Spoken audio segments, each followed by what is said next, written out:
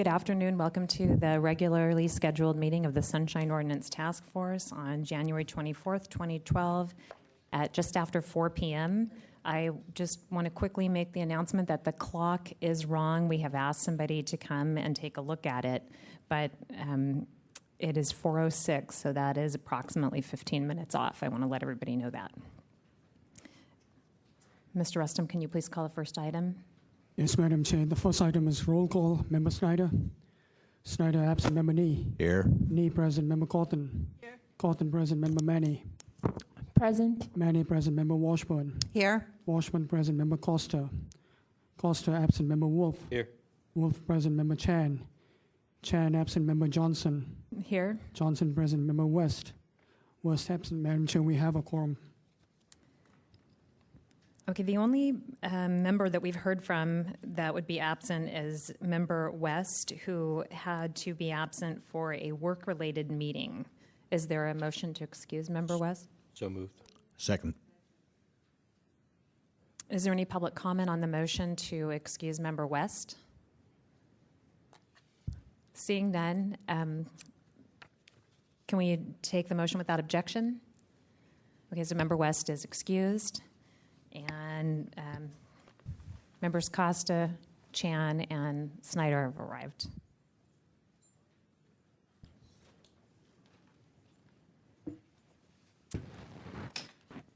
Okay, we have I know of one agenda change, and that is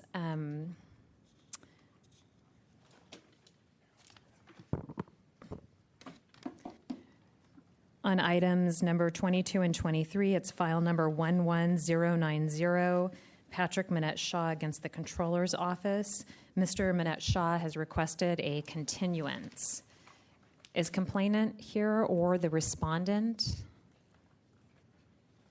Are you the respondent in that? Okay. A microphone. Yeah, if you could just repeat that into the microphone, that would be great. My name's Joe Narissa with the Controller's Office, sitting in for Monique Samuda. Do you have any objection to a continuance? No objection. Okay. I want to just make a comment about Mr. Manette Shaw's continuance, and that is that he cited 3 reasons that part of the data had been provided, and that he was, but the Controller's Office continues to withhold part of the data he requested. Secondly, he said that he felt that DCA 3's instructional memo was biased and skewed toward the city attorney's office, the favor of the city attorney's office. And 3, he was upset at the where his item was scheduled on the agenda. He says that it was at least 5 hours into the meeting, and that doesn't include any delays or lengthy discussions by public speakers. He says that he is going to file an amended complaint. So I would support the continuance based on the idea that he received part of the documents and he's going to file an amended complaint. However, we like to be lenient with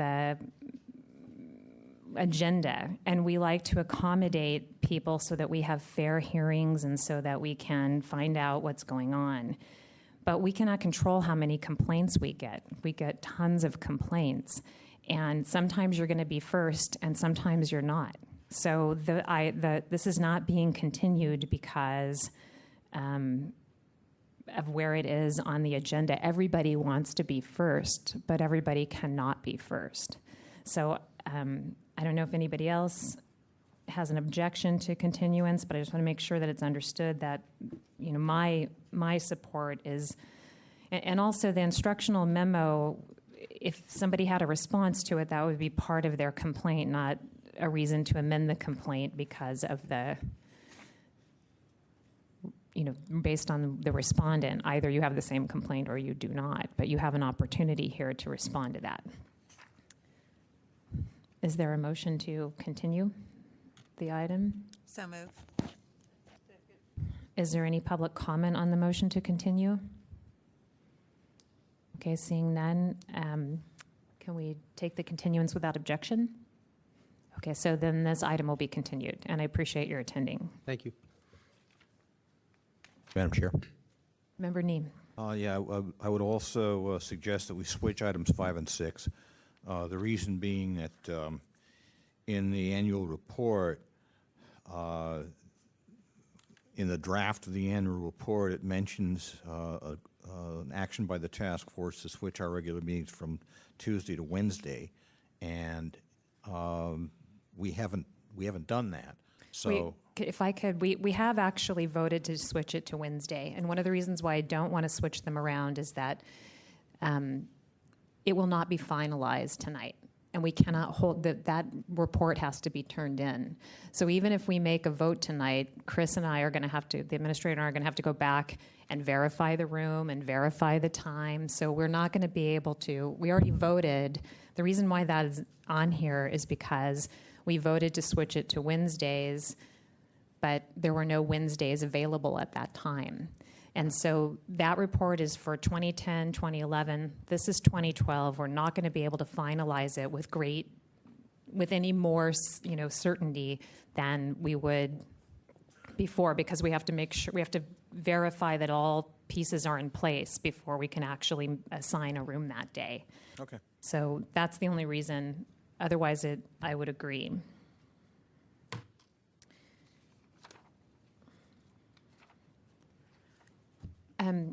Mr. Rustam, have you heard from the anonymous complainant in the first two complaints? She's present. She's here? I'm sorry, I did not see you. I apologize. Thank you. Okay.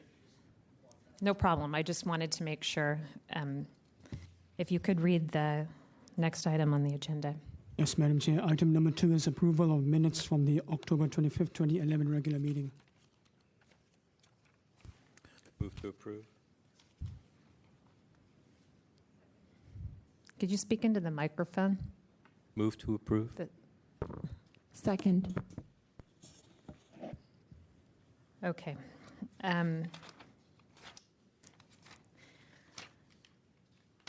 I have a significant number of changes to this that took me a really long time to go through. I don't know if anybody else has any changes or if you want me to start.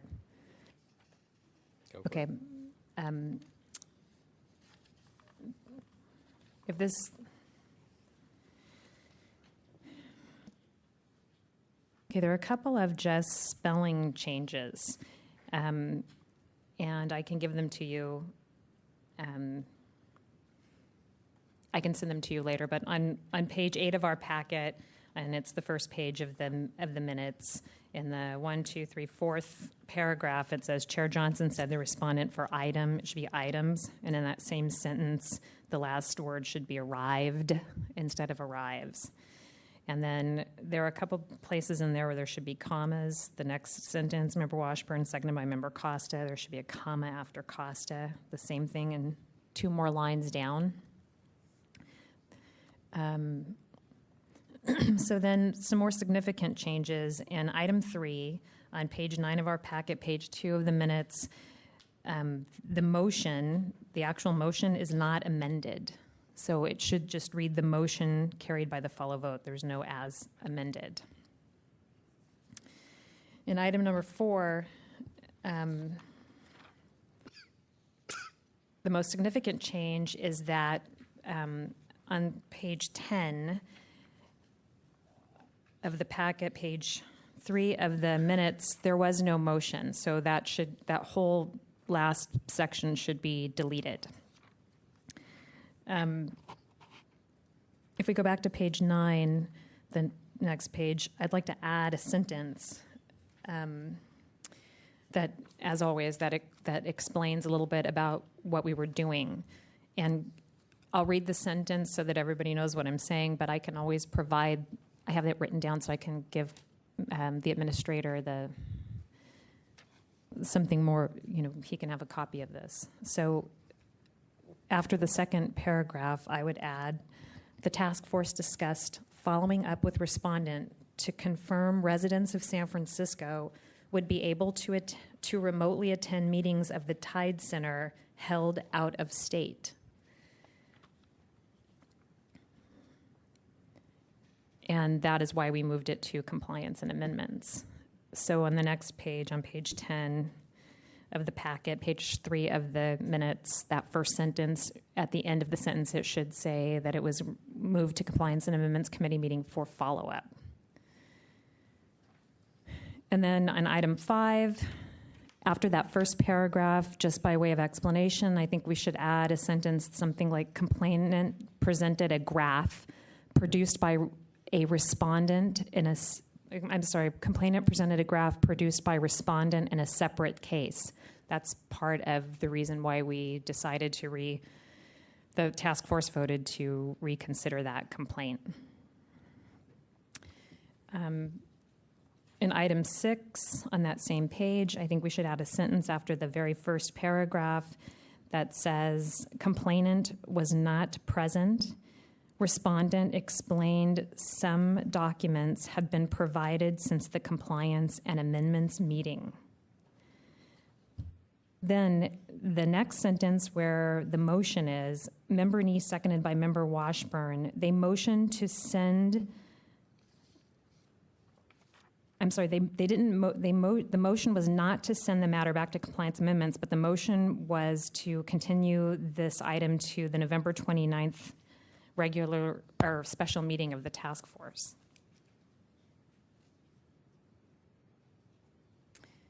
And then in public comment at the very end, the sentence about Alan Grossman. Mr. Grossman's comment was he did say that a public request should be handled at the same level an employee would to his or her daily duties, but his emphasis was that, and ethics plays an important role in enforcement of that duty. So I would like to add that.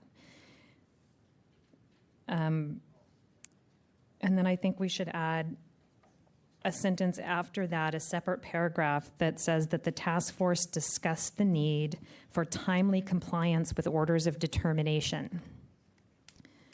Because in the next paragraph, on the next page, the first paragraph on page 11 of the packet, page 4 of the minutes, Vice Chair Wolf's motion was a substitute motion. So I think it should read Vice Chair Wolf, seconded by member Washburn, made a substitute motion to refer Caroline Celaya. So that explains what happened to that first motion. And that's why I think we should put that sentence in there about why Vice Chair Wolf would make such a substitute motion. And yes, I listened to the tape, so you can check these if you want to. We don't necessarily have to approve them, but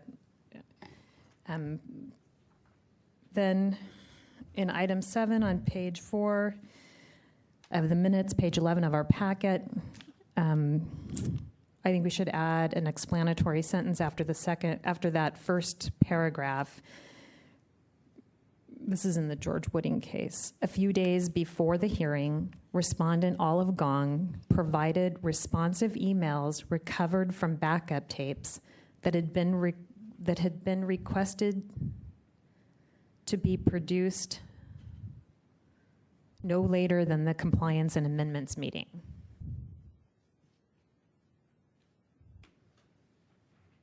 Because Mr. Wooding came in and told us that they had received these backup tape documents, and that was pretty significant. And then in the third paragraph of that, there should be a comma after seconded by member Wolf, and I think we normally refer to, I'm not sure, but it changes a little bit, but that should maybe be Vice Chair Wolf, which we often refer to him that way in the minutes. Then I could not recall if in our regular minutes items 8 and 9 were not heard in their normal order. Do we usually just put the time stamp and leave them in that consecutive order? Do you usually move them around to where they were really heard? We just changed the timestamp. Okay, so the timestamp on there is correct, but I didn't know if There's no timestamp on number 9. Well, it starts at 8. He just puts it on he puts the full thing on the jurisdiction. Oh, I see. I'm sorry. All right, so then on page 12 of the packet, and it's page 5 of the minutes, item number 9, after the very first paragraph, I think we should have an explanation that says complainant presented a video of the recess. This is when Mr. Pitts presented a video of the Shelter Monitoring Committee in discussion during recess, or what appeared to be in discussion during recess. And it should go on to say that respondents said the microphones were on during recess, but their meetings are not recorded. The technology department is working with the committee to record meetings. And then again, where it says the motion carried by the vote, the motion was not amended. So that as amended should be deleted.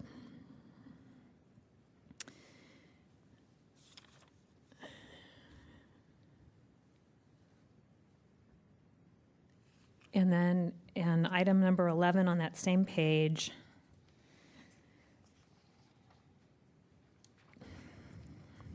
I think we should add an explanatory sentence after the first paragraph that says, Mr. Song said the department retains records for 2 years. He did not know if records were available for the last 2 years or if they might be attorney-client privileged.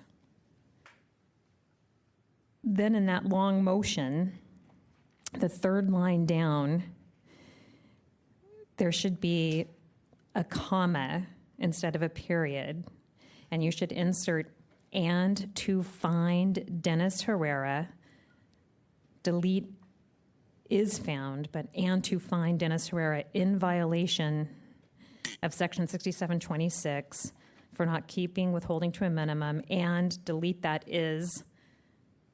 So it would then read, "and order him to produce the documents that explain how the budget is calculated, explain how a baseline is set and used, and how it relates to the task force," and it should insert "for the past 2 years."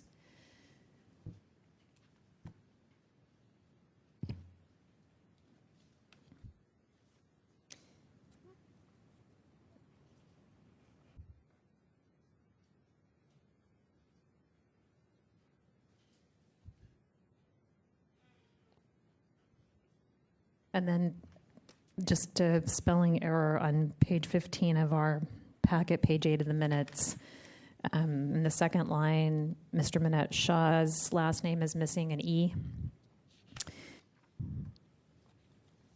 In the sixth line down at the very end,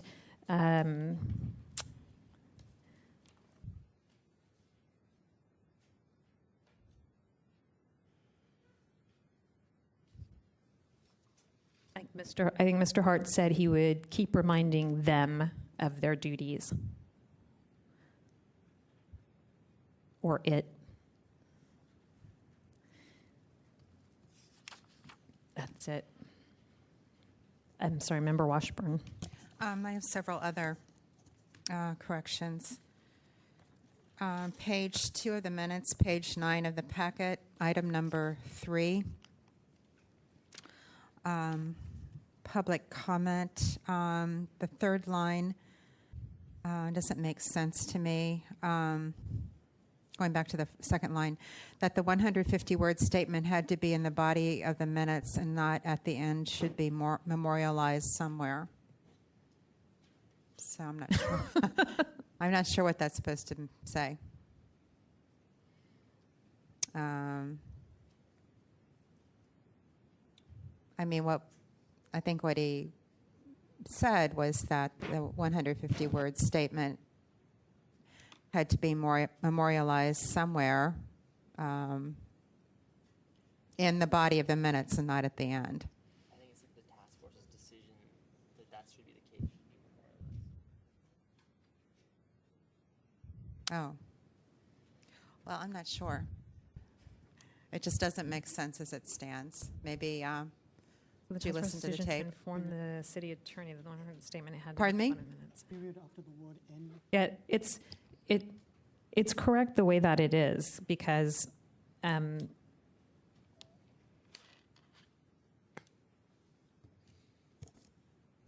We need some punctuation here. Now I see what you say. because it's saying that the task force decision to inform the city attorney that the 100 word statement had to be in the body minutes and not at the end. So maybe we could put some kind of a punctuation there. A comma? I think Mr. Warfield's point was that we should put it in writing somewhere, that it should be, that our decision to do that should be memorialized officially somewhere. Right. And he said that to me before, so I'm Right, not it needs- exactly sure he would fix that. Yeah, it needs to be made more clear. The Sorry. task force decision.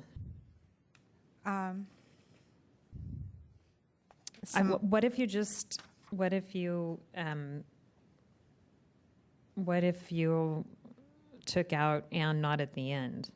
That our 150 statement had to be in the body of the minutes, should be memorialized somewhere. Or you could say that to inform the city attorney, the 150 word statement should be in the body of the minutes rather than at the yeah. end. Yeah, that helps. Then on page 10, the last full paragraph, page 3 of the minutes, there's some extraneous punctuation, a comma after the period in the fourth line down of public comment, and then an extra period in the next line. Then page 4 of the minutes, page 11 of the packet, item 7, looking at the motion. I think that we should identify who Phil Ginsburg and Sarah Ballard are, by identify their positions. The whole point of that motion was to specify people who should be held accountable. So I think we should identify their positions. I guess Phil Ginsburg is chair of the Recreation and Parks Commission. Director. Director, yeah. So they should be identified by position. I also think on page 12 of the packet, page 5 of the minutes, at the bottom of the page, again, we have a motion and mention Dennis Herrera by name. Most everybody knows that he's the city attorney, but again, I think it should be our practice to make clear the position of the person.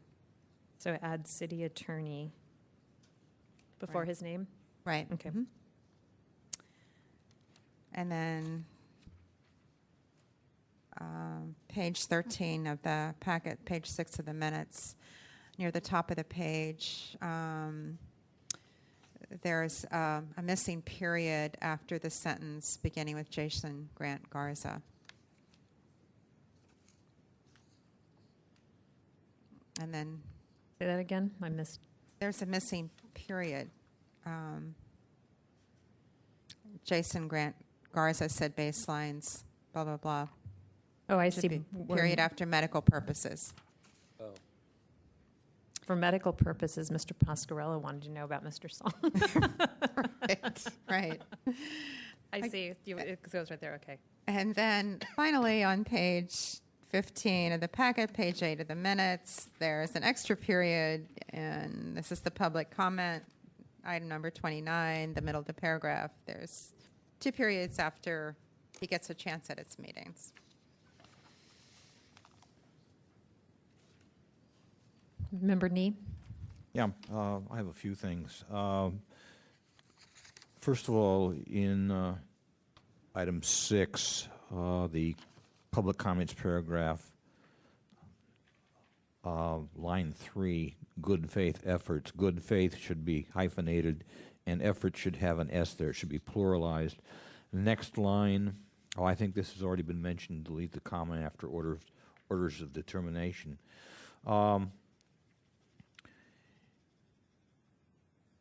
In item number 7, on page 11 of our packet, in the public comment paragraph. It gives the name Ms. Olive Gong without identifying her. And I think there needs to be some identification of her position and or her connection with Recreation and Parks, Recreation and Park Department. And also, there is no need to have Ms. before her first name. That's it for the moment.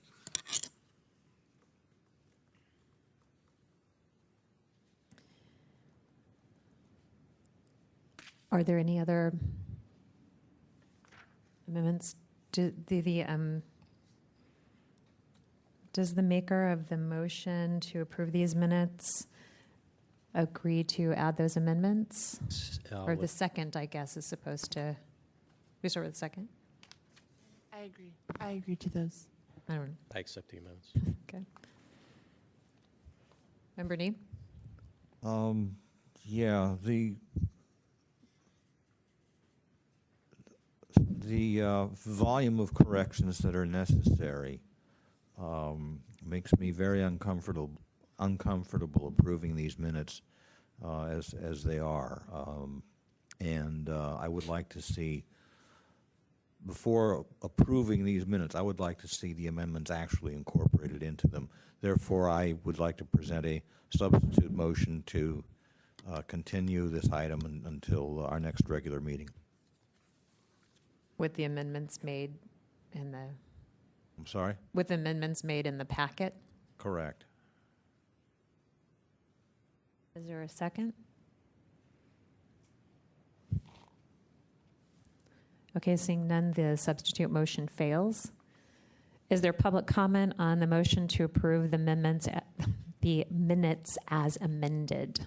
You'll have 3 minutes. Thank you, Peter Warfield,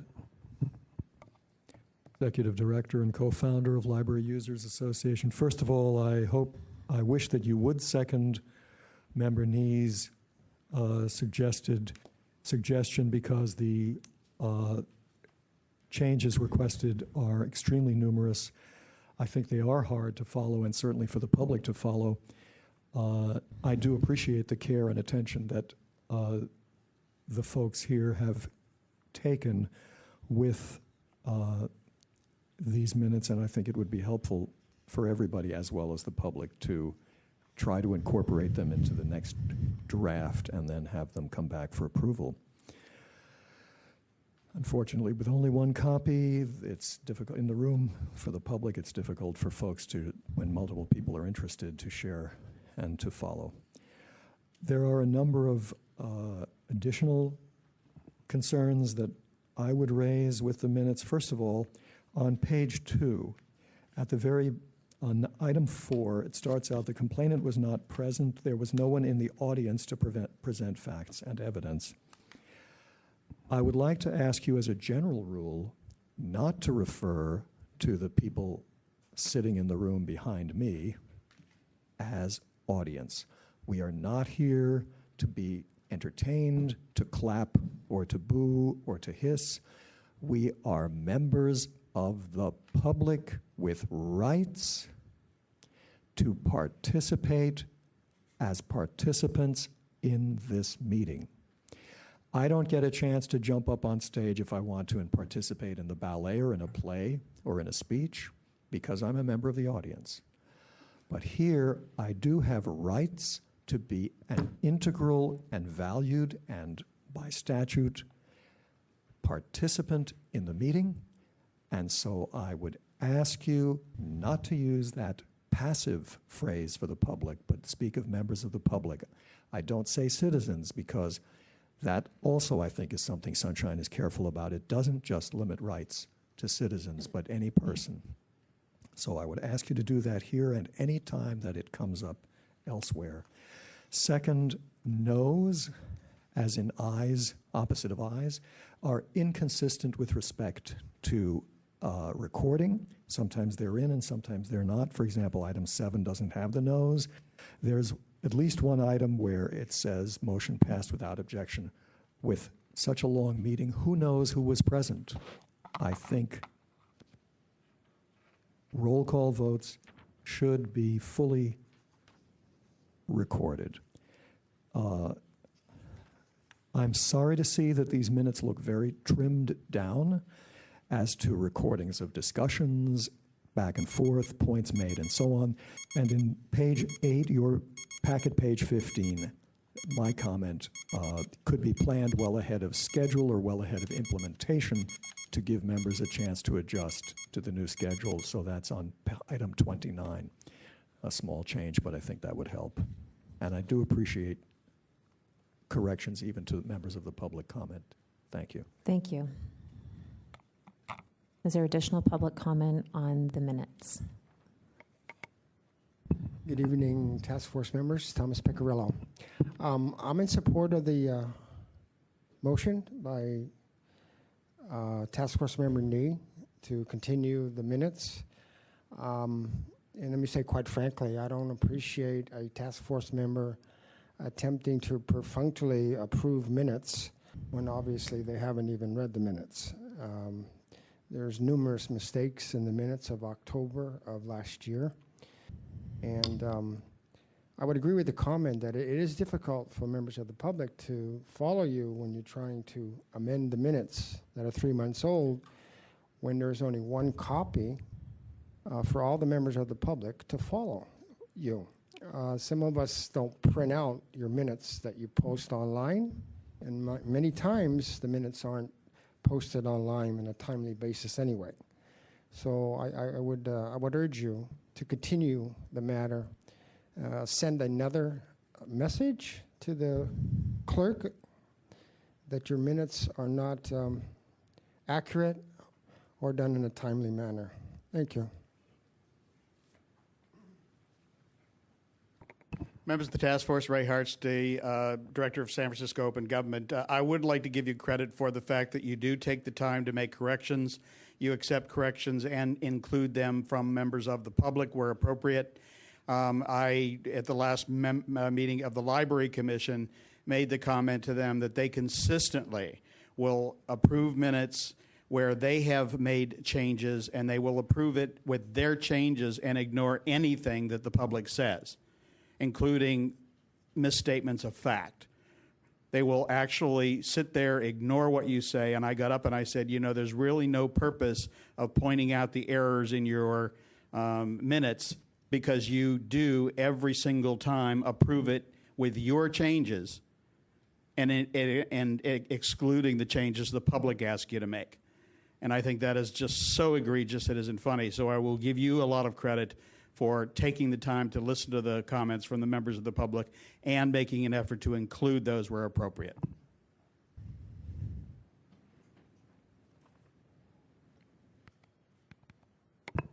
My name is Doug Comstock, former chair of this committee, and I wanted to just comment on the fact that there are so many changes to the minutes.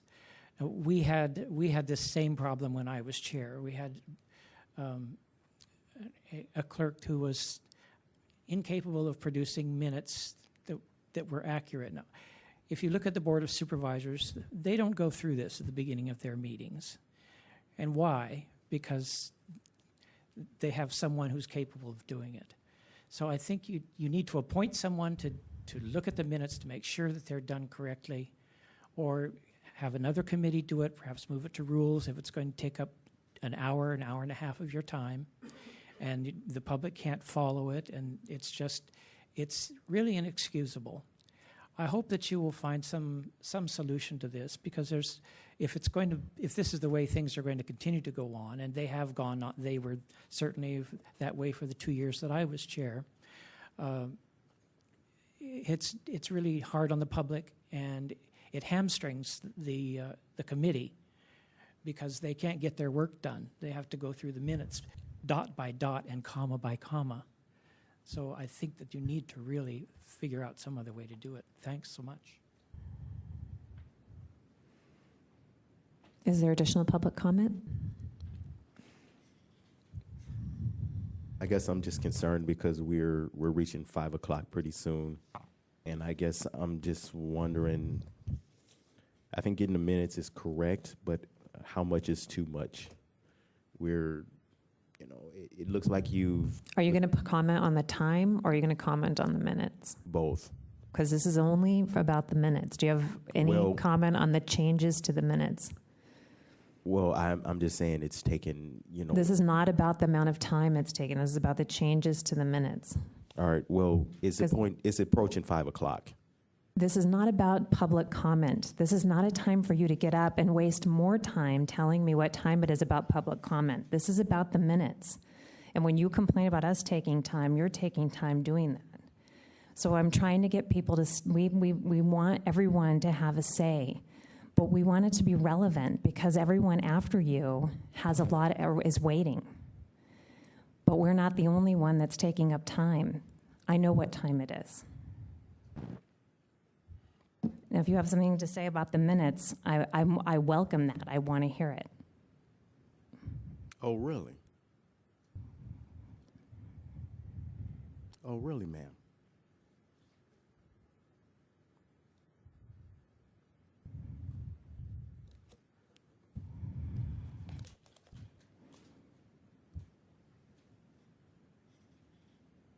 Is there additional public comment on the minutes?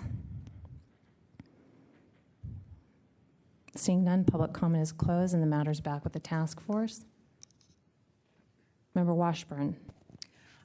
After listening to members of the public, I have a couple of thoughts. One is I would like to, I guess Member Nee's motion is dead. If it is, I'd like to resurrect it, second it, or propose it again. And I'd also like us to consider continuing the rest of the minutes till next time and have them gone through for typos and so forth, and so that we can get on with the other matters before us. So I guess first of all, I move that we continue the minutes from November 29th till next. October 25th.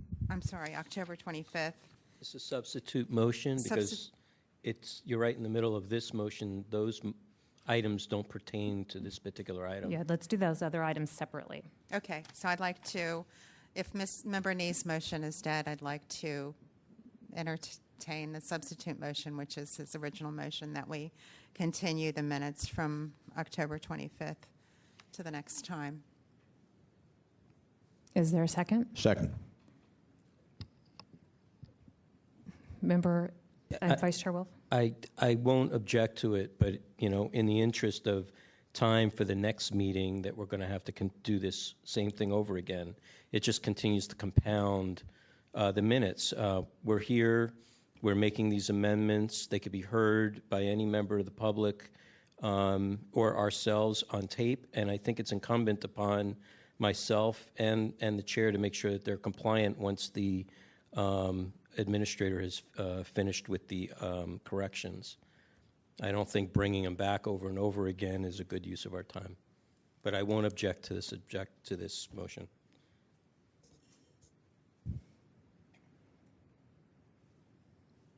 Member Washburn? I just wanted to say that other than the motion, that I think it would be a good policy for maybe a rules committee or somebody to go through them carefully like Member Johnson did. And I spent some time too to make sure before they come to us that the typos are gone and they make sense. They're clear. Madam Chair. Member D. I believe our Rules Committee is dormant, so it would, if we're going to do it that way, we would have to bring it back, bring it back to active status, and we would have to appoint people there too. It's not dormant. It just meets when necessary. That's how it's described in the bylaws. Okay. Okay, so can you call the roll on the motion to continue these? On the motion, Member Snyder? Yes. Snyder, aye. Member Nee? Aye. I'm Nee, sorry. aye. I'm sorry. I don't mean to interrupt it, but I forgot something. Can we go back since we didn't finish them? Since I didn't finish the call, can we? My question is, I wanted to address something that Mr. Warfield said about I wanted to change that no one in the audience Do I need to say that, or can I just offer that up since we're continuing them? You want When to I- change something in the minutes? Yeah. Well, the motion is being voted on, so To continue them? Okay, never mind. Go ahead. Continue. I apologize. I can do it next time. Member Cotton? Aye. Cotton, aye. Member Manny? Aye. Manny, aye. Member Washburn? Aye. Washburn, aye. Member Costa? Aye. Costa, aye. Member Wolf? Aye. Wolf, aye. Member Chan? Aye. Chan, aye. Member Johnson? Aye. Johnson, aye. Madam Chair, we have 9 ayes. The motion passes. Okay, so these are continued. I'll give you the changes that I read, and hopefully that will also include the changes that Member Washburn and Member Nee mentioned. And then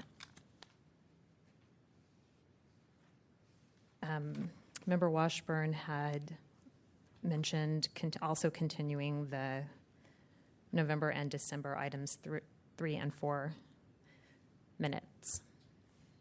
Did you want to make a motion? I move to continue minutes for December and for November 29th and December 14th until Point of order. next. Those are separate items, and they have not yet been read to us. Okay. They have not been introduced by the clerk. Can you please read items 3 and 4 together?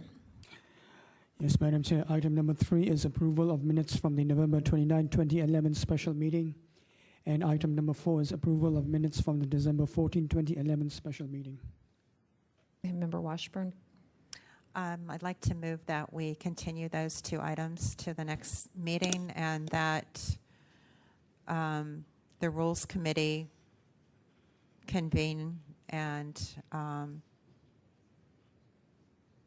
with the purpose of making sure those minutes are in as good as shape possible. Is there a second? Second. I'm not supportive of sending the minutes to a committee. We have, it's already not getting done here. It's not going to get done in a committee. I just think that we need to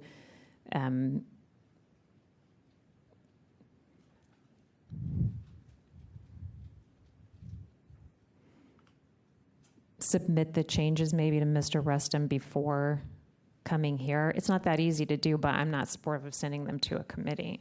I don't know, Vice Chair Wolf? I'm not supportive of that either. It's incumbent upon every member on this task force to read the minutes and to provide those amendments. It shouldn't be done by a separate committee. For a lot of these items, excuse me, that were suggested for amendment or that were made for amendment, especially the typographical errors, some of the spelling errors and stuff like that, I think, sorry, all those could be submitted in writing because they're not substantial.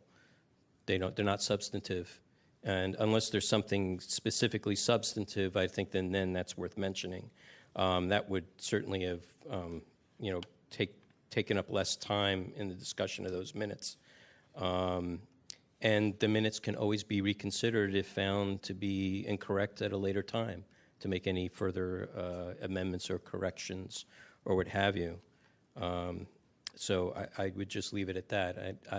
I personally don't have the time to have another meeting on a regular basis to go through the minutes and find all the gory details. I do it on my own. Everybody sees certain things. Other people see other things. I think it's a very good use of our time in the way we contribute currently and in a public forum.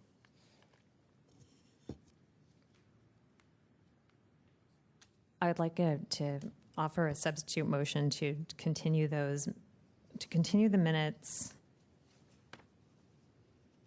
for November 29th and December 14th, and suggest that we send in our corrections to Mr. Rustum ahead of time and see if that works out a little bit better. And then if it doesn't, we can revisit the issue of sending it to a committee at that time. I support that. I move it. Are you seconding the motion? Yeah, if you're making the motion, Yeah, I'll second. yeah. Yes. Is there I'm sorry, DCA 3. Madam Chair, Just a word of caution, to the extent the task force members wish to send in corrections on an agenda item to the chair, that should not be on an email that goes to all members of the task force, because that might constitute a seriatim meeting. Thank you. I'm sorry, Vice Chair Wolf. I would suggest then that the corrections be sent directly to the administrator. Yes, that was my intent, that they send them only to Mr. Rustem, and he can incorporate it. Is there public comment on the motion to continue the minutes? Members of the task force, Ray Hartz, Director of San Francisco Open Government. And I had a quite extensive discussion with Mr. Caldera, who is Mr. Rustam's immediate supervisor. And he informed me that it was his understanding and his direction that draft minutes of meetings should be available on your website within 48 hours of the meeting. And this was a discussion based on the fact that the December meetings were not available 30 days later in January. He said that he had an understanding that they were being done within 48 hours, and if not, he was supposed to be notified so that the appropriate action could be taken. If that was done, all members of the task force would be able to review those minutes within 3 or 4 days of the actual meeting, make any suggestions for changes to the administrator, and members of the public would be able to also review them and make any notes they need to make to bring to these meetings to make their proposed changes. So I think what we need to hear is what we have here is a failure to communicate. Mr. Caldera was very, very clear to me. He said, my understanding and my direction has been that the draft minutes of the Sunshine Task Force meetings should be available on the Sunshine website within 48 hours after the meeting. That would get them there almost 3.5 weeks before the next meeting, and you shouldn't run into this problem. I think the problem is these things are not getting done until 3 or 4 weeks after the meeting, and then they're being dragged on forever. So if you could just talk with Mr. Caldera and get it, clear between the task force and him that, and he made it clear to me that if there's difficulty in doing that, he would make available staff to support that effort. So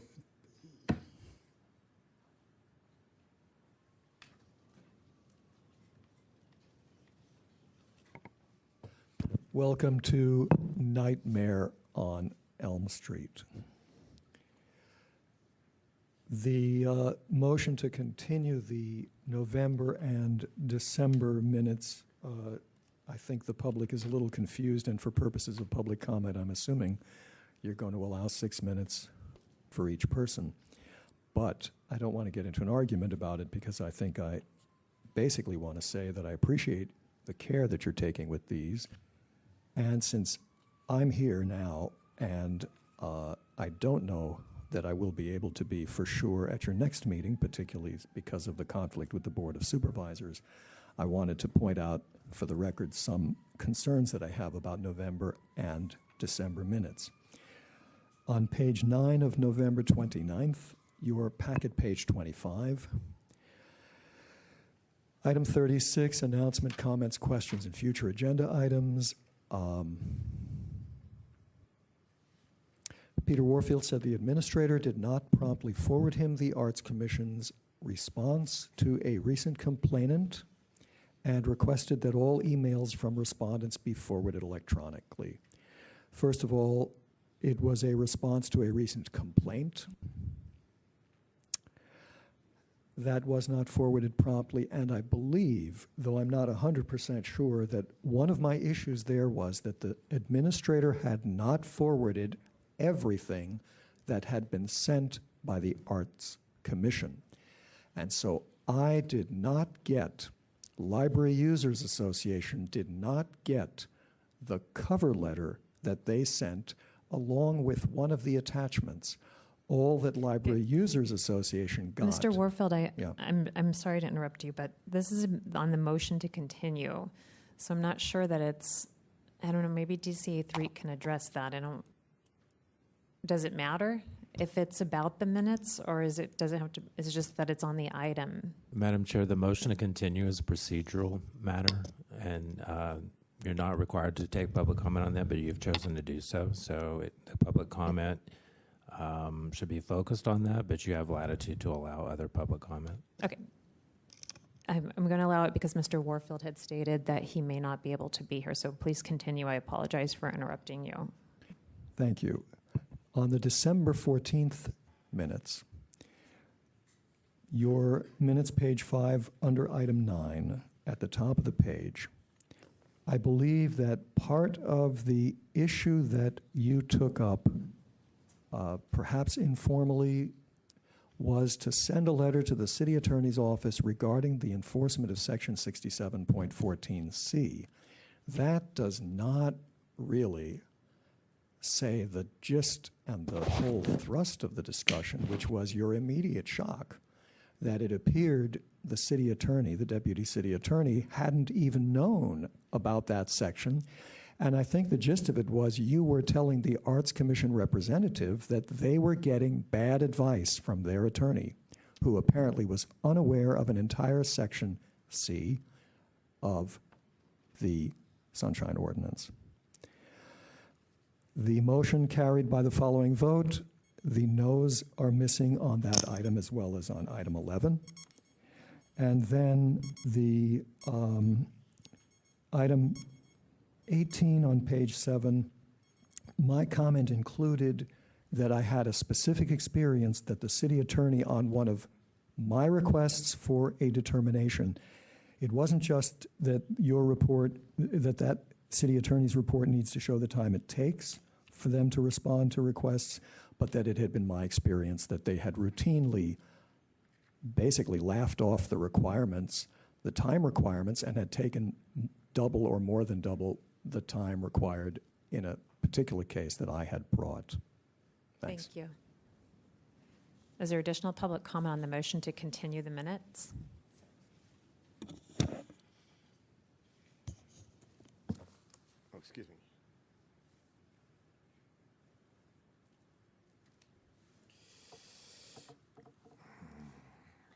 Good afternoon, task force members.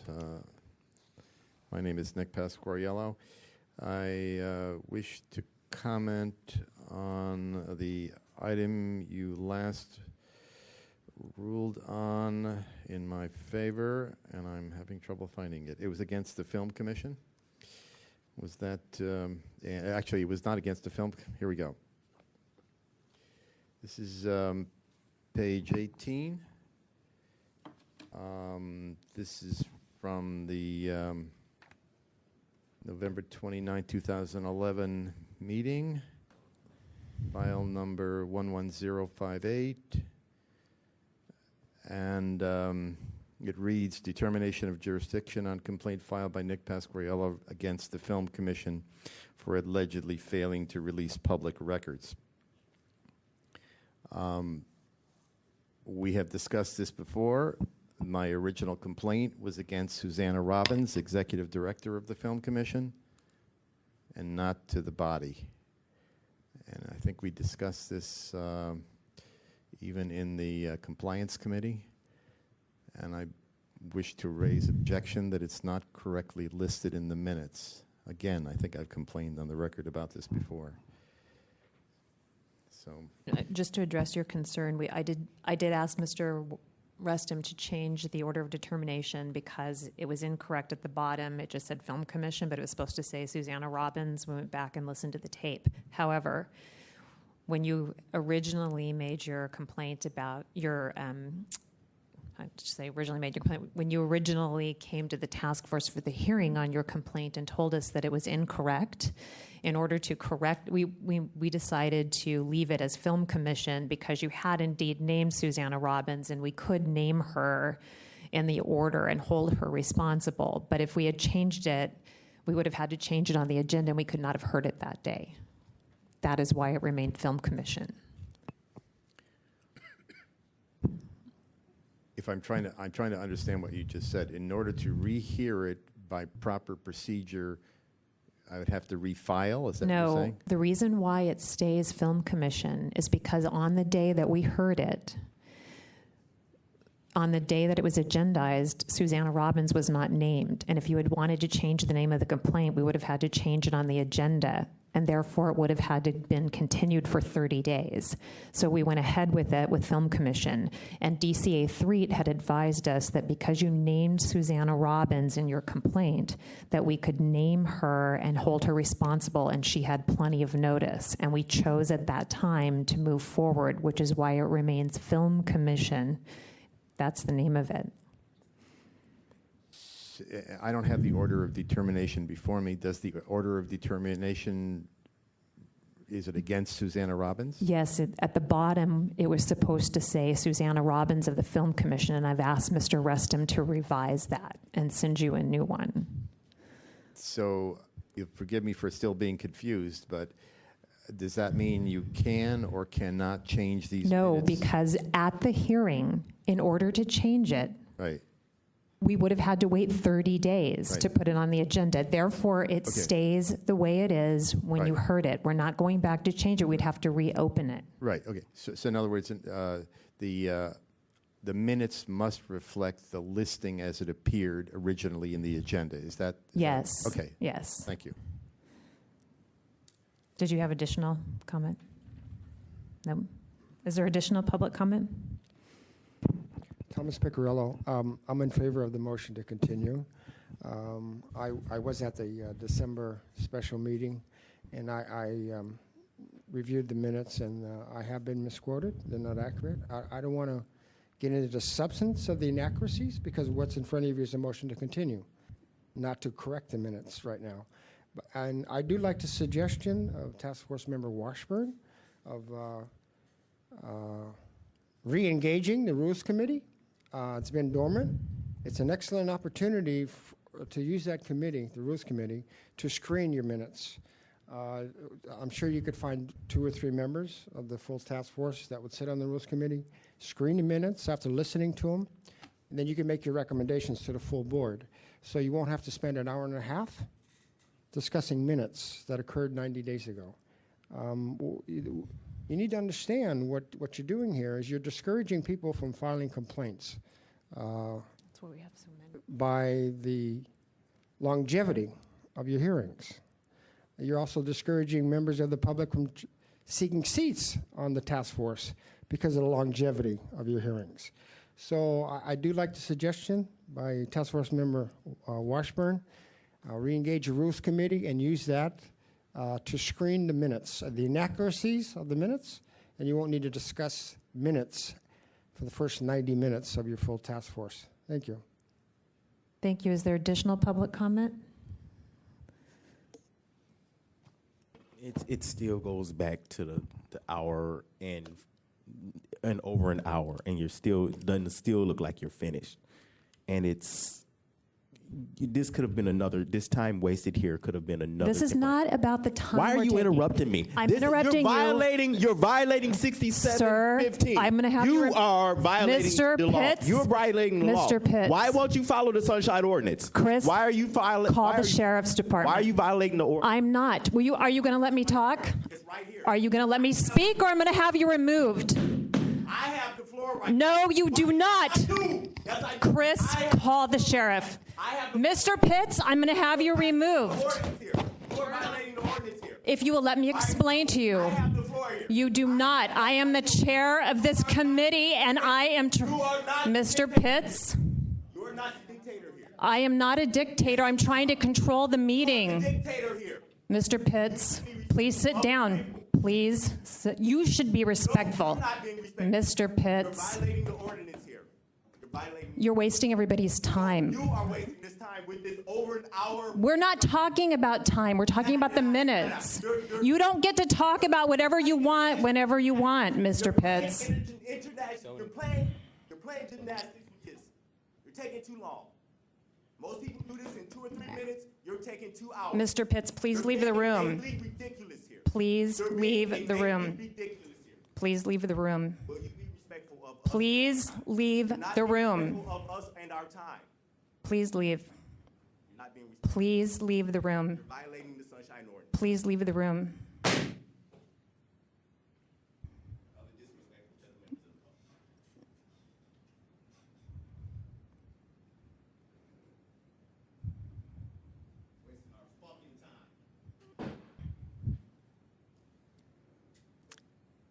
Is there additional public comment? Seeing none, public comment is closed. Member Cawthon? I just wanted to say something regarding preparation of the timeliness of preparation of the minutes. The ordinance 67.16 says that the minutes shall be available in 10 working days. So the draft minutes as well as the final minutes. So I just wanted to point that out. Okay, I'm going to call the question of continuing the minutes. Mr. Rustam, can you please call the roll on continuing the minutes? Yes, Madam Chair. On the motion, Member Snyder? Yes. Snyder, aye. Member Nee? Aye. Nee, aye. Member Cawthon? Aye. Cawthon, aye. Member Manny? Aye. Manny, aye. Member Washburn? Aye. Washburn, aye. Member Costa? No. Costa, no. Member Wolf? Aye. Wolf, aye. Member Chan? Chan, aye. Member Johnson? Aye. Johnson, aye. Madam Chair, we have 8 ayes and 1 no. The motion passes. Thank you.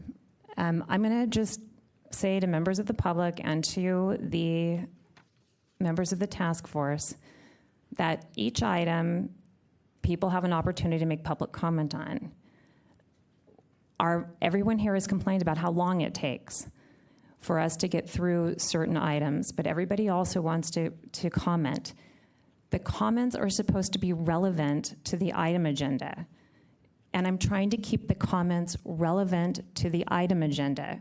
The amount of time we've spent speaking on it may or may not be relevant, but a motion to continue, the amount of time is the amount of time that we take. You're welcome to complain about that during regular public comment. You're welcome to, in fact, you can speak about anything during regular public comment.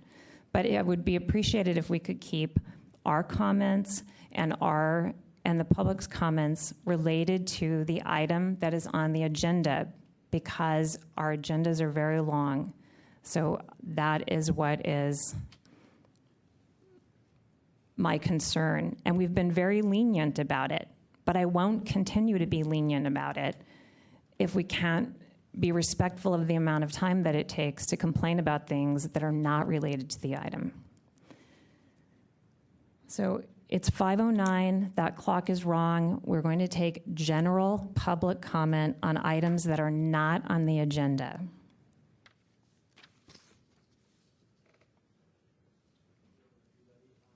My name is William Clark, and I'd like to give you some good news tonight. I just want to make you aware that at the January 9th, 2012 Arts Commission meeting, that the full Arts Commission voted to return the $18,875.18 plus interest back into the Street Artists Fund.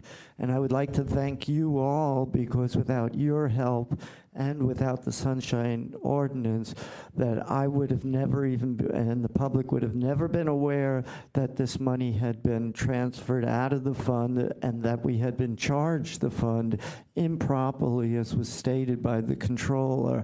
So I want to thank you all for, in spite of how long things take sometimes, and make you aware that the return of this money to the Street Artists Fund is very much appreciated, and I would like to put it on the record for the Sunshine Ordinance that even though sometimes things take a very long time, that things do get accomplished, and that I would like to thank you all personally for, listening through all my testimony. So thank you very much.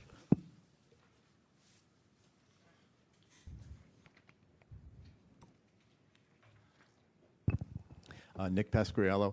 I've had occasion to use the SF.gov TV website many times in the last few months, and I've noticed a disturbing, you could call it an anomaly.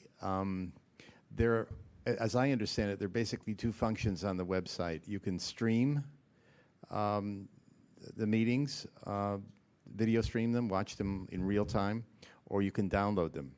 Now, I've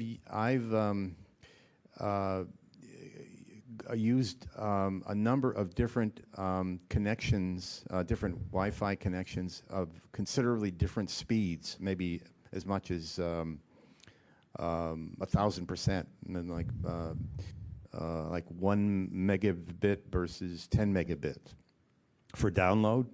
And what I've noticed is the SF.gov TV website, no matter how fast your connection to it is, takes just as long for you to download videos. I mean, this isn't a real science. I haven't done this with meticulous note-taking, but it's my observation that they have set it up such that it takes just as long to download a 1-hour video as it does to watch it. And I think this is a significant defect in the functionality and a bottleneck, and is really inhibiting public access to those video files. I would like you to examine that, look into it, see if you can recommend that they considerably allow faster downloads that are more reflective of the real connection that a user or the public has. Thank you.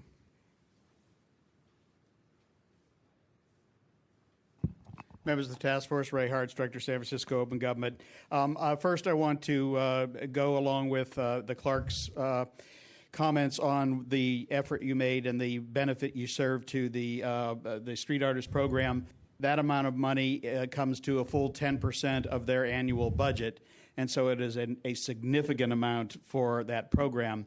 And also, it was one of the things that the Comptroller's Office, in auditing the Arts Commission, found was one of their major deficiencies, that they took program money, put it into another fund, and then spent it for purposes for which it wasn't authorized. And so you not only put them in a position of correcting something which helped the Street Artist Program, but I think you also gave them a little more of an impetus to correct something that they were doing not only with that program, with every program. So that is, I think, very important. One comment I want to make, I attended the Ethics Commission's first hearing that was televised yesterday, and there were a significant number of persons who showed up who had been given determinations that were referred to ethics, and of course those were all disposed of by the executive director without a hearing.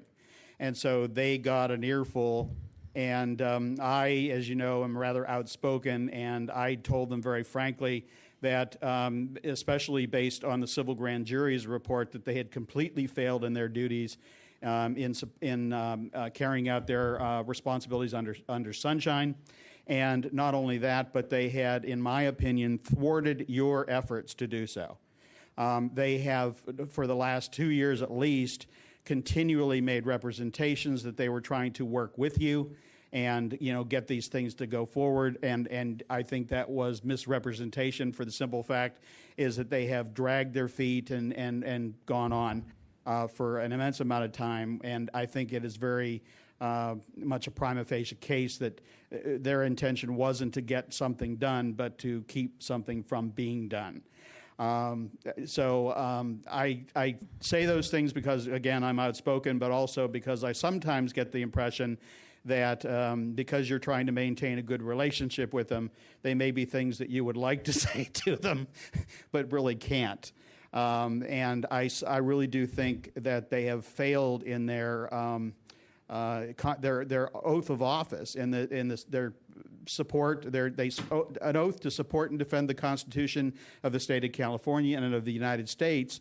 And the two primary things that go to them and that are referred by this task force is people who can't speak at public meetings and can't get public access to public records. And if you're not going to support those efforts, then you're not supporting the people's right to speak, and that is violation of their constitutional and civil rights. So commendations to you and boo to them.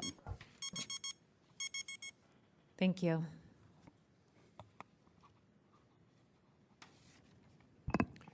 Peter Warfield, Executive Director of Library Users Association and co-founder.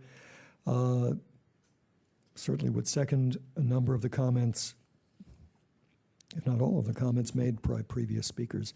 The Ethics Commission did yesterday hold a meeting.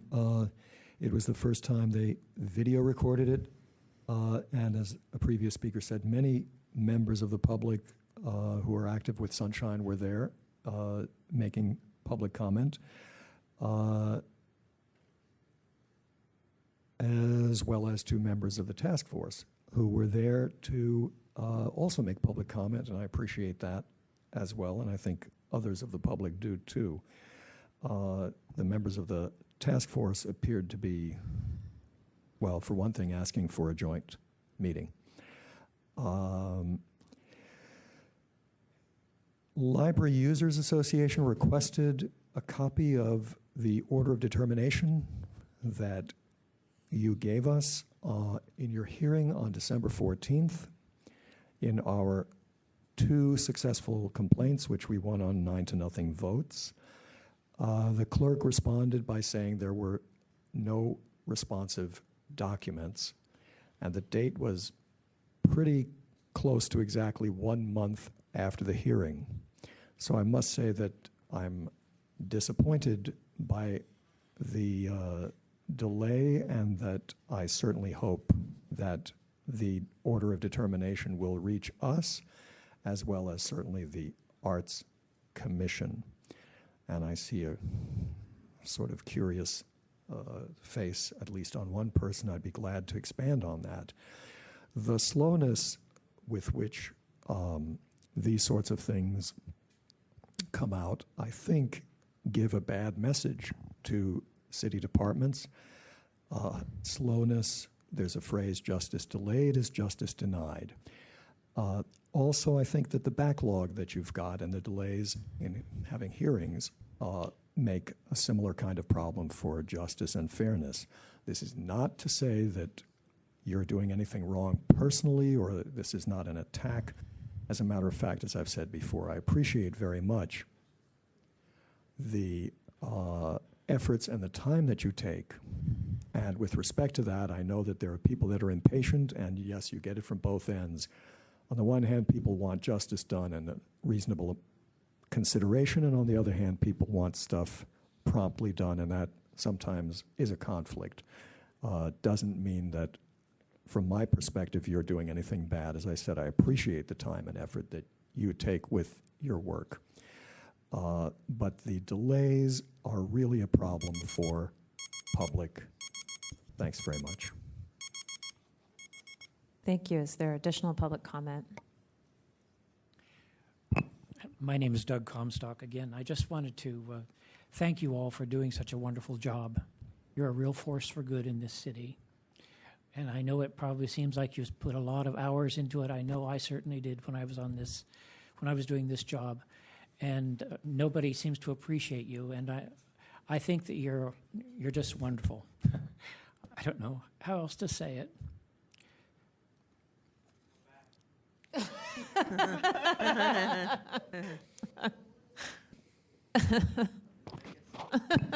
Thomas Piccirillo. I think one of the problems in your the reason that the Ethics Commission is denying almost all of your orders of determination is in some of your cases it's the way you are writing your orders of determination. If you send an order of determination without naming a specific individual, the Ethics Commission obviously is not going to take jurisdiction because there's no manager or officer. I can speak personally of my own order of determination that I received against the SRO task force against Ann Cronenberg for an ad shuratum meeting. The order of determination that you sent to the Ethics Commission merely asked them to find Ann Cronenberg in violation of not sending a representative to a meeting. That was not the gist of the complaint that I had against the SRO task force. The gist was that they had an ad shuratum meeting. They were legislating by email, which is illegal. But your order of determination was asking the Ethics Commission for a finding that Ms. Cronenberg just didn't send a representative to a hearing. Well, if the issue is a open meeting, there is no sunshine violation for that. So they clearly just dismissed my order of determination. So you need to be more careful when you send orders of determination to the Ethics Commission, and it will give the complainant a better chance of getting the orders of determination enforced. Thank you. Thank you. Is there additional public comment on items not on the agenda? Seeing none, public comment is closed. Mr. Russom, can you please read the next item on the agenda? Yes, Madam Chair. The next item is approval of the Task Force Annual Report to the Board of Supervisors. As I had requested, but it was not in the packet, that the administrator's report for 2010 and 2011 also be attached to the report, and that's how it would be submitted. So I want to make sure that that would be attached when it is submitted. Madam Chair, I do not have an administrator's report for an annual report. No, the 2010. You just your regular report. Oh, okay. Just the regular complaint administrator's log, yes. report. You still have you keep them for all the years, right? Yes. Okay, so that's all I mean is just the 2010 and 2011. Okay. Member Nee? Yeah, I have a number of things that I think need attention in the annual report. First of all, on packet page 35, in the introductory section of the report, it says the Sunshine Ordinance is, the ordinance in the second paragraph says the ordinance is based on the California Public Records Act. There is no mention in there of Brown Act or Prop 59, which is state constitutional Article 1, Section 3. I would suggest that the wording be changed or amended to say the ordinance is based on the California Public Records Act and the state open meetings law known as the Ralph M. Brown Act, comma, draws additional authority and potency from Article 1, Section 3 of the California Constitution, comma, and then continue the rest of it, and is intended to ensure and broaden, etc. That's the first thing I wanted to draw to attention. In the responsibility section on packet page 36, right at the top, it says the responsibility that the task force is responsible for determining whether a record or part of a record is public. I believe that is incorrect. Even exempt records are public because they belong to the city and therefore the public. I think instead of saying public, I think the word disclosable would be preferable and more accurate. Also, I think we should say... I think that's from the code. I think that's what it says in the... Literally, I think that's what it says in the thing. Do you see it, Thureen? Through the chair, the section of the ordinance that lays out the basic charge of the task force in the hearings on public records does phrase it as making a determination whether it is a public record. However, I think Member Nee's statement is accurate that the main thing that the task force is doing is determining whether an exemption for a public record applies that would keep it from being disclosed.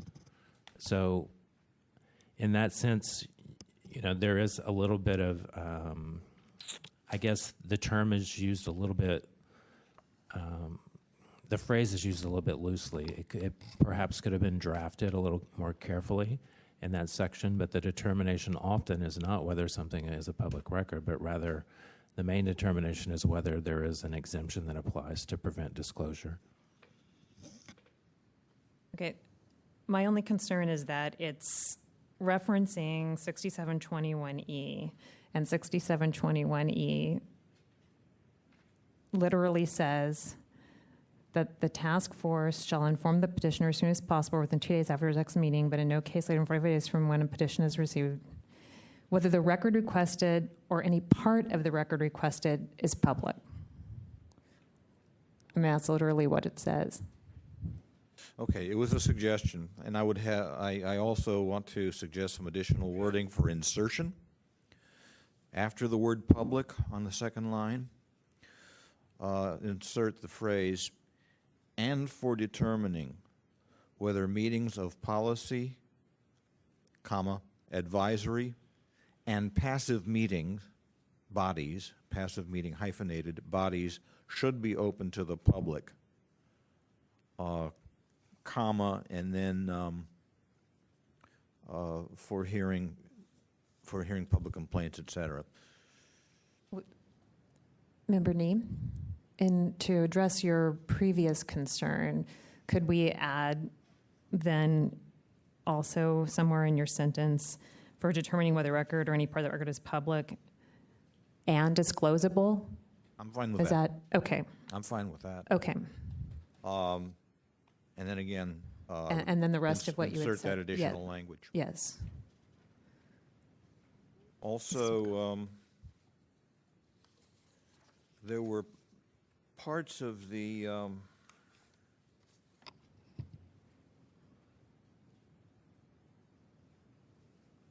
report from the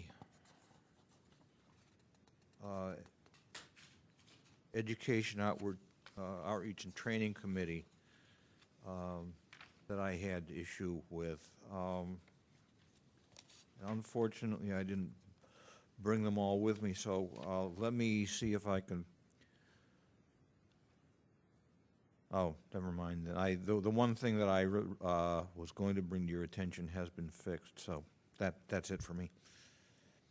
Vice Chair Wolf and just Member Washburn. Going back to the section that Member Nee was referring to under responsibilities, in the ordinance under 6720, under definitions, it doesn't describe, it describes public information shall mean the content of public records. And I think we've been reminded by DCA 3 several times that the determination of whether something is public is more about the information and not the medium that it could be contained in. So if it was only found online, then it wouldn't necessarily be a document per se.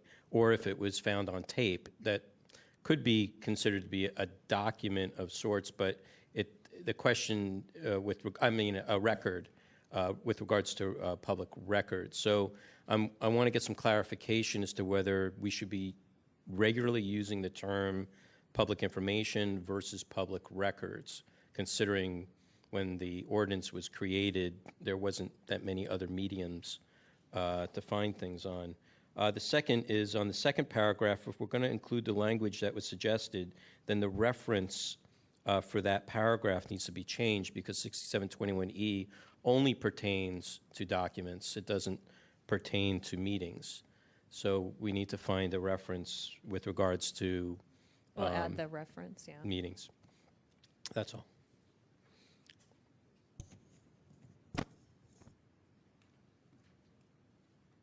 Is there any other comment on the annual report? I'm sorry, Member Washburn, I forgot. This is on page 38 of the packet, page 4 of the report, the section regarding the Ethics Commission regulations. The fourth paragraph in that section talks about the chair of the Board of Supervisors Government Audit and Oversight Committee wanting to have a meeting. Well, that's not exactly accurate anymore. The former chair was proposing that. There's now a new chair of that body, so I suggest that we not state this. What if we put the former chair? We could do that. And then because we would still strongly recommend the committee hold the hearing, right? By a chair. instead of the chair. Well, Madam, why don't we say immediate past chair David Campos? Right, okay. Okay.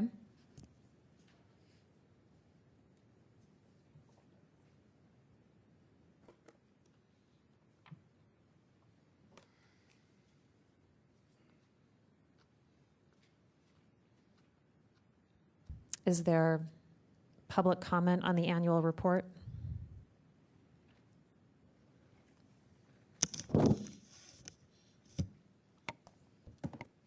Peter Warfield, Executive Director, Library Users Association. In November, your minutes show that an agenda item about the annual report received a comment from me. Peter Warfield, Executive Director of the Library Users Association, said the issue of serial violators, long-term issues, and the 45-day requirement should also be included in the report. So I don't know if any change has been made in response to that, but I would certainly second those comments and whatever else I might have said on November 29th.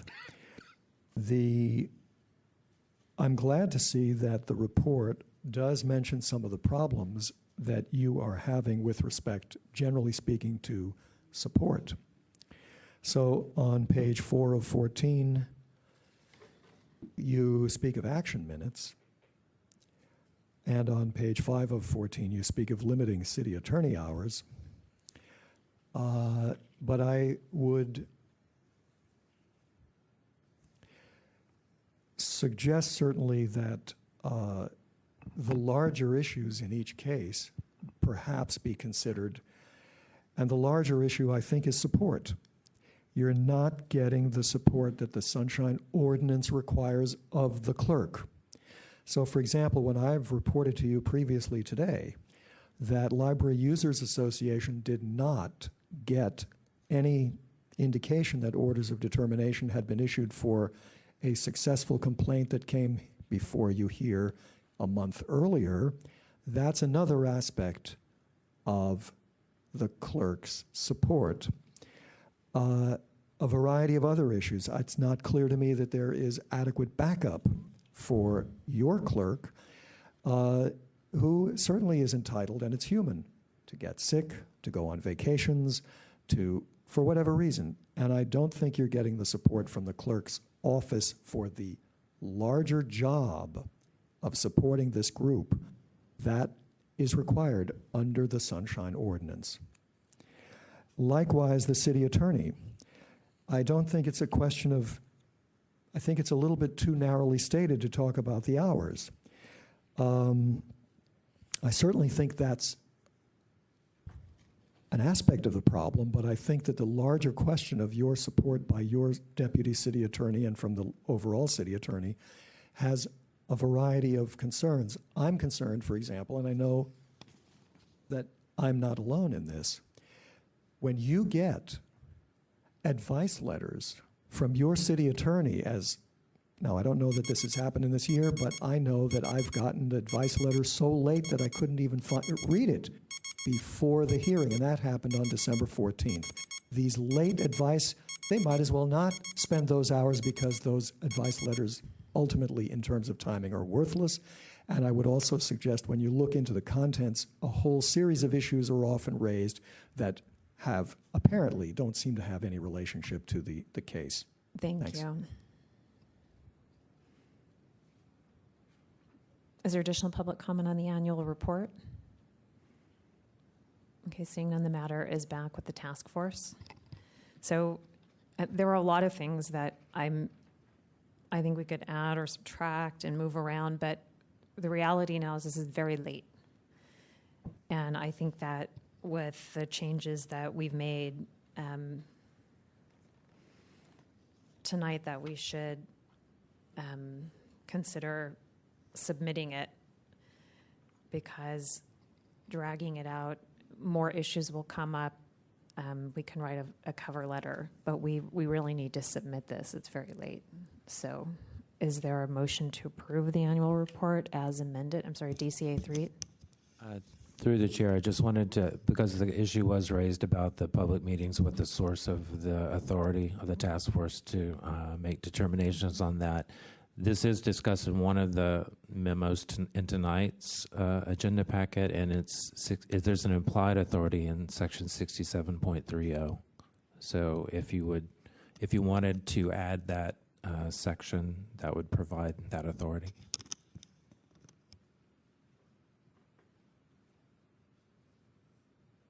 Is there a motion to? So we would be adding the things that Member Nee suggested, then we would be adding the authority based on the meetings. And then we would be revising the paragraph about the Government Audit and Oversight Committee to reflect that it was the immediate past chair. Is there a motion to approve it as amended? So moved. Second.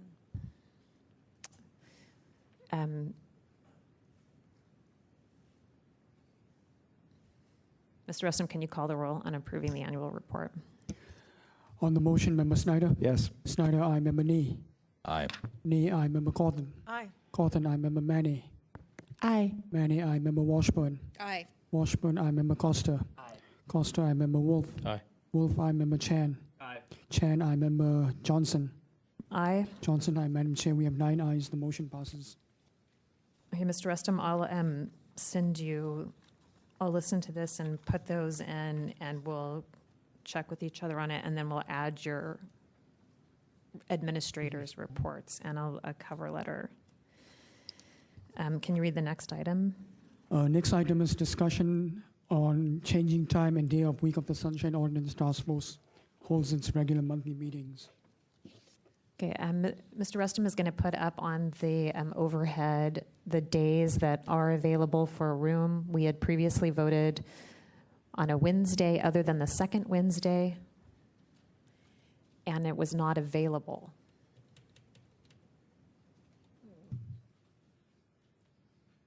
Was it plugged in over there? I'll look on yours.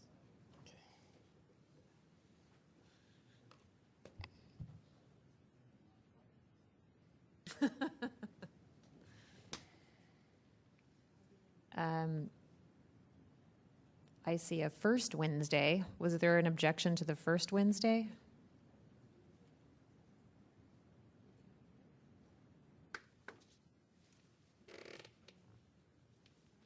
Because we were trying not to have it on a Tuesday because of the supervisors' meetings.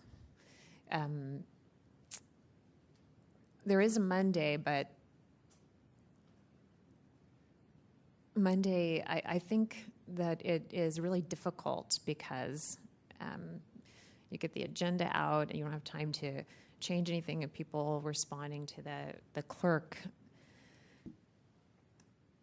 If none of these days work for us, we can. Vice Chair Wolf. So for me, first Monday doesn't work. The first day of the work week is very bad for me in my regular full-time job. My staff has already made adjustments because of our past that we've moved all our staff meetings on Tuesdays. So I'd like to rule out Tuesdays because I had that made as an accommodation for me at work. So I'm open to the first Wednesday. The Fridays are fine too for me.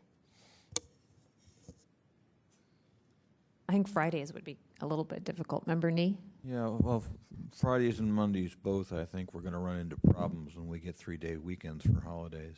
You know, for instance, on Good Friday, you know, a lot of people aren't going to be making it. I see a problem with Fridays. I have no problem. I have no problems with Tuesday, although I agree that we should move it away from Tuesday because that conflicts with the Board of Supervisors meetings. First Wednesday would be fine for me, although I don't expect to be on the task force much longer. But if we're going to do it the first week, then obviously we're going to have to change the committee meeting schedules as well. Say that again. We'll change the committee meetings from. You're going to have to change the schedules of committee meetings as well. You know, right now the committees meet second week of the month normally, and you're going to have to switch them. Because of the timing of the orders Well- of determination? Is Well, that- because if you're holding a meeting on the first Wednesday,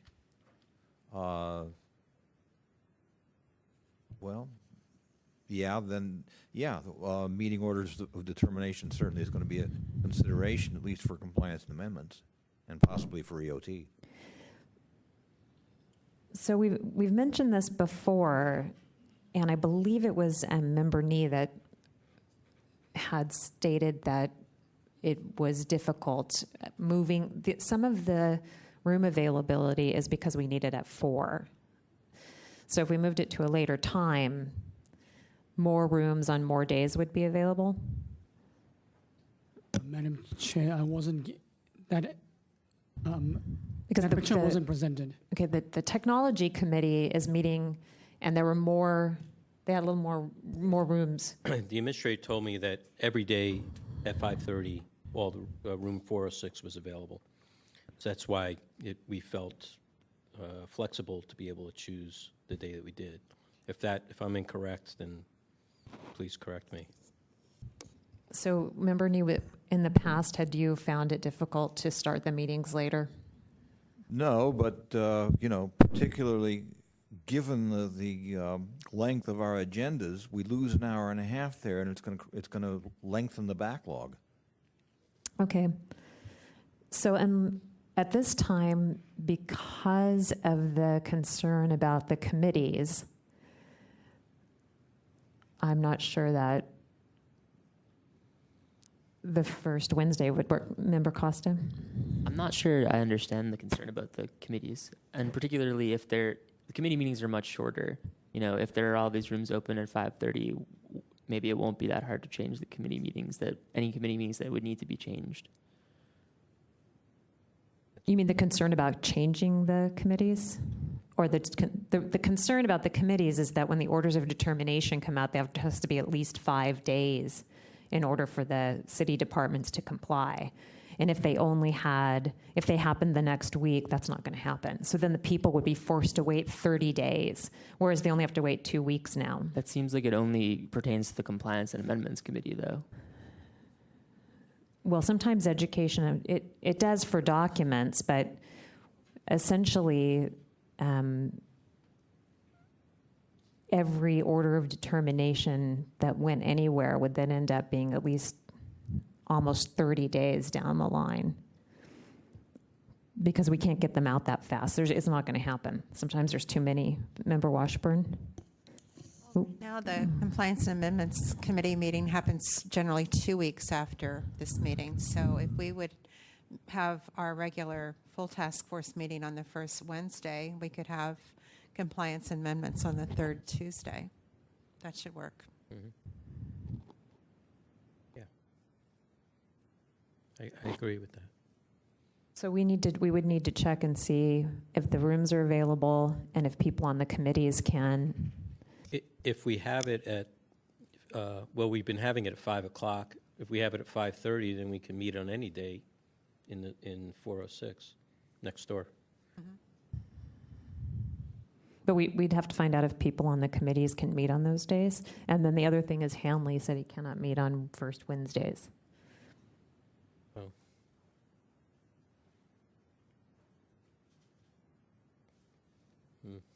As far as the regular meeting is concerned. Right. Yeah.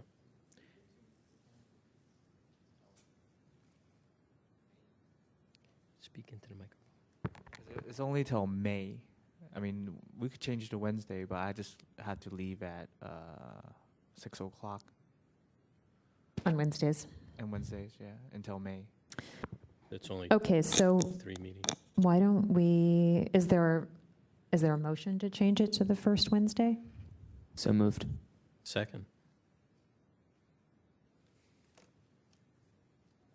So if there's no discussion about that, then further discussion, I'm going to go to public comment, and then we will work on, between now and this next meeting, we'll work on rearranging, and then maybe at the next meeting we'll be able to generate a new set of dates if it works out, and then we voted on, rather than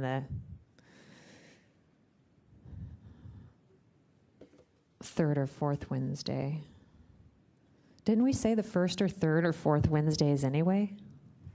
Remember Cawthon? I just wanted to say that I have the ballet on the second and third Wednesdays during the spring, so it would be difficult. I'd have to leave early. The ballet starts at 7:30.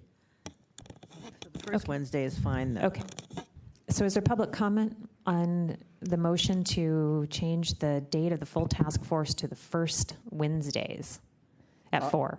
Just briefly, because I can see this and maybe you can't, there was a discussion about having the compliance amendments on the third Tuesday. Well, that's one of the days that a room is available, so you'd have both the first Wednesday for the task force meeting and the third Wednesday or third Tuesday for the compliance amendments. 5:30. Is there additional public comment on the motion to change to the first Wednesdays? Okay, seeing none, the matter is back with the task force. DCA 3. Through the chair, just a suggestion, to the extent the task force votes to approve the changing the date, you might want to set a meeting date where it will become effective, so there's an opportunity for advanced planning for that change. Okay, that's a great idea. I think that's a great idea. Does everybody agree with that? You know what's really great about it? If we did it in February, it'd be on February 29th. Madam Chair. Remember, Nee? Well, yeah, I have no problem with it, but before we do it, again, I think we're going to need to determine if members can meet adjusted committee meeting schedules. That's true. It's just if we picked a date, we wouldn't we wouldn't necessarily.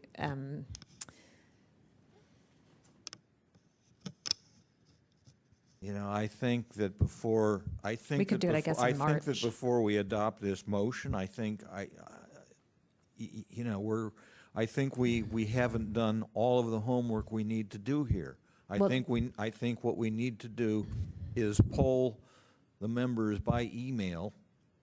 Well, we already approved moving it to Wednesdays. Okay, but we need to, So- but we didn't say which Wednesday. We have a motion now to make it the first Wednesday, and I'm saying before we do that, we need to consider what committee meeting schedule adjustments will be necessary and find out if members can meet those adjusted schedules. And if not, we're getting into trouble here. Well, what if it was approved? If you approve the first Wednesday and we work on rearranging it and set, if we can arrange it, then we can set it for do it in March. And then if it doesn't work out in our February, I don't know, Vice Chair Will? I think we can expedite it. All the members of the Compliance and Amendments Committee are here. You can take a straw poll of everybody, find out who's can be here or not. We see that the third Tuesday is available. If we have to meet a half hour later, we meet a half hour later. We have a room. I think we should just move ahead with this. Frankly, if we don't change this next month, I am going to be late next month. If we don't change it to Wednesday, I won't be able to get here till about 6:30. All right, so that's a good idea. The members of the Compliance and Amendments Committee, can you meet on the third Tuesday? Do you think that there's anything, does anybody have any concern that that's a Tuesday and it's on the Board of Supervisors? We're trying to switch from Tuesday to avoid being at the same time as the Board of Supervisors. Now we're moving a committee to the same day as the Board of Supervisors. Madam Chair, if we're going to move it to the first Wednesday, that would not be February 29th, because February 29th is the final Wednesday of the month. Well, that's in true. February. So we have would to do be it in March. March 7th. But then we'd have to cancel our February. We'd have to move the February meeting to earlier, or maybe do it for April. Because those are too close together. We'd have to either have a special meeting in February. All I would say is I would respectfully request a advanced excusal that not count against the number of absences for me, because I already caused my whole staff to make an adjustment For Tuesdays. If we continue another Tuesday regular meeting in February. anything subsequent. Well, I'm just trying to figure out a way that we could pick a date to start the Wednesdays. Why not just February 1st? Because that's too Oh, that's quickly. next week. That's 2 weeks. So what? We wouldn't have time to get the agenda together Okay. or anything. All right. Member Costa? Why don't we cancel the February meeting and have the first change be for March? 45-day. Well, because it's only one week difference. Mm-hmm.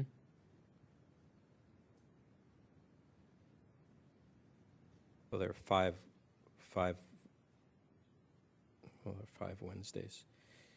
What is the date of the first Wednesday in March? 7th. 7th. The 7th, so it would be about 1 week. That would be one. Maybe we could schedule a special meeting 3, 4, in 8. February. Try to schedule a special meeting. Is there So going then- to, I mean, what? We have too many. We have a lot. The cases that are on here, that's not even close to all of the cases that we have backed up. So if you skip a February meeting, I can't even imagine what's going to happen to our agenda. It's not skipping one though. It's just effectively moving the meeting back a week. But you wouldn't have a meeting in February, so you'd be missing one meeting instead of February, March. You'd just have a March meeting. You'd miss a whole meeting in February. 5 whole weeks. Whereas it's usually only 4. I'm sorry. I don't think it's that. No, because the thing is that if we didn't change it, you'd have a meeting on February 28th and a meeting on March 27th. Right. And now, whereas if you did change it, you would have a meeting on March 7th and on April, whatever. So you'd be missing a whole meeting. Okay. Whatever. By April, you'd have 3. April would be the third one, then April would only be the second one. We need to have a meeting in February. We have to. You've got 5 weeks in February. Would there be an objection to trying to schedule a special meeting in February? Do you see it through?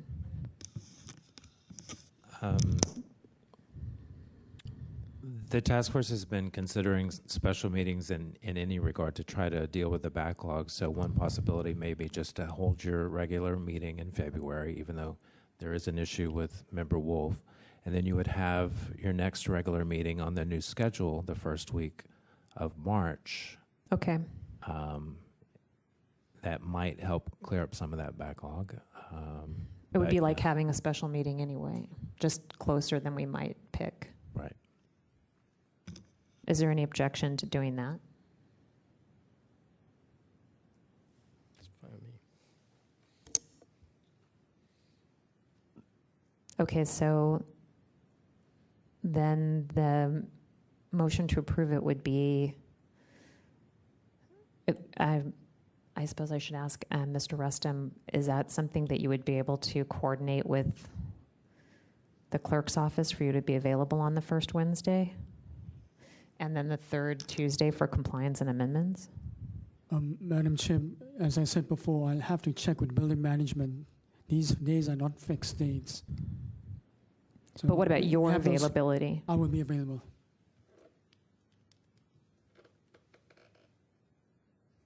Okay, so then the motion would be to change it to the first Wednesday, starting with the March meeting, which would be March 7th, which means that the February meeting would remain the same. And the compliance and amendments would move to the third Tuesday. That's our motion, and if we approve it, then the administrator and I will try to solidify that, and we'll be able to, verify it. And if not, then at our February meeting, but sometime before then, at our February meeting, we can make the announcement that it's not changed. I mean, it's not going to be an easy transition no matter what. So, but members of the public have been complaining for some time about our meetings being on Tuesdays.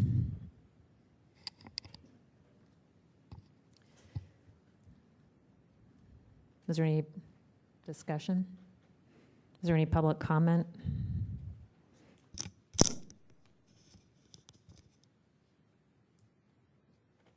Okay, seeing none. Mr. Rustum, can you call the roll on the motion? Yes, Madam Chair. On the motion, Member Snyder? Yes. Snyder, aye. Member Nee? Aye. Nee, aye. Member Cotton? Yes. Cotton, aye. Member Manny? Aye. Manny, aye. Member Washburn? Aye. Washburn, aye. Member Costa? Aye. Costa, aye. Member Wolf? Aye. Wolf, aye. Member Chan? Aye. Chan, aye. Member Johnson? Aye. Johnson, aye. Madam Chair, we have 9 ayes. The motion passes. Madam Chair, could we cut a request a 5-minute recess, please? I'm going to declare a 5-minute recess.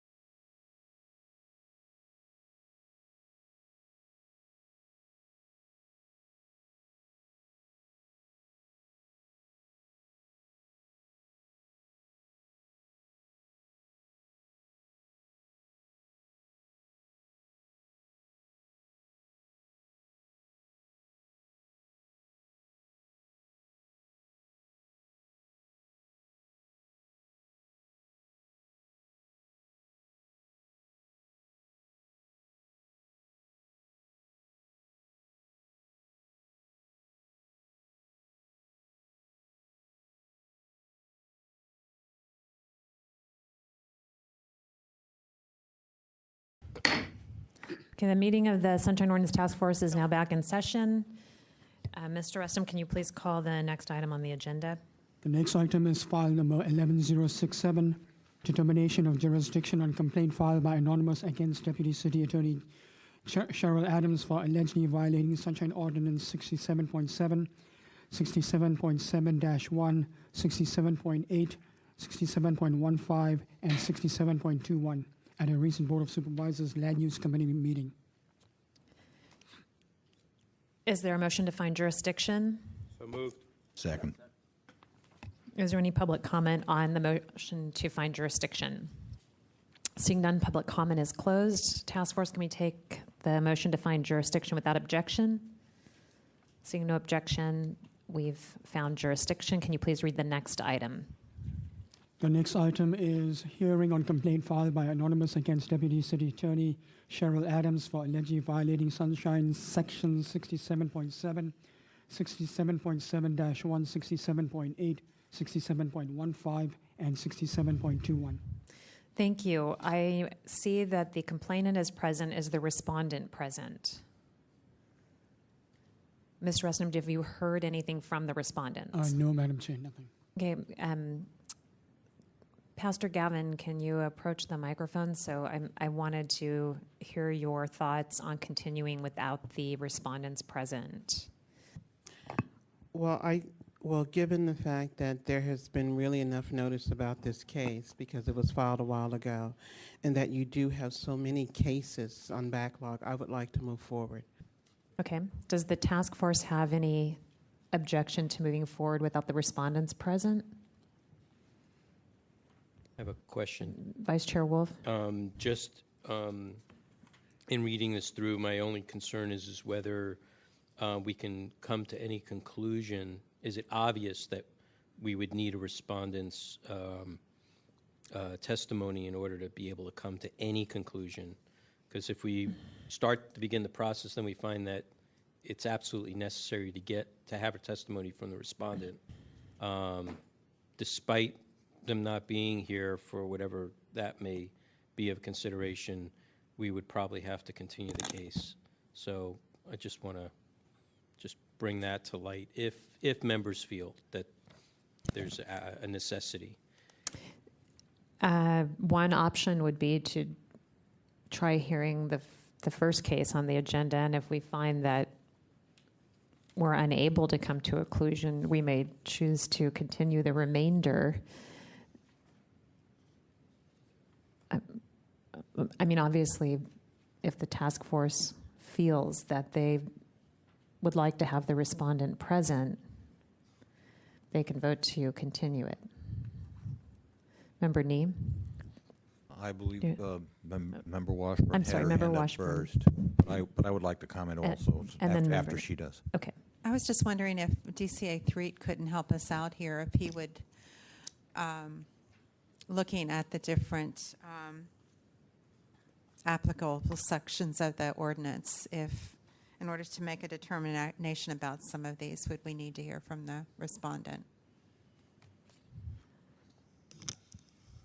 Through the chair to Member Washburn, I'm not quite sure what you're asking me. Are you talking about specific advice given by DCA Adams, whether I would agree with it, or what is the question? Well, for us to consider the issues, would there be some of these that would be impossible to make a determination on without hearing from the respondent? That's what I'm asking. Oh, I see. I mean, that's the question. We're trying to figure out whether to go forward. I don't know the answer to that. I think it's going to be determined by members of the task force whether they need to hear additional testimony from the city attorney's office.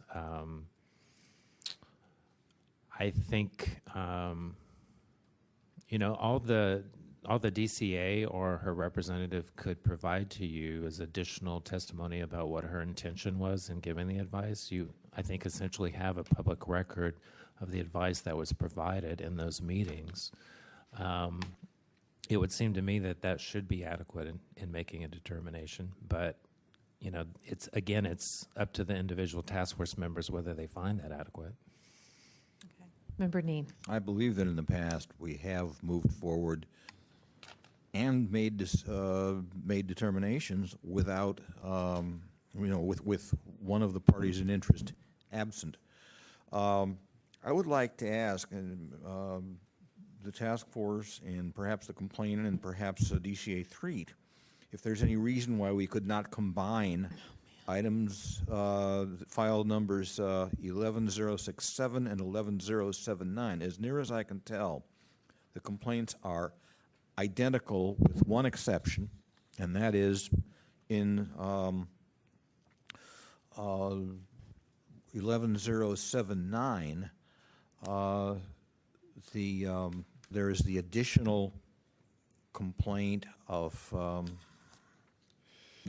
If I may, we've been through this a number of times outside of the task force and doing the agenda, and each of the complaints, DCA 3 has advised us that the complaints are separate and best left separate because the facts are different. They're about 2 different meetings, and each meeting has its own agenda. Each meeting, the first complaint is about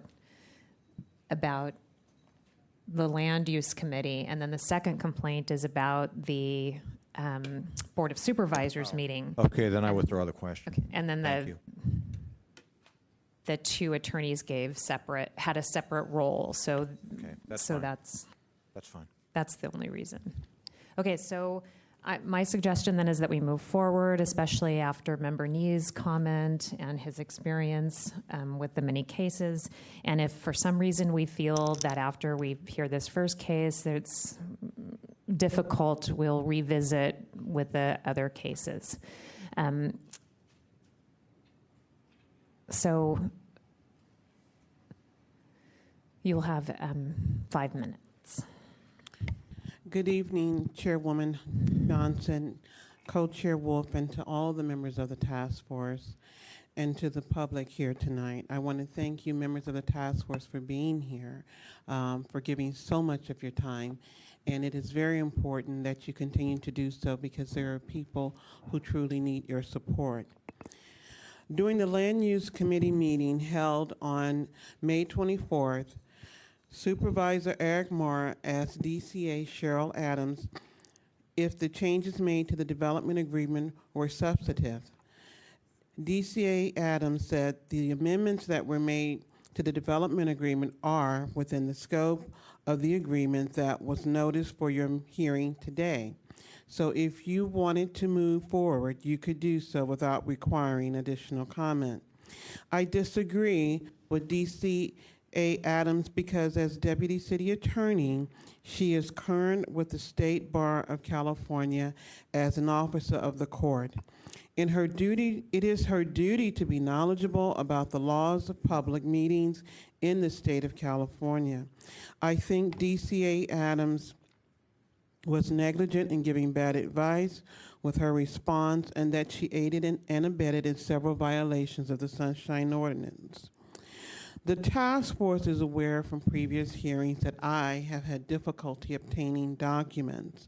And what I did not know until recently regarding this whole issue on May 24th was that the civil grand jury released an advance copy to the Board of Supervisors, and they also sent the letter where Presiding Judge Catherine Feinstein gave them 60 days to address some issues in regards to questions that the civil grand jury had around protection for the residents. Now that in itself is telling in how everything was just frantic that day.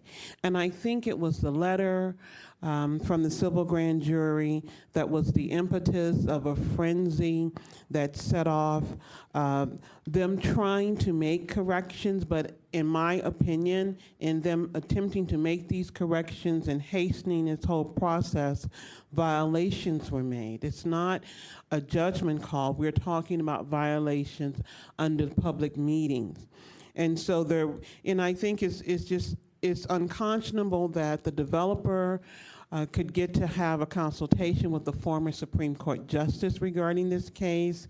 Everybody has an advance notice, and yet the public is hoodwinked and bamboozled the very day of the meeting. There's not enough notification given during the meeting, and actually there were 3 separate summaries in the meeting. I've had the opportunity to watch the video online. There's a 2-page summary. There's a 14 pages, and then there's a summary that project manager Michael Yarney reads at the very beginning of the meeting.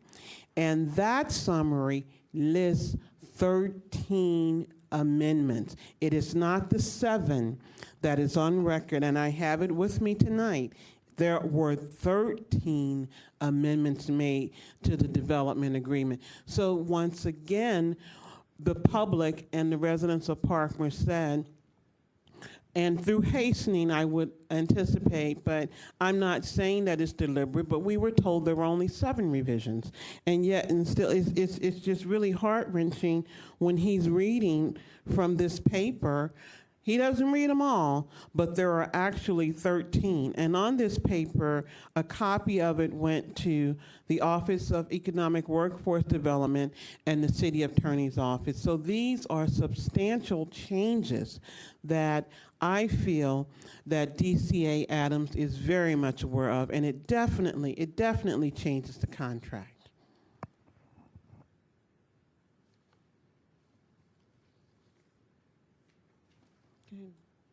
How do you turn this on, Mr. Rustam? Oh, thank you. Isn't it? Uh-oh.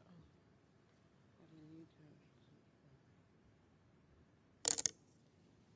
So this is the document that this is the document I think Michael Yarney is reading from, and it lists the changes that are made. And as they are numbered, you can see that there's more than 7.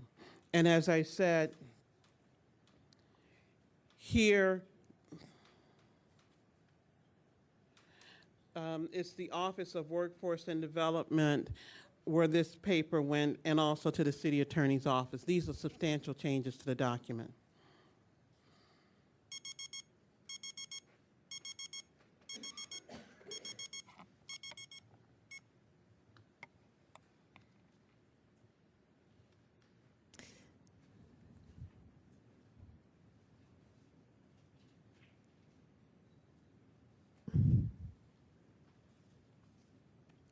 Mr. Rustam, was that the timer for the? Okay. Thank you. Is there anyone to present facts and evidence in support of complainant? I would like to remind members of the public that if they speak at this time, they will not be allowed to speak at general public at the motion section of the case. So it's either to speak now in support or later, but not both.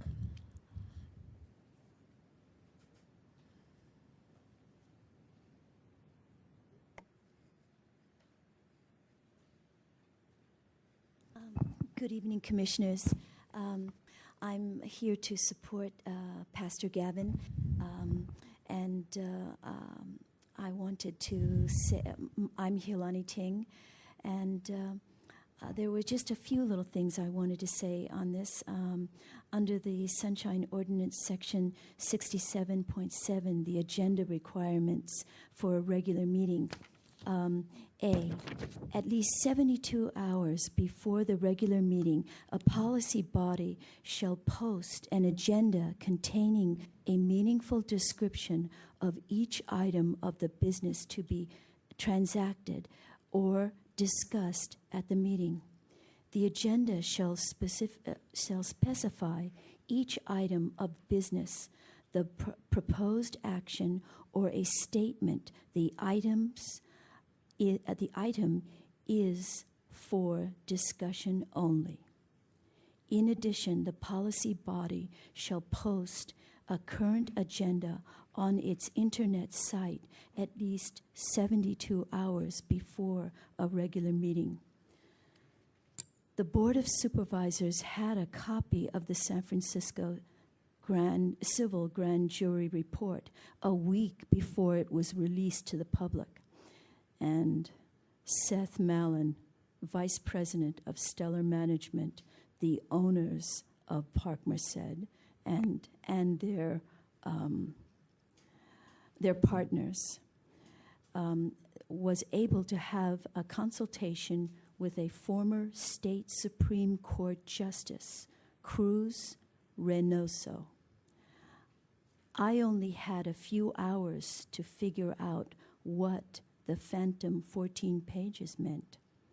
I was only given a few little pieces of paper at that particular second. I had no idea what was happening. I had no idea that everyone had known for 60 days beforehand, before I knew anything. No one was keeping me informed. No one asked me for my opinion. No one asked me to any meetings. The only thing I understood was that they wanted to demolish my home over the next 30 years, and that I was denied the opportunity to provide meaningful public comment regarding this issue. The Sunshine Ordinance exists to allow residents to ensure that there is transparency. We do not have secret government here. We have open government with a local government by holding elected officials and department heads accountable. Thank you very much. Thank you. I'm sorry, go ahead. Members of the task force, Ray Hartz, Director of San Francisco Open Government. In this particular case, I want to speak in favor of the complainant. The Land Use Committee was found in violation for this issue, and it was they did it based on the advice of this city attorney. And if they made a bad choice and based on that advice, then that advice by definition, I think, was bad advice. And the second issue is that as a deputy city attorney, Ms. Adams also had the responsibility to comply and support the issues of the Sunshine Ordinance and the protections it affords to the citizens that were involved in that process. And by simply, in my opinion, telling the Land Use Committee that they could proceed, it was basically simply denying the responsibility to advise in a light that they also had the duty to protect the rights of the citizens to fully and meaningfully participate in the process.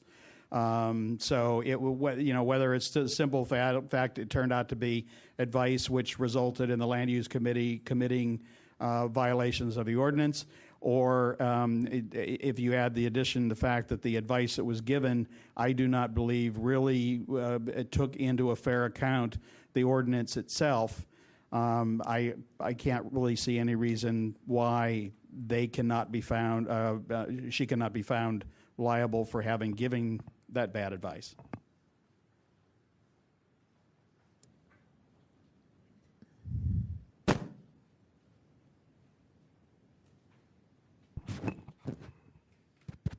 Hello. Good evening, members of the Sunshine Ordinance Task Force. Sunshine Ordinance Section 67.7, Agenda Requirements, Regular Meetings. B, a description is clear and meaningful if it is sufficiently clear and specific to alert a person of average intelligence and education whose interests are affected by the item that he or she may have reason to attend the meeting or seek more information on the item. When the Deputy City Attorney Adams says that she did not think the revisions were substantive, but substantial changes have been made to the document, it was one of the most unethical remarks I've ever heard a civil servant make. Far too long, we the people, 99%, have allowed politicians to speak to us in these terms and called it legalese, speaking to us over our heads with contempt and indignation.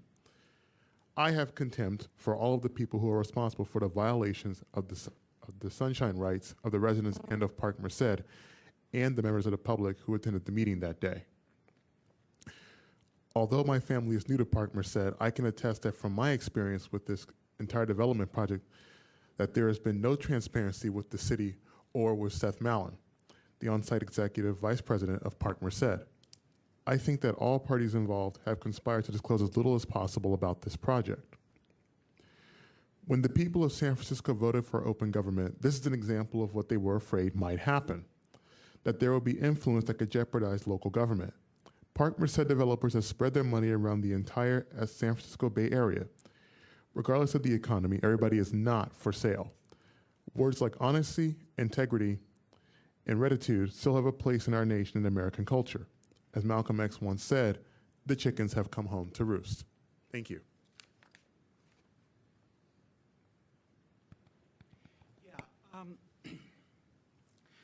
I'm going to try to explain in a different way, but as far as what's going on here. This whole process is very invisible. There are a lot of details that are not there.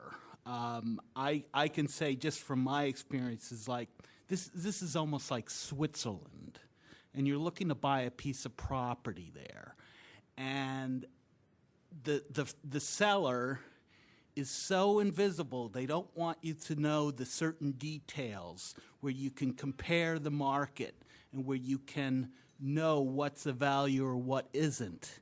And they'll keep everything very secret, and they will try to get the highest price possible, and the people that pay this particular price, it's so embarrassing, and then they'll buy it or they'll pay it, but it'll be so embarrassing because what they paid was such a huge price. And I think with this whole Park Merced thing, there's a huge price being paid, and the more invisible it is, it just goes to show that there's something wrong with it, that we cannot see the details, that we cannot have the environmental impact report, that we don't know where the funding is coming from. We don't know if when something goes wrong that it's going to be fixed, because we all know if something goes wrong, we're going to be out of it. And the politicians that approved it are going to be gone. And to approve a 30-year project without having all the details and to justify everything, and just like we've said, the rent, how can they even have this pay for itself when they're having this rent control? The numbers don't add up, and we just can't have this like invisibleness. I mean, this is not Switzerland. I mean, you know, just having that real secretiveness, there's something wrong. I mean, this is, you know, it's like what's going on? Money laundering or what? I'm not sure, but I just think that from what I see, I don't understand. What I think is they're going to have to start from scratch. We're going to have to go through the whole process all over again and look at everything, because obviously at this point it's with all that's been going on, we'll have to start all over again. Thank you. Is there anyone else to present facts and evidence in support of complainant? Seeing none, I'll ask again if respondent is present. Respondent is not present. Is there anyone to present facts and evidence in support of respondent? Seeing none, the matter is with the task force. Vice Chair Wolf. Yeah, Madam Chair, I apologize for not bringing this up sooner, especially at the beginning of the meeting. I didn't have a chance to look at my notes. I'm a little confused about this particular item because the complaint that was submitted, it doesn't seem to be matching the testimony of the complainant. This item regards public comments, and the actual title of the item doesn't reflect the ordinance section that the complaint was filed under. either. There are additional sections that are added. The only section here is 6721I. So I'm just a little confused if there was some cross-referencing, or if maybe the complainant is maybe mixed up the two items and is now bringing up information for the next item instead of this item.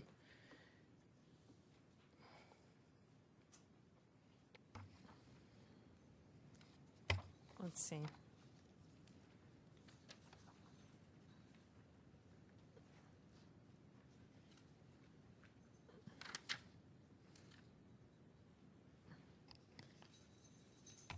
Well, the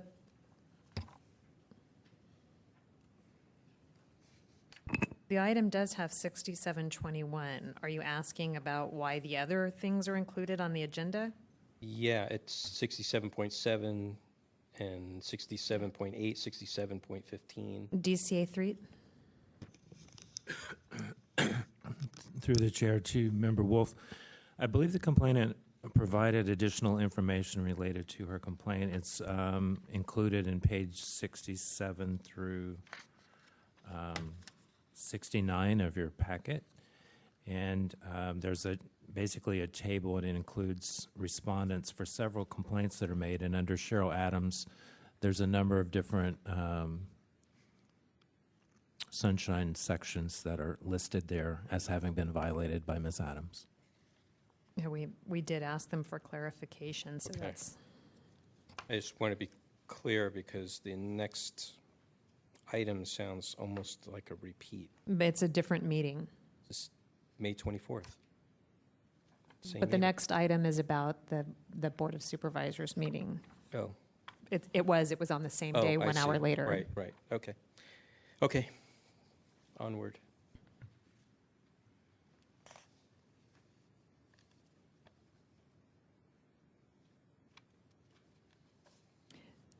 I have a couple things. Some of in the past when we've heard these and tonight, some of the people in support of the complainant have brought up really valid concerns, and they're concerns that continue on. But they're not something we have jurisdiction over. We don't have jurisdiction over, for example, whether Park Merced is what has gone on in the Park Merced environmental impact report. We only do public meetings, public access, agenda. So our decisions are not on the merits of the whole development agreement. So it's difficult for me to, and maybe, the task force might be able to assist me or members of the public, but the city attorney's advice is an interpretation of the law. And I'm not sure how to find a violation because they don't have agenda items. But I am concerned because this exact same story is now playing itself out in the 8 Washington project. And it's exactly the same. So in the 8 Washington project, they even tweaked it a little bit more and made an attempt to put the Planning Commission and the Rec and Park hearing as one. And oddly, they failed to properly notice it. So it's mirroring this May 24th, because in the meeting, the land use meeting before, 1 week before the May 24th, they failed to properly notice it. So, this does appear to be a pattern and a style of pushing these projects through. But again, that's not something that's under the jurisdiction of the Sunshine Ordinance. Member Snyder. Yeah, I think it's important to focus in here on who is alleged to have committed the violation and what violation they're alleged to have committed. First, though, we've already found that there were violations here. We've already concluded that the agenda was insufficient under the Sunshine Ordinance. We concluded, I think, I'm just going from memory, I have that ordered. that the failure to provide documents also violated the Sunshine Ordinance. In large part, the substance of these new complaints, we have already found their violations. We found the elected officials who make these decisions in violation for failing to fully describe what the agenda item was in the agenda. And so, as I said, in large part, the substance here we've already concluded. The question now is whether the city attorney's office can be held in violation of the Sunshine Ordinance based on those actions.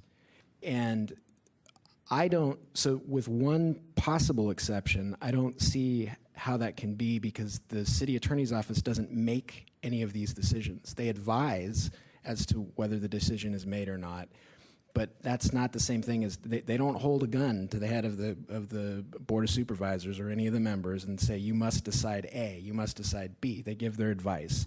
The decision is made by the elected representatives. And so as to all of the agenda items and whether they were proper, whether the description was full enough, et cetera, those are things that the city attorney's office didn't and can't make a decision on. Now, there's one exception I mentioned, possible exception, and that's the section that the complainant listed in her complaint. That's 6721I. And what that section provides, this section does govern what the city attorney does, and so the actions of the city attorney are governed by this section, and it says, the San Francisco City Attorney's Office shall act to protect and secure the rights of the people of San Francisco to access public information and public meetings, and shall not act as legal counsel for any city employee or any person having custody of any public record for purposes of denying access to the public.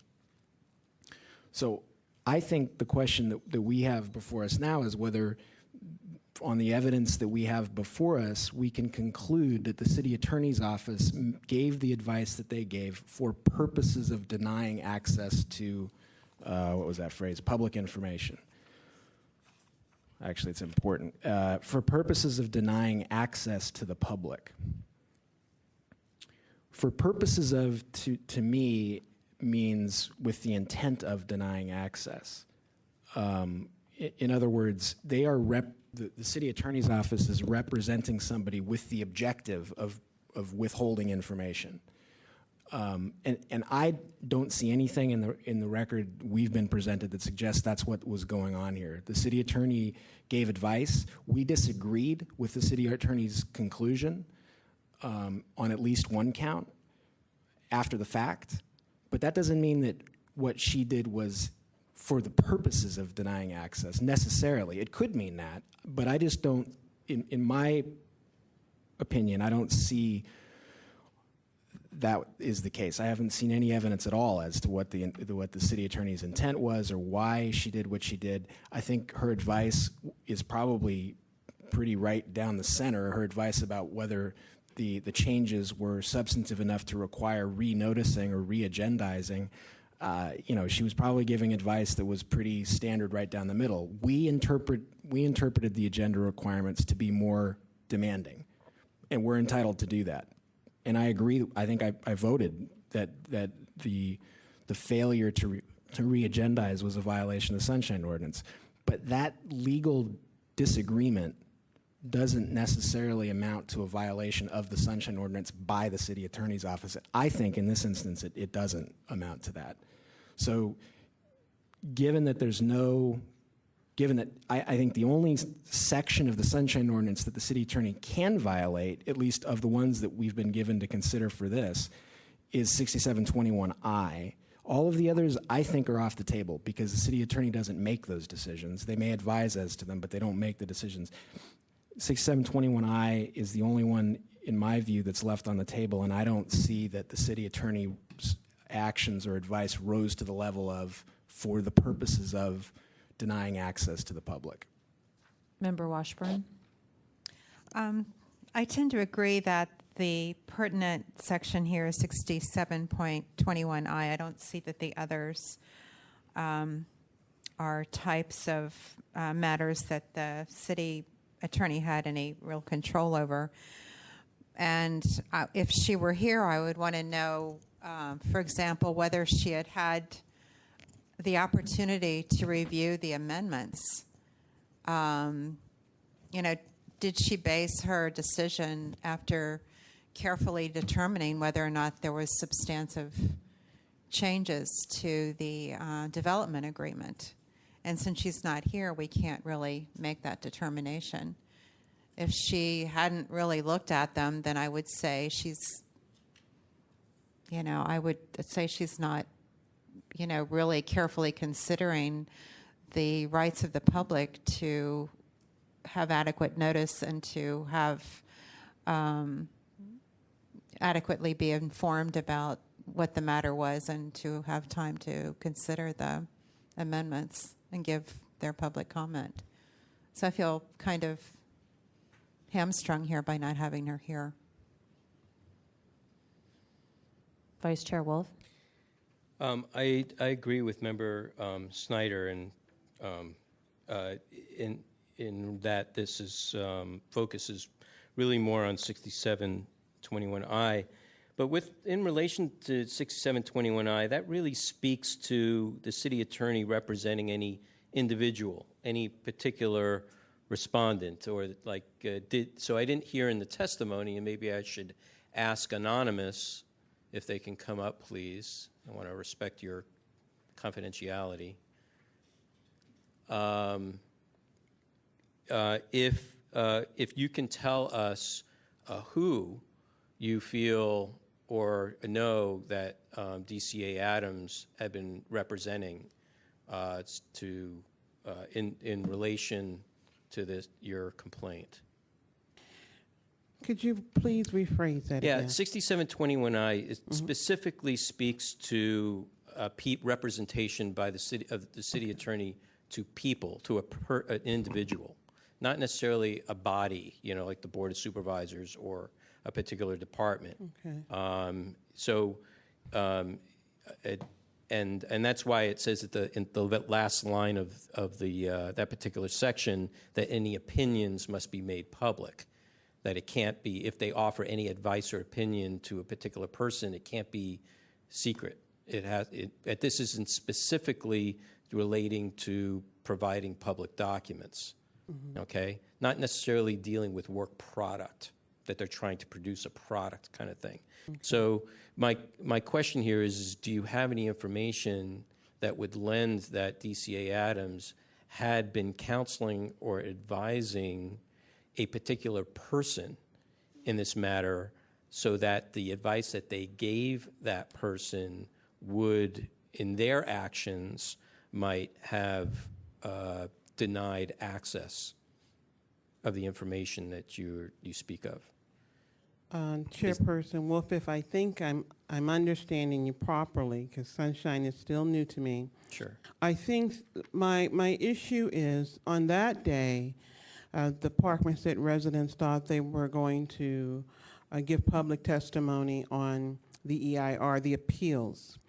And having found out, and this is just recent, I didn't know this when I first began to come before Sunshine, that they had a letter from the civil grand jury that I can only conclude that although it's addressed to Board President David Chu, that he did consult with the city attorney's office because there were some issues regarding the rights of the people who lived at Parkmanstead that were raised, because there were some attorneys in the civil grand jury pool. So they were sent a letter on, it's dated May 12th, and an advance copy was sent to them before it was released to the public. So going forward, because if I remember correctly, it's one of the questions you've asked previously, what really was the rush to do this thing on May 24th?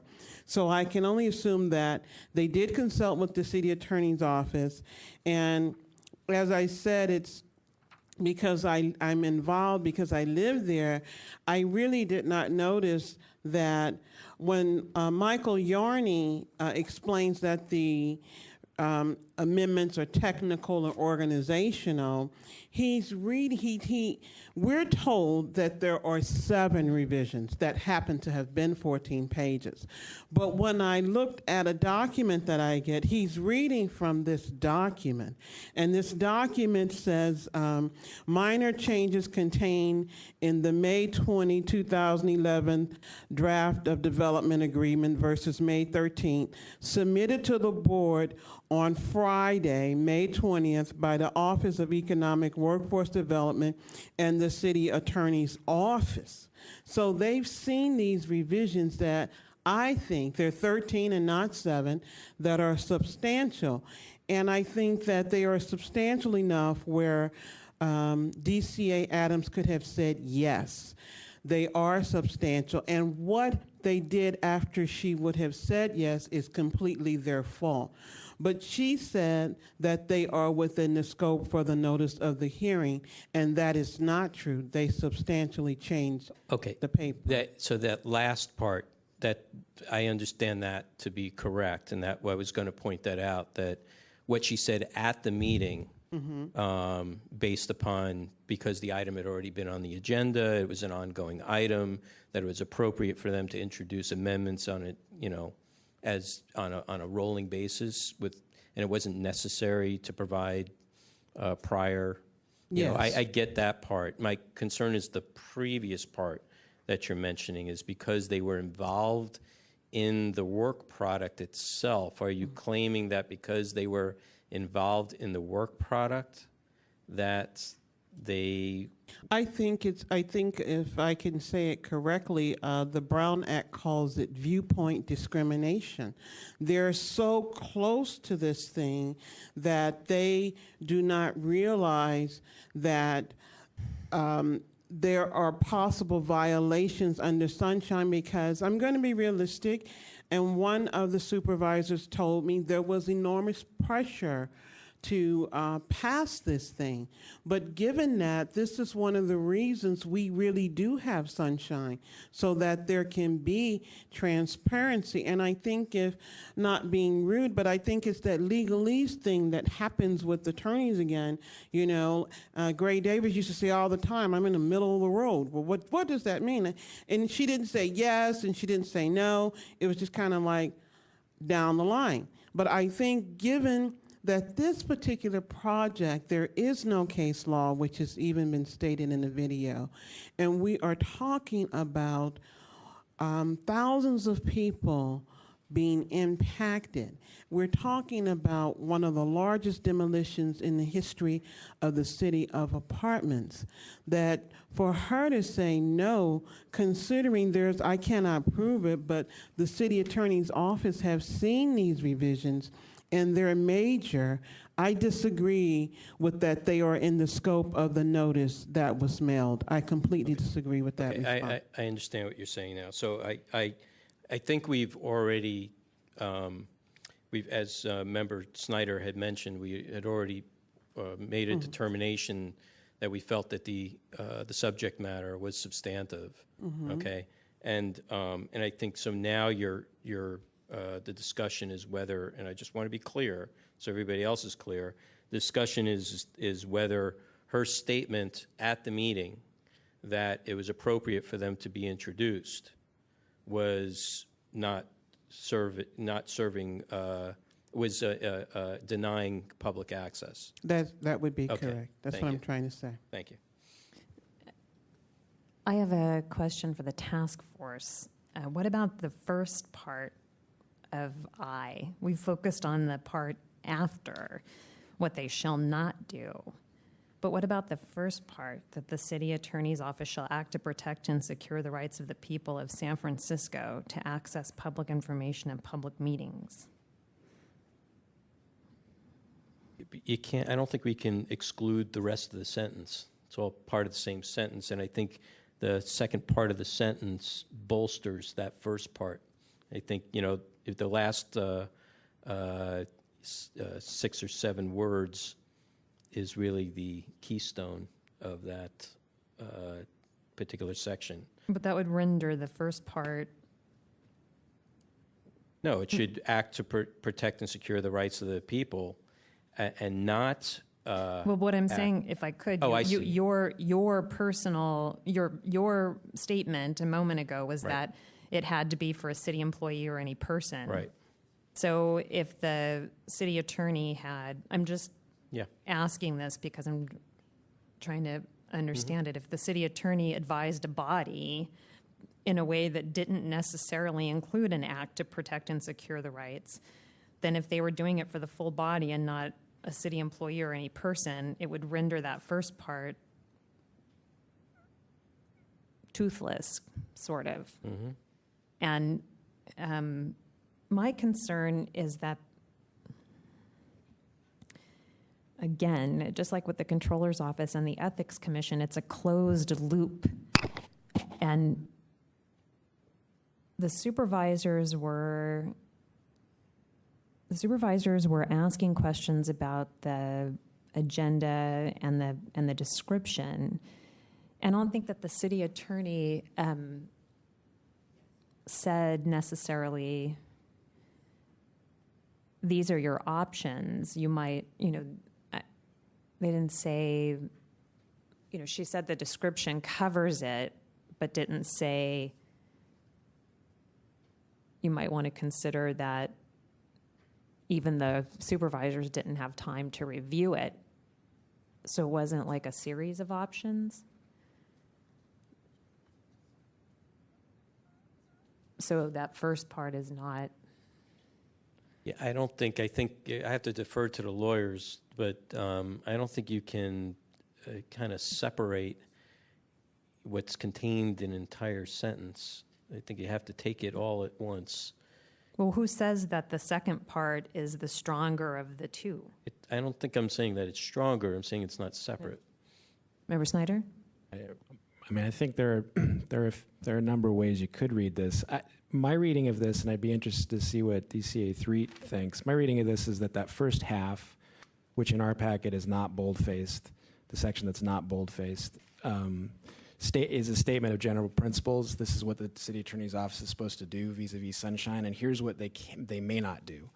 So the city attorney's office is sort of exhortatory, the first half. The city attorney's office should do A, and as part of that should do A, they cannot cross this line where they're actually actively trying to prevent public access to information.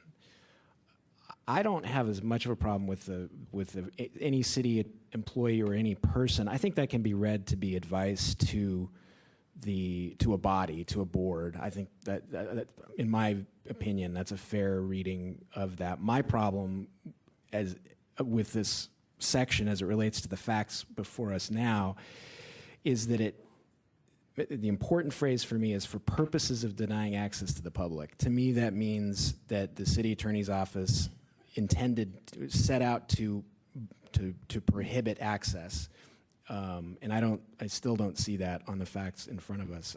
DCA 3. Do you have a reading on 6721I and how the first half interacts with the second?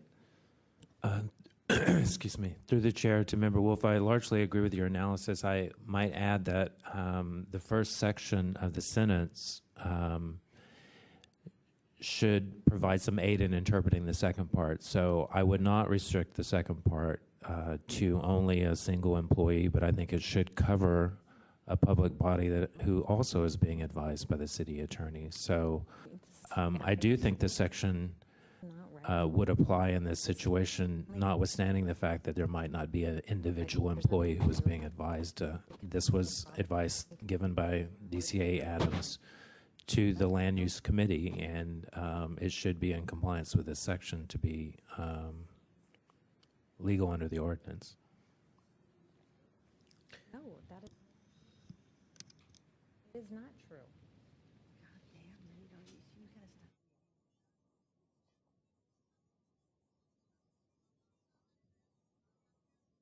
I'm sure.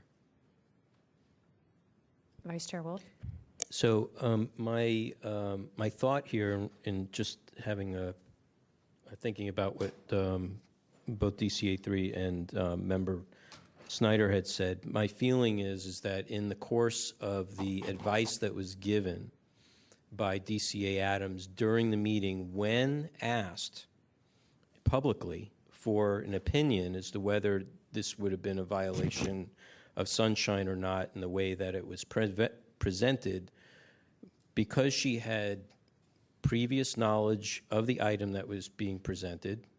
Well, we actually don't know, because the item that was shown into evidence just said city attorney. It didn't say give a person's name on it. So we don't know if DCA Adams actually saw it. But it was her advice during the meeting that it would be appropriate to introduce the item because the item was already on the agenda and didn't pose any substantive change. And I think since we've already found that it was substantive change, that I think the advice that was given is incorrect. I think the advice at this point, based upon what I'm hearing and the evidence that's being presented, is that DCA Adams, my feeling is DCA Adams did offer the incorrect advice. If we had found, and which we did, if we found that this information in its entirety was substantive and it wasn't presented, and it wasn't presented properly, if she was part and parcel, if she was party to that, and because she is the legal counsel representing that body, then I think it could be construed that there was a denial of public access to the document. I mean, it's a matter of access prior to its presentation. That's really the issue at hand here. That's the concern of the complainant, is that they didn't have any time to be able to review it or to even determine whether it was substantive or not. So, I mean, you know, I don't know, it's kind of like splitting hairs, because she said it was okay to introduce it. Well, that makes it public now. The question is prior, whether prior release of the information was appropriate or not. And was it and usually when there's substantive amendments, they usually will have to have another meeting, because those items are not contained in the in the item that's on the agenda. We have to do that all the time. We have had to postpone items because they were either the title was not inclusive of certain things or what have you. So I'm a little. I think there's something here. I don't know if there's more. Somebody has some more conversation about it. I do think that there was some incorrect advice that was given, and that the advice did prohibit or deny public access based upon previous knowledge. I'm sorry, Member Snyder. I agree that the task force's conclusion is not the same as the city attorney's, and we disagree, and we think her conclusion was wrong. And we voted as a body that conclusion is wrong. We disagree. I don't think that amounts to a violation necessarily. I think what would amount to that is the floor. We would have to find that the city attorney's office interpretation is not in accordance with our interpretation of what Sunshine provides, of the access that Sunshine provides. But there's more than that. We have to conclude that her advice was for the purposes, and that's the purpose is the most important word, I think, in that sentence, of denying access to the public. It's not enough to say that A, her advice was incorrect, B, the public was denied access. We don't even have that second one necessarily, although I would maybe. There has to be a third step, that her purpose was to deny access to the public. And that's that third step that isn't there. I think it's, in a broader sense, I think it's risky to find a violation by the city attorney's office every time they come to a conclusion, or whenever they come to a conclusion that is different from ours. I think both the city attorney's office and the task force can have differing interpretations of Sunshine, and we can hold the entities to account that make decisions that result in access or no access the city attorney's office really they advise. They don't act. Again, I'm repeating myself, but this 6721I is the one exception, and I think it requires an intent and a level of active effort that on the evidence before us is not there. Member Washburn? Well, Member Snyder, I'm wondering if it seems like it would be very difficult to ever prove anything under this Section 6721I, prove that somebody had that precise purpose to deny access. But what if access was denied because the attorney did not do due diligence in looking at whether or not there was substantive changes in these amendments so that it would, in fact, change the whole agenda item, and the changes were substantive enough to warrant another meeting, and we can't. If that was the case, could we find a violation under? I don't think so, because that would be like negligence. Their negligence is the failure to. How to describe it? It's more passive than intent. And purposes is intent. That means that somebody had the purpose of reaching a certain conclusion. Negligence is the mere failure to take action that would prevent a certain act from happening. So it's negligent for me to leave a banana peel on the floor. If somebody gets hurt by that, that doesn't mean I intended to hurt them. It just means I may be at fault because I shouldn't have left it on the floor, because it's likely they would have fallen and hurt themselves, but I didn't intend to do that. It's not an intentional act.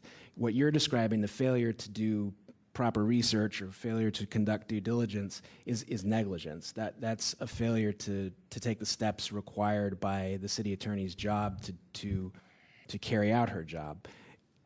This isn't that. Purpose is more pointed and intentful than that. This is more, I see you walking down the hall and I throw a banana peel in front of you because I know you are about to step on it and you get hurt because of that. That's an intentional act. The negligent act is just tossing it out while no one's around. Member Washburn and then Vice Chair Wolf. I understand that distinction, and that's important, but I also think that an intent is hard to prove. Well, yeah, I agree. But it can be done. Mm-hmm. It's intent is because it involves a mental state. Mm-hmm. You have to show that an action was intended. I think the language of the ordinance requires that kind of a finding, and I don't think we have it. I mean, as I said before, we've already found the violation here, and I think the task force is reluctant to let this pass because we perceive that there was a violation of the Sunshine Ordinance, mm-hmm. and there was. And we've already found the violation. We've found all of the entities that are responsible for taking the actions in violation. It doesn't mean that everyone who touched it was in violation of the Sunshine Ordinance. It just means, I think, that the people who made the decisions were in violation of the Sunshine Ordinance. I think we have to be careful about finding violations for anyone who came within within 100 yards of the decision. So, no, you said I could talk next. Member Johnson did. Okay, I understand the distinction, but then there's the first part of that sentence, and I think there's more to complying with the Sunshine Ordinance than not intending to prevent disclosure and access, or failing to do due diligence and being negligent. We don't allow city departments to get away with being negligent. We find violations because they have not been proactive in getting members of the public the information that they want, giving them access to public meetings. And I think that's an important principle here. And I think if we find the supervisors in violation, I think that the city attorney could also have been in violation. So the purposes language doesn't appear in the sections that deal with failure to produce records. You're right. We don't hold that intent standard. We don't hold the elected officials that decide whether records are going to be released to an intent standard, because that language, purposes of denying, is not in the. It's only in the section dealing with the city attorney's office. The ordinance has a different goal and intent, as it were, for the city attorney's office, and we can debate whether that's proper or not, but it's there in the language. And if the city attorney failed to produce records, we'd have a different story, because there, where the question is, are they required to produce records that are public? That doesn't involve the city attorney's office giving advice. That involves the city attorney's office as the repository of records that are public. And in that instance, we don't look at the purpose. We don't look at the intent, because there is no purpose language in those sections. Here, can I ask you a question about that, Member Snyder? Yeah. The intent you're referring to is for the second part of the sentence. The first part has its own intent. I mean, I don't read it that way, but well, because the first part, it says they shall act to protect. Sure. But are we really going to find a sunshine violation every time we disagree with the city attorney's office interpretation? Well, that's really I don't think broad. we're doing that here. No, well, But that's what this is boiling down to, is we're saying, but we disagree with them, so there must be a violation. It's not what this section provides. I'm not looking at it that way. In some instances, it could be, I'm sorry, but Vice Chair Wolf had something you wanted to say. In some instances, that could be the case, but I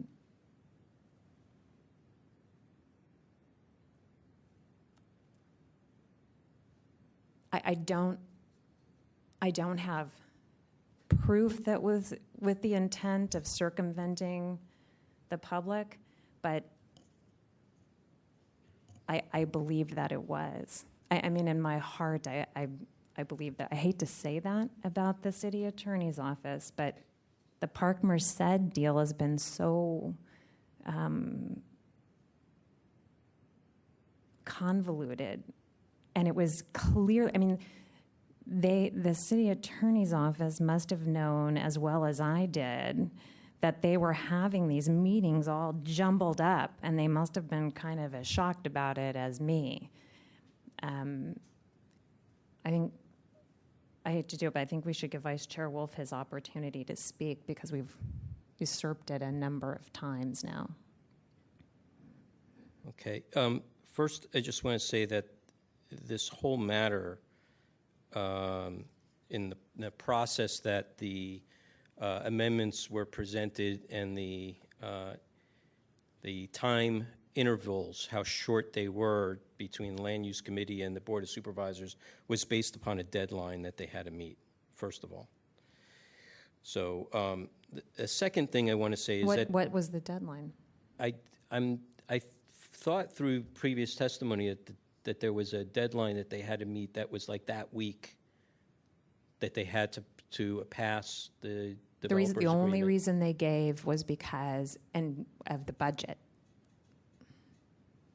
Oh, okay. I remember. Because Judson True testified at the David Chu case. Member Snyder asked, was there any reason why they could not have waited? And Judson said, I don't know. And he sat down, and then much later got up and said, well, they were going for the budget. And in fact, Carmen Chu discusses a little bit about that at the Board of Supervisors meeting, that the budget was coming up. I have a different recollection. I thought And that I think there we was a might deadline have it in the factor. David Chu. I have the orders of termination. If you want to continue on, Okay, I'll read it yeah, to you if I find it. Be as it may, there is intent with regards to public documents. There's the 72-hour notice that items need to be put on an agenda before a meeting, and there's also the request for public documents they must present. So there's an intent that they not withhold.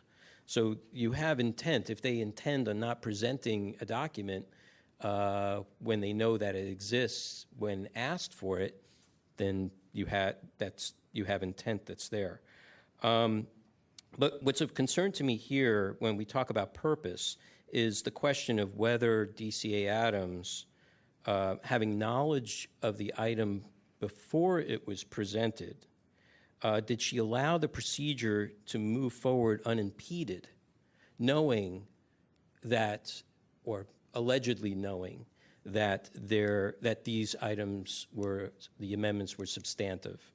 And if they were substantive, was her advice incorrect in saying that because they were so substantive, or she felt that they weren't so substantive that it wasn't necessary to have another meeting about it? So I want to ask Complainant Anonymous if you have any information that any communications came between DCA Adams and the presenter of the amendments, which I believe was Supervisor Board the President Chu, correct? Yes. Do you have any evidence or information to provide us that there was any prior communications between DCA Adams and President Chu about the presentation of these amendments? I do not, Commissioner Wolf. The only way I could answer that would be that her colleague, DCA Sullivan, I can only. We're only talking about DCA okay. Adams here. So let's take one case other at a time. than the paper that I showed you, I cannot say that she read it before the meeting, but it was definitely, as Michael Yarney read from this list, they were substantial changes. But prior to, because on the video, there's only DCA Sullivan admits to having had access to these revisions over the weekend and working on them the night before. Okay. I just want to clear up two things. Our order of determination, I just want to make sure our order of determination says, based on Respondent Mr. True's testimony, the task force found that the Land Use Committee had no reason that the hearing could not have been continued. So it was only the only thing they could come up with was the budget. And Supervisor Weiner at the meeting said there was nothing new that they could hear. And that's the reason why he was going to vote for them. So maybe not the only reason, but it was one of the reasons he gave when Supervisor Marr had his concerns.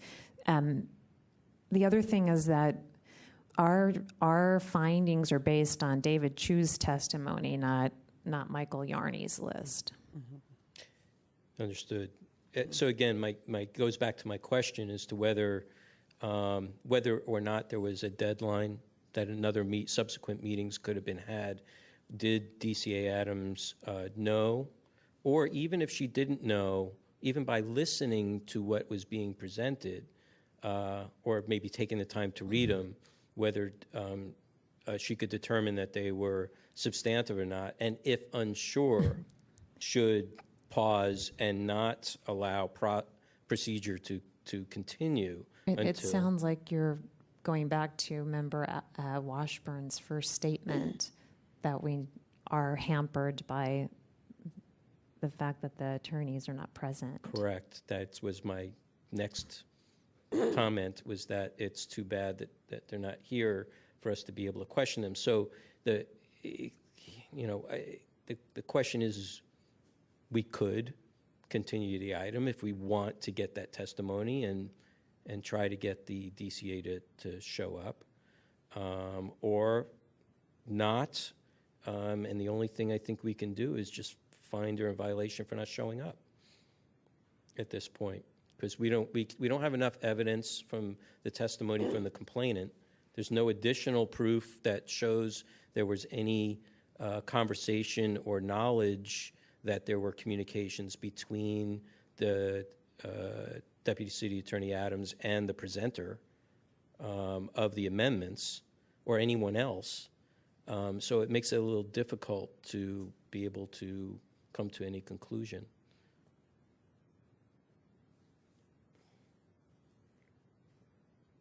Member Washburn? I agree with everything you're saying, although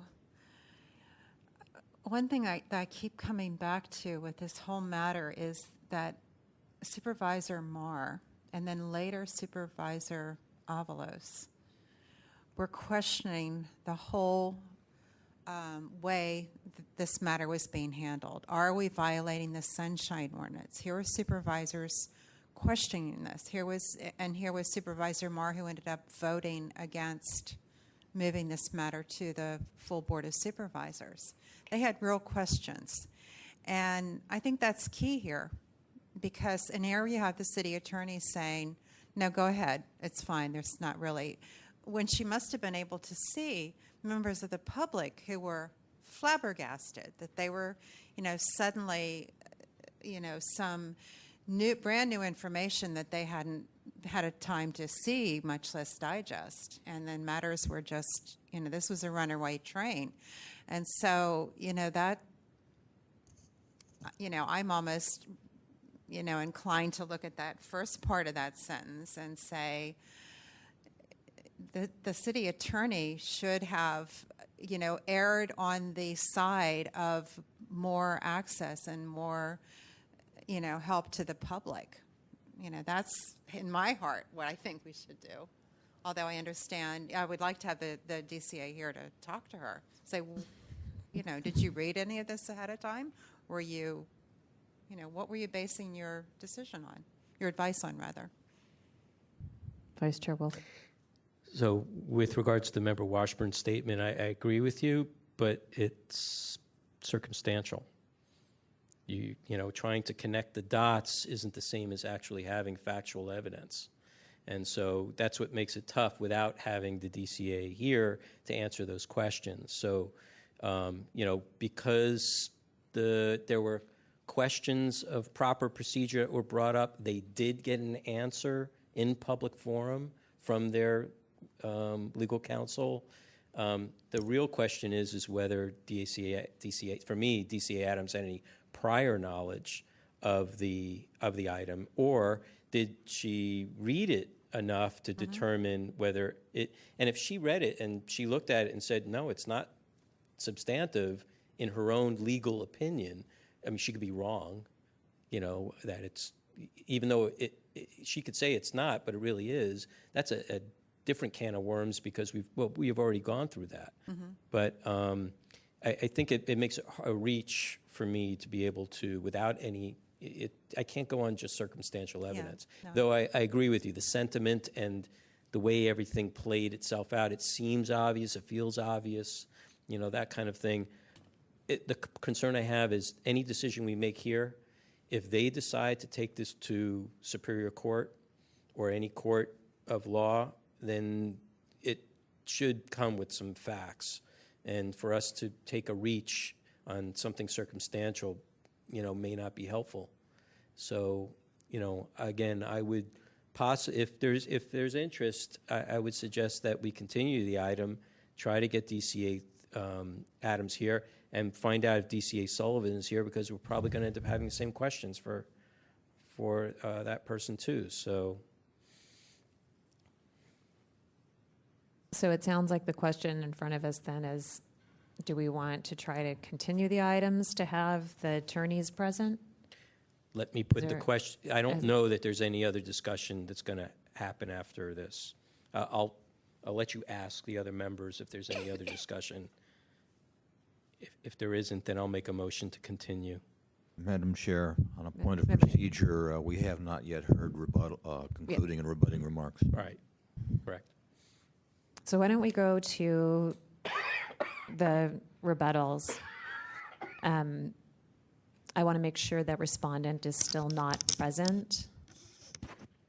Okay, so the record will reflect that the respondent is not present, and the complainant will have 3 minutes to offer their rebuttal statements.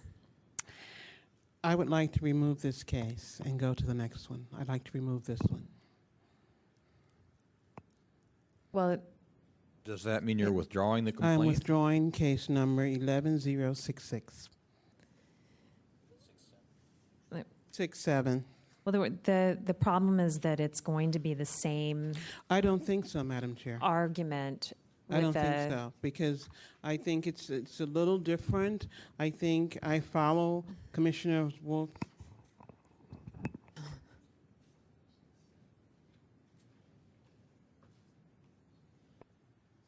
Madam Chair, respectfully, I would suggest that we honor the request to withdraw the complaint and move forward. Okay, but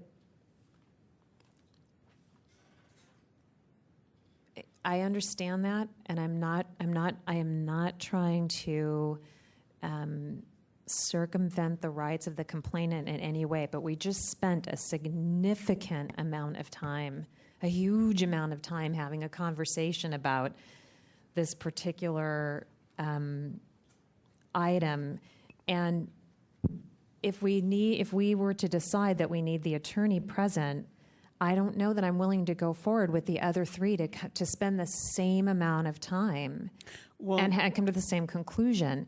And the members, the complainants are starting to have a little bit too much control over our agenda. I mean, Mr. Manette Shaw wanted to continue his item. I might have been able to place another item, but it's because he didn't like where the item was placed on the agenda.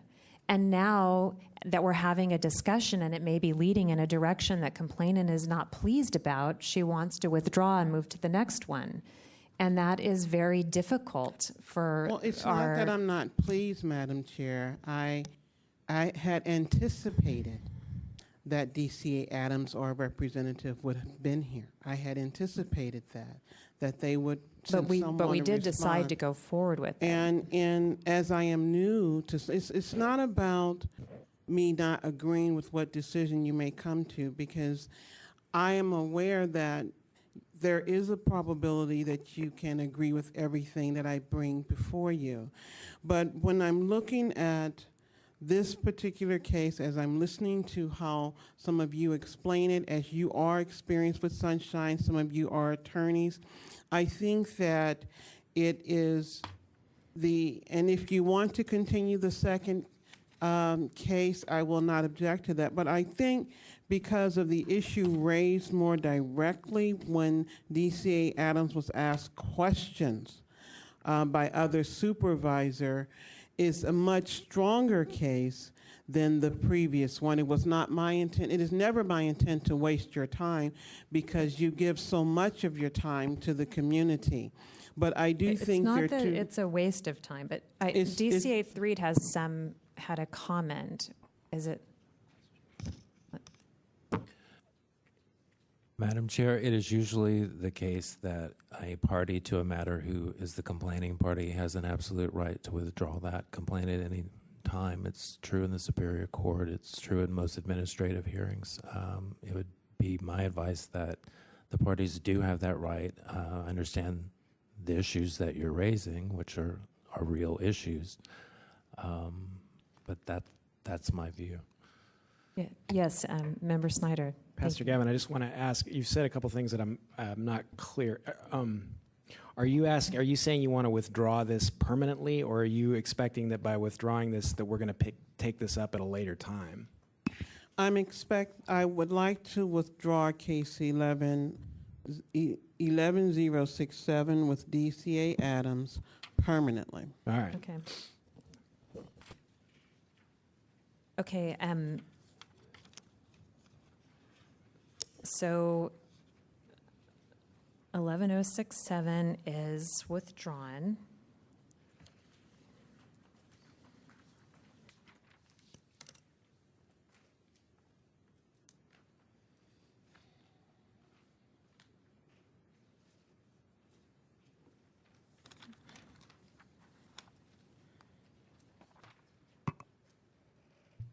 And just to make the record clear, Pastor Gavin, I want to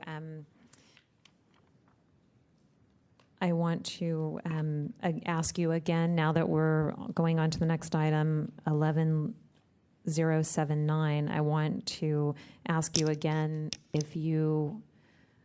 want to make it clear that you want to go forward knowing that the respondent is not present.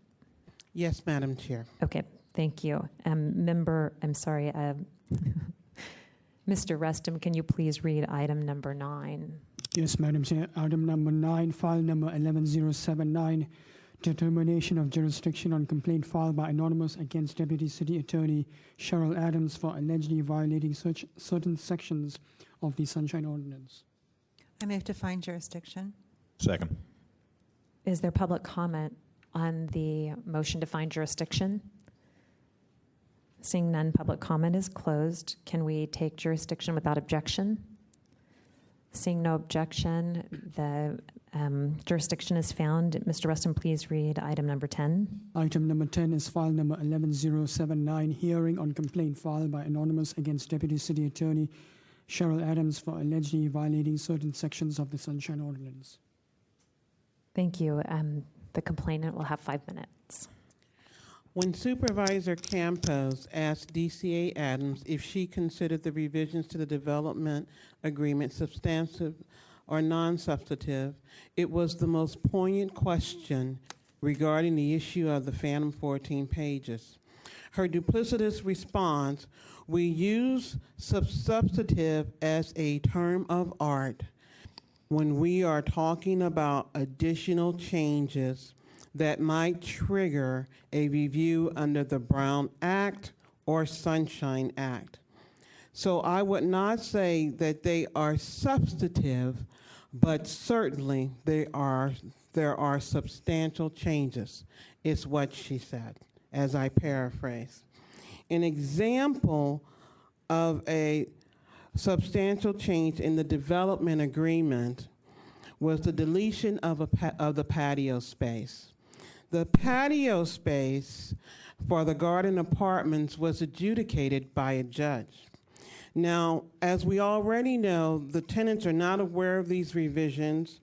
We're trying to comprehend just that one section alone, how they can take something away the judge has given us, which clearly is a substantial change to this development agreement. And as I previously stated, Michael Yarney he's reading from a particular list. I thought that her mannerism, DCA Adam, I thought it was an aloof mannerism because although it's an interesting role that she's in because in one sense she's there for the Board of Supervisors, but she's also there for the residents of San Francisco. And looking at these revisions, in which you've already found there were substantial changes, I thought, and then he goes even further to ask her about case law. He covered himself. Whatever happens with this case, Supervisor Campos covered himself. He asked her, is there case law that she can cite regarding to how everything is going on? And she doesn't. Now, that is the third time out regarding these revisions. And she muddles around being direct, affirmative, or in the negative. She's muddling around it. But clearly, as you have already decided, there are substantial changes. And one of her former colleagues is suggesting that they are substantial and that they may even be in violation of the Brown Act. To me, it does not get any clearer than that. It doesn't get any clearer that something might be wrong. Maybe we need to schedule another meeting regarding these amendments and give the public the opportunity to read these pages and give public testimony on what is going on. It is all before us here. It is the letter from the civil grand jury that they disagree with the development agreement. It is Eric Marr, Supervisor Marr raised questions in the Land Use Committee, and going forward, David Campos was the most articulate, and he specifically asked specific questions.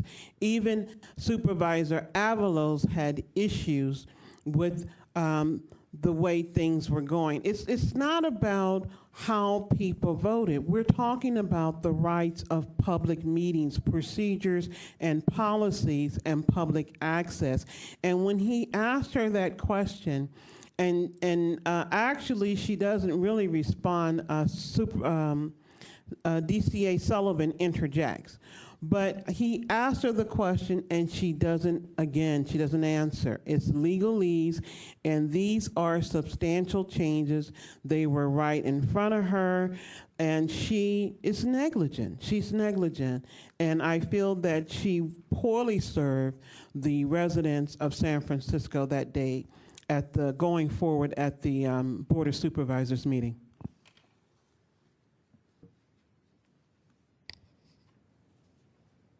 Thank you. Is there anyone to present facts and evidence in support of complainant?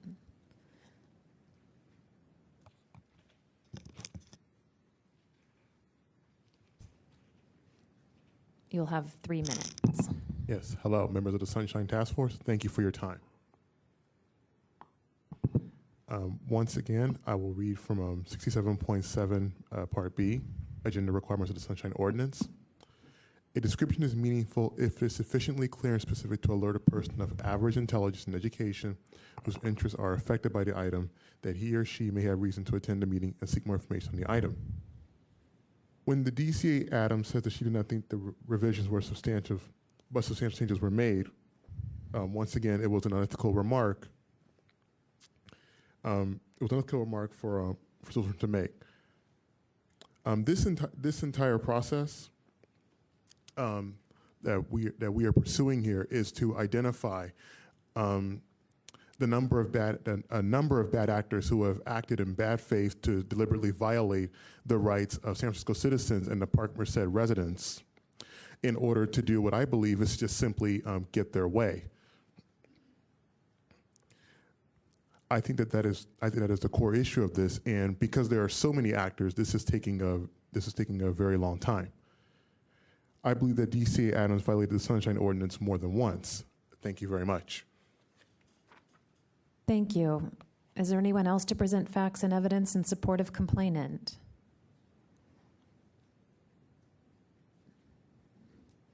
Seeing none, I will again ask if the respondent is present.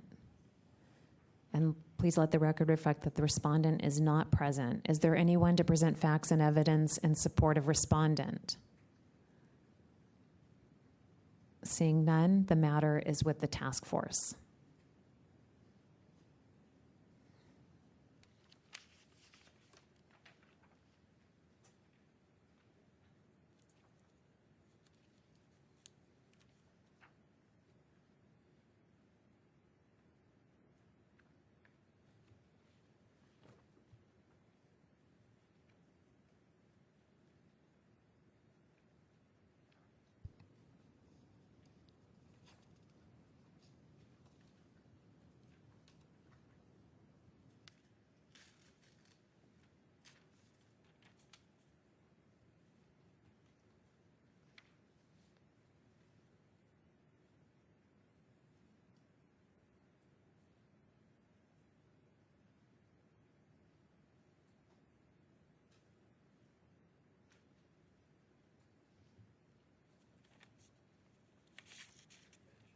I'm sorry, Vice Chair Wolf. Yeah, I just wanted to point out on page 83 in the second paragraph that it begins with, in addition, section 67.7. I'm sorry, no, that's not correct. Hold on. I'm sorry, page 79. Again, in the second paragraph that begins, the chair then asked the DCA. The last sentence of the line, this is what I was referring to in the previous case by the deadline. DCA Adams stated, and this is who the she is referring to, stated that the May 24th, 2011 meeting was the last one which the Board of Supervisors could reject the GA amendment, and its failure to act would result in an automatic approval of the Commission's actions, which was my understanding as to why this was fast-tracked. that it went through land use in the morning and then the supervisors in the afternoon in order to get it approved, because that was the last day that they, if they wanted to reject it, that they could. And so for whatever actions that were taken that day, whether to reject it or not reject it, or to make amendments or omissions or what have you, there was, in fact, some form of a deadline there, which contributed to the way this all went down. So then the question has to come as to whether we've already agreed, and as DCA 3 in his memorandum has reiterated that we as a body already consider that have already considered the items to be of substance and change. And I think the question that Supervisor Campos brought up at the meeting, him being an attorney himself, having also worked for the city attorney's office for many, many years, I think that he already knew the answer to his question, but was inquiring with legal counsel to see whether that was correct or not. I don't know, whether, what happened subsequent to that is of no consequence, but can't speak for Supervisor Campos. But I think the crux of the matter here is whether, at that point, whether the supervisors, again, were being counseled appropriately because the same subject had come up. So that's kind of the crux of where I'm focused on this right now. So I'll leave it at that. Not quite ready to come to any kind of conclusion. But they could have rejected it. They could have, but if they were advised that these were substantial, then they could have sent it back to committee and have it reviewed, put through the legislative process, public comment, that whole thing, and there would be appropriate notice and time for the public to review it at that point, and additional public comment, which they were not allowed to make at the Board of Supervisors meeting.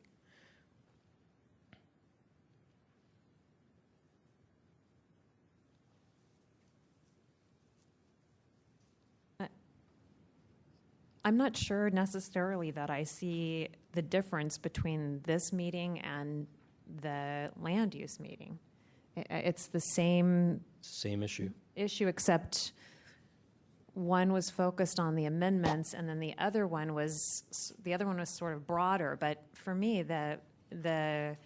it's a well-known, established process at the Board of Supervisors that public comment happens in committee, and that the committee is tasked with that entire process. And the board is very busy, and they don't want to have meetings really long like us, so they need to be able to rely on that process.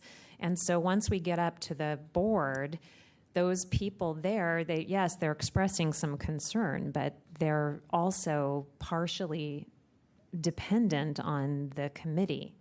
So that I'm not sure that maybe there's something I'm missing, but I'm not sure that I understand the difference. I agree with you that that's the way the process go. I think in this particular case, because it got through land use without any kind of real review by the public so that they could make informed public comment about it, that when it moved to the Board of Supervisors, it usurped their opportunity to have any further public comment on it or to make any influence on it. They couldn't even have a day to go meet with their supervisor. It happened one right after the other. How were they couldn't even meet with their supervisor to try to influence them, maybe in the same way that the contractor did. So my concern here is that if there was sufficient opportunity for the supervisors to say, you know what, this stinks, I don't like it, and I don't care what our legal counsel says, I'm sending this back to committee. Even though I think it's substantive, They may not think it's substantive. I think it is, and that's a decision that the Board of Supervisors should take. That, I think we're all in agreement should have happened, but it didn't. So the question the question here is, did DCA Adams subvert that by giving an answer saying that no, and for whatever reason she gave, denied the access of the public to comment at that But wouldn't point. that have been at land use? You're right. It would have been at land use, except that it was a question to her that was based upon that from the supervisors that were sitting there. It wasn't just that nothing was said, and it's one thing if nothing was said at the Board of Supervisors and they just allowed it to go through. You mean the question was about what happened at the committee? Right. Okay. Right. It was Supervisor Camp. I think it basically the questions that Supervisor Campos brought forward with regards to whether he was trying to determine whether this was substantial or not. If it was substantial, automatically they would send it back to committee automatically, and that most likely would be recommended, as I've seen it over many years, by the city attorney. That if it's that substantial, that automatically gets sent back, especially if it's called an amendment. So that's why I think there was, the red flags that went up for those supervisors. So the question here is whether the advice of DCA Adams was correct or incorrect. The problem is that she wasn't necessarily acting privately with any of them. This was done in public forum. So there's nothing private about it, and her opinions were public. So that's, when you look at 6721I, it makes it kind of, it makes it kind of hard at that point. It goes back to the same questions we had that I would ask DCA Adams if she had read it, known about it, and had instructed the presenter or any of the supervisors on how to proceed with this prior to the meeting. And she was just repeating what she had told them in public session. But again, that's all circumstantial. It's just my thought process. I'm just dreaming and imagining that could happen. So I don't have enough evidence to be able to come to a conclusion here for that same question. Now, there may be other issues in this particular item that have not been discussed yet, but on this particular issue, that's where I kind of stand. I'm sorry. Member Washburn? I can see where the complainant thinks that this is a stronger and more sort of blatant example of the problem, because we have a lot of the what DCA 3 has provided us, his sort of digest of the meeting. There's a lot here that here's Supervisor Marr saying that the proposed amendments would change the whole character of the neighborhood. That's pretty substantial. And then you have Campos, too, wondering, well, very extensive and substantive amendments. That's what he called them. And so, they're the clients of DCA Adams, and they're saying, we think that these are substantive. What do you think? And here she's kind of equivocating, saying, the term substantive is sort of, it's an art, But again, if her, a key part of her job is under Sunshine, is to ensure that the public has access. And I think that, what we can learn from listening, viewing the tape, listening to the listening to it, reading this, is that she did not act in, I don't think, either the letter or the spirit of Sunshine in assuring that the public had full access to information that they needed so that they could have input into a very big decision. And you have supervisors saying that these were substantive changes. Madam Chair. Vice Chair Wolf? So you're getting for me, you're getting me closer to something. I think we cannot,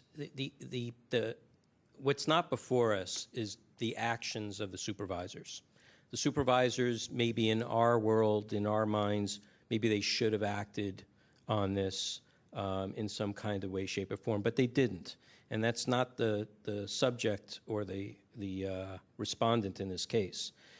But with regards to the respondent, DCA Adams, with regards to what you just said, Member Washburn, I think you're right. I think that when you look at 6721I and it says that the city attorney's office shall act to protect and secure the rights of the people, when you're splitting hairs and you're making, as the complainant said, duplicitous statements as to whether, or even vagaries about whether substantive or substantial is an art, or, it really becomes, you make it a gray area so that anything goes. Mm-hmm. That is not doing justice. That's not bringing justice to the, or even bringing clarity. I mean, that's bringing more cloudiness to an issue. And I think that is a travesty of law in general. I don't think that any lawyer should do that, except if they're trying to argue a case to try and win it, and then it's up to a judge or a jury to determine whether something was cloudy or not. We're here to provide some of that, but to at least to provide some clarity as to whether that whether the person actually had some intent or did something or were negligent, as Member Snyder so wisely defined for us.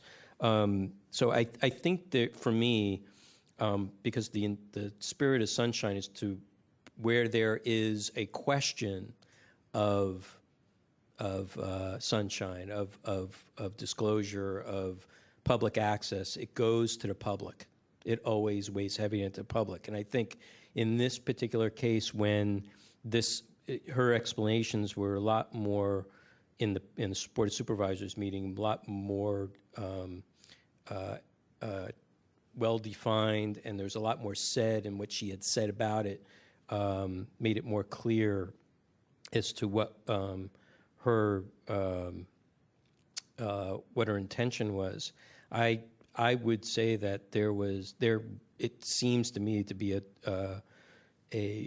some level of purposeful cloudiness to create more vagueness about substantive or substantial, especially when you have an attorney asking another attorney about it. So I have to defer to the attorneys on this, because it's for the layperson, understanding what's substantive and what's not substantive, and I don't know the difference between substantial and substantive is. So I think I need to defer to some of that information for the attorneys. I just have one. In this case, though, in this meeting, as Supervisor Campos is pressing this, DCA Adams respond, if you go to page 79. So the last full paragraph that starts with Supervisor Campos. So he's saying, Supervisor Campos is saying, okay, these are really extensive and substantive, and they were adopted this morning, and how can these be legal under the Brown Act when the agenda description doesn't mention anything about the amendments? So DCA Adams' response, I think, personally, is more balanced than her response at land use. She says, yeah, that's so broad it could cover it, and while the board could continue the item, she gives them an option, it's not required for them to do so. And that's advice. She leaves it up to them. They're the ones that didn't make the choice. So at the previous meeting, her advice was much more limited. And in this one, it's an option. And she literally tells you, and does it, and so she's not, just the same thing with DCA 3 here. He doesn't say, oh, you should make this motion. These are your options. And if we say, something specific. So to me, she's providing an option that they could have taken up. And she's not saying don't do it or you can't do it, but she's saying it's not required, but you could. And then at that point, it becomes their choice. I'm sorry, DCA 3 and then Member Snyder, because I interrupted. Excuse me, through the chair. It's not uncommon for we attorneys to be accused of legalese. And the reason for that is because we're charged with giving advice on very specific laws and understanding the terms and meaning of the words in those laws within the context of the purpose of that law. So when I read DCA Adams' explanation in response to Supervisor Campos, it makes perfect sense to me. You know, whether she's right or not is a different question. The task force has decided they disagree with the advice that she's provided. But if I put myself in her place, the Sunshine Ordinance provisions she was called upon to interpret or provisions that are about public meetings and giving adequate notice to the members of the public that the things being considered are going to be considered. So is the agenda description substantially broad enough to cover the things that are being discussed and the amendments that may be considered during that meeting? And if there is an amendment, is it so substantive that it changes the character of the item being considered by the Board of Supervisors? So that's the context. Another way to look at the same question would be from the perspective of the people affected by the development agreement.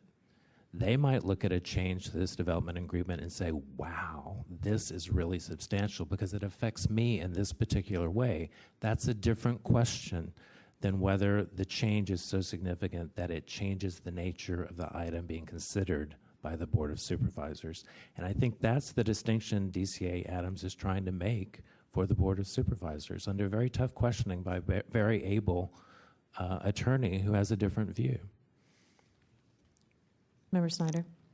I was just going to highlight that this, the discussion we just have been having highlights the problem with holding the city attorney in violation of the Sunshine Ordinance because of their advice, because the discussion we've been having highlights that they don't make the decision. They don't ultimately decide whether or not or how the agenda looks or whether the changes are substantive. She can give advice as to whether she thinks they're substantive, and she concluded no, substantive in quotation marks, the term of art in the Brown Act, but that doesn't mean anything for our purposes because she's not deciding whether or not whether the item needs to be re-agendized or reheard.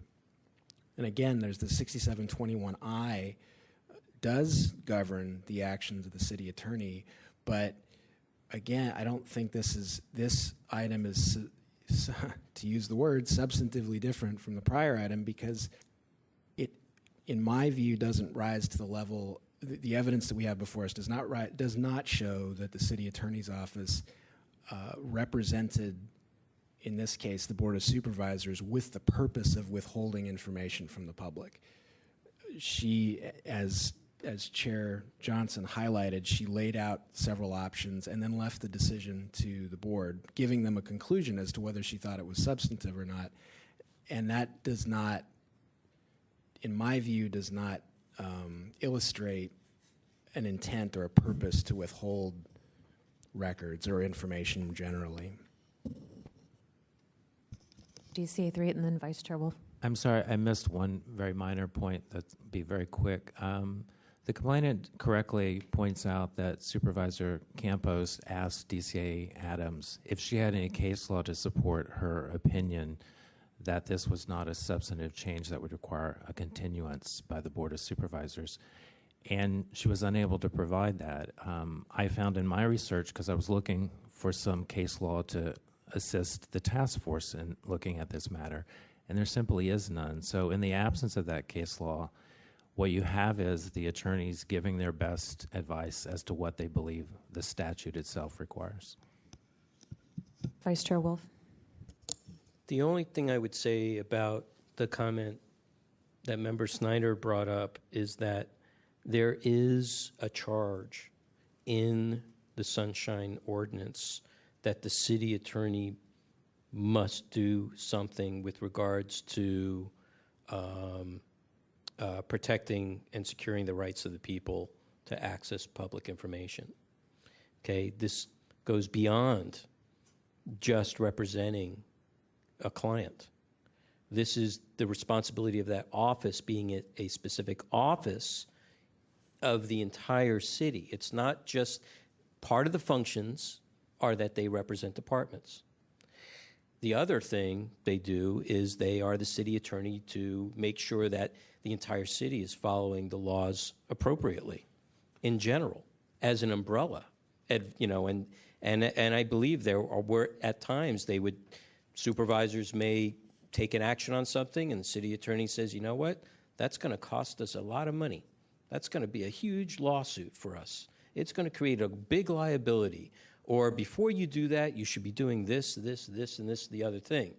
City attorney is acting as a city attorney, not necessarily as legal counsel per se, but as a protector of the city.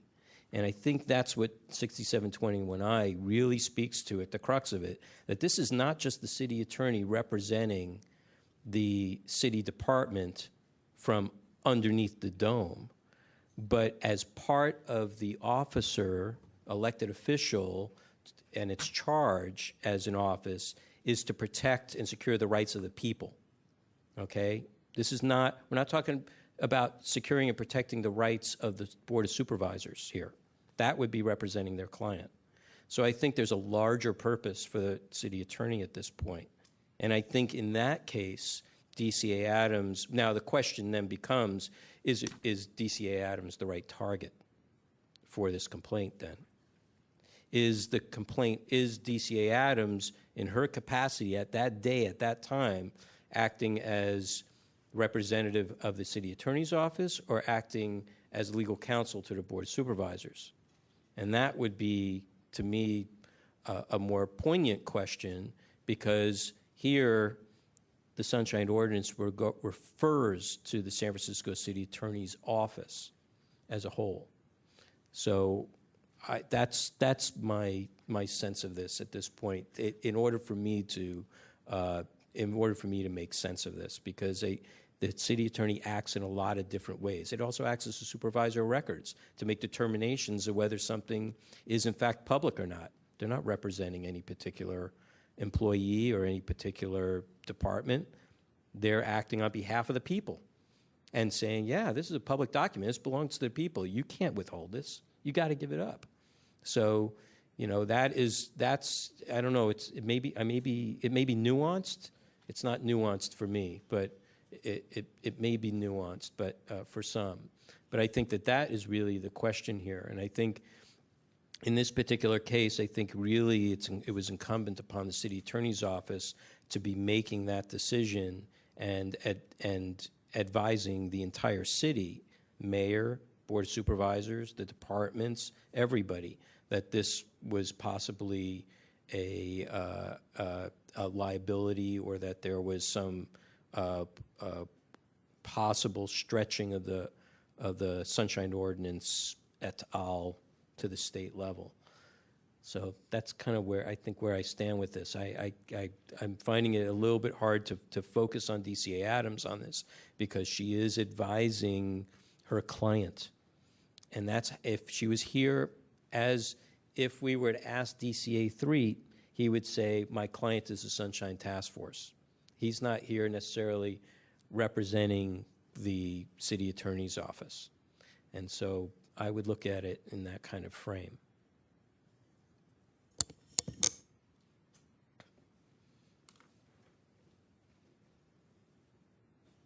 And I learned a lot from this case.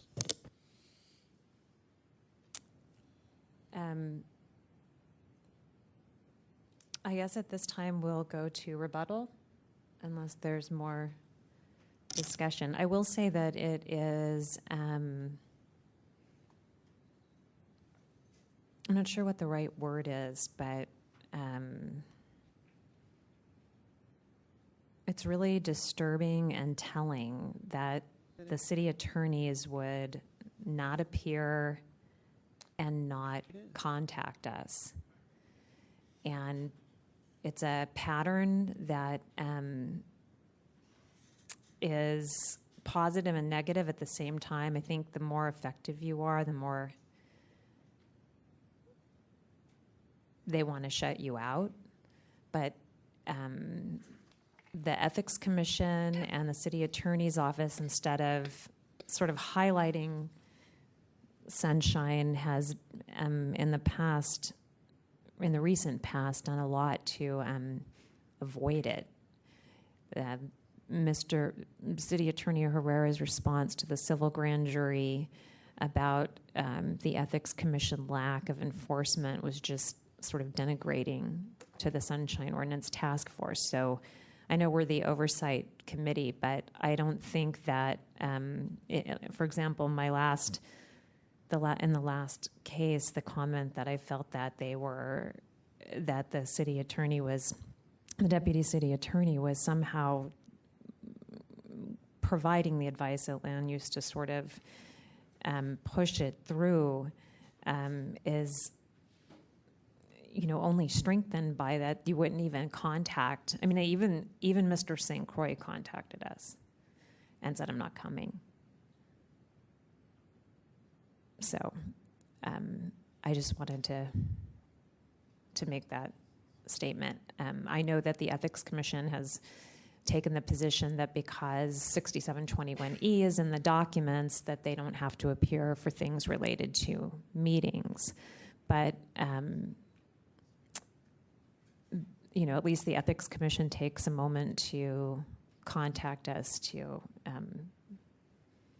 provide some sort of reasoning. So with that, I will ask again if the respondent is present. And the respondent is not present, so the complainant will have 3 minutes for rebuttal remarks.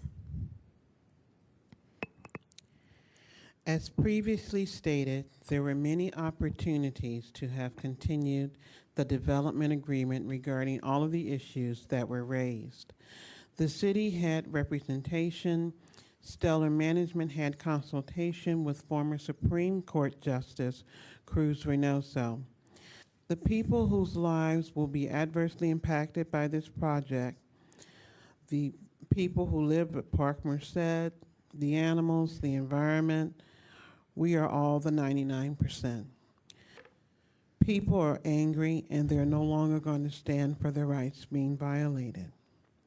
Another factor in all of this was the mayoral race, which I do suspect played a major role in getting this thing ramrodded through so that people could run during the election season saying that they voted for more jobs, they voted for the Park Merced Development Plan. The Park Merced project is one of the most egregious projects that was hastily passed by the Board of Supervisors and is going to cast a shadow on the city and all of those who are involved with the project. It is destined to become one of the most talked about projects in the city's history.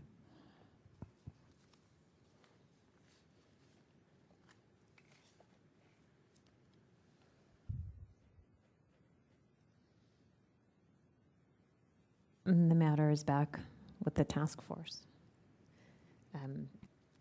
Vice Chair Wolf. I would just like to say if somebody has other wise words or perspective that would possibly cause me to think in a different way, I'm very open to hearing it. This is not public comment. You'll have to wait. But there will be a chance for public comment.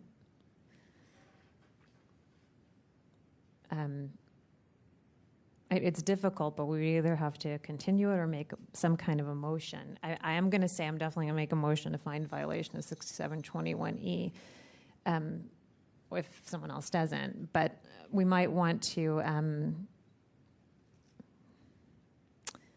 don't know if we want to draft a letter to the city attorney's office about their lack of appearance here. Or response in any way? Or is the order of determination sufficient? Well, I would suggest that, the city attorney is pretty much integral to the upholding of the Sunshine Ordinance. Even before items get here, there's a process for the public to engage them first, to have determinations of whether items are public or not. And plus, they hold the trainings every year. They take responsibility for Sunshine, quote unquote, being enforced in the city. So, I would, I would of course say absolutely, absolutely. So with that, Was there a motion? I'll move to find DCA Cheryl Adams in violation of 6721E. And if we can do that first and then determine whether we want to continue it or not. I second the motion. And that would include the letter to be forwarded.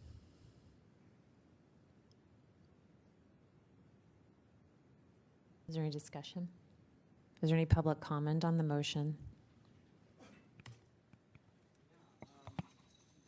As I was speaking to her, I mean, why have a city attorney then on the thing if there isn't going to be any sort of, they're paid a certain amount of money and everything, and these type of mistakes, well, I don't know if I just mistakenly take some of these computers out, and I made a mistake, it was something with my head, or I'll bring a doctor's note, and it's not my fault. Everything is not anybody's fault, and then we're the ones that have to be the fall people on this, and this is just the fact that they're making all these kinds of mistakes, I think, is proof in itself that this whole process has been nothing but a scam. I mean, and I'm just saying that this is just really everywhere. There's all kinds of mistakes with this whole process, all kinds of mistakes everywhere, and it's not even really so much about being against it or for it. It's just that the whole process has been totally, anybody on the sidelines that doesn't have any stake in any of this or anything would say the same thing if they looked over this whole thing and the way that this whole thing has gone through. I know how people look to find a way to sneak through, and where is it legal? And people are always looking for some little loophole to sort of sneak on through. And that's what I see what's going on, is that they're trying to sneak through and do something dirty that's legal. And it's just anybody on the outside looking at this would see it for what it is. And we just, if you don't do it right, you shouldn't do it at all. My father always said, if you can't do the job right, I'll do it myself.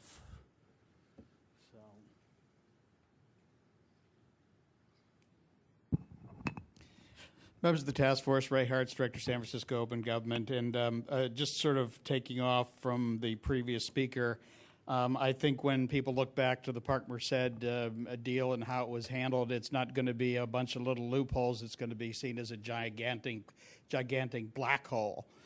And it's not going to reflect well on anybody involved in the process.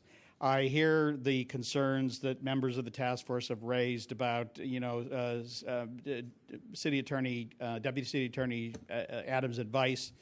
I think if, to be honest with you, she's having a discussion with a member of the Board of Supervisors who's also an attorney, and for her to say something on the line of, well, Supervisor, I get a sense that you feel this could be a potential Brown violation. In fact, Supervisor Avalos did say it is. I'm, as a deputy city attorney, saying, in my opinion, it probably is not. But I think I also owe you, the Board of Supervisors, the advice that you are potentially putting yourself in a position where you may be in violation of the Brown Act and or the Sunshine Ordinance, and that was never said. It's just I don't think you are, and it's not.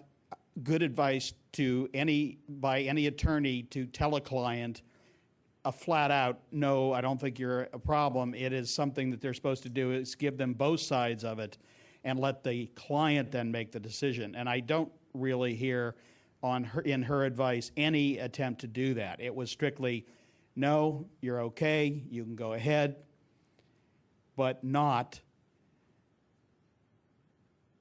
Two members of this board have raised the question as to whether you're potentially in violation as a result of the prior meeting and now this meeting, and it's a legitimate question. It's a very legitimate question. If it had been something very open and direct like that, I would feel a lot more comfortable, and it wasn't. It was done in a way that it was, I know you guys want to move forward with this, and I'm going to tell you what you want to hear.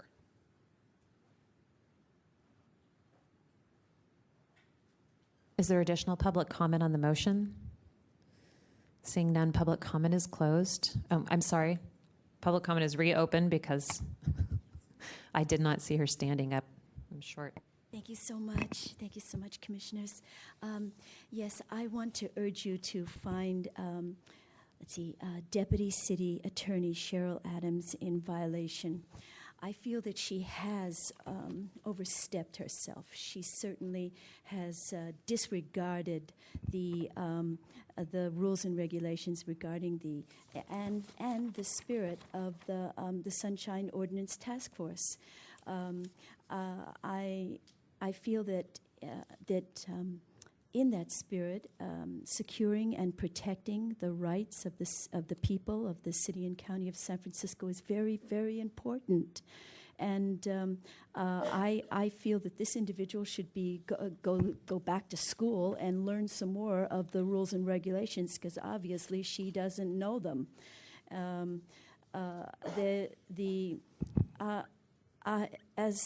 As a person who has lived in San Francisco, I am part of the people that are the most vulnerable in Park Merced, because not only am I disabled, but we, as a group there, are extremely unsophisticated, unknowledgeable, inexperienced, and ignorant about all of the toxic politics that have gone on in this.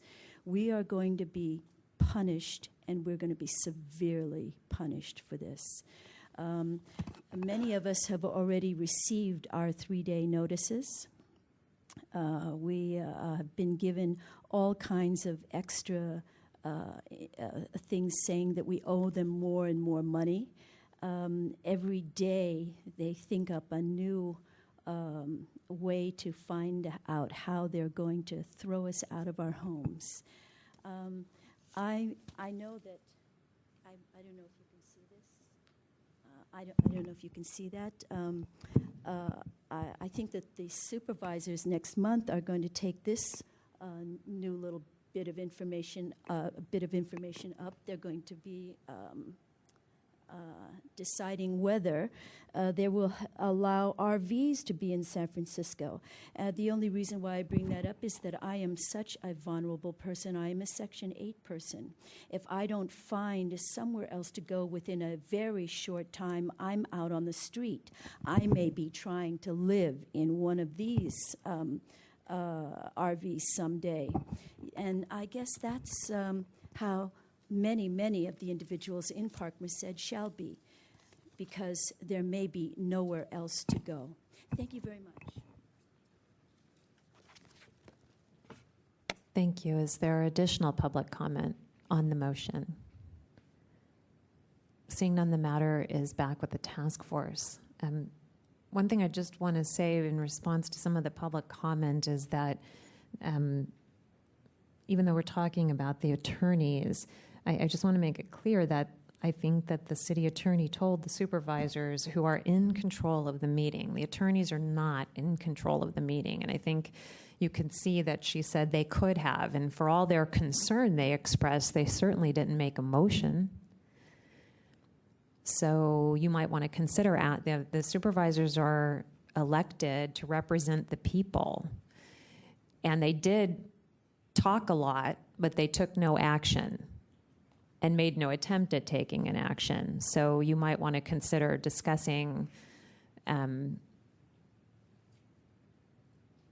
that with them, because the supervisors have much more. It's their meeting, and they could have.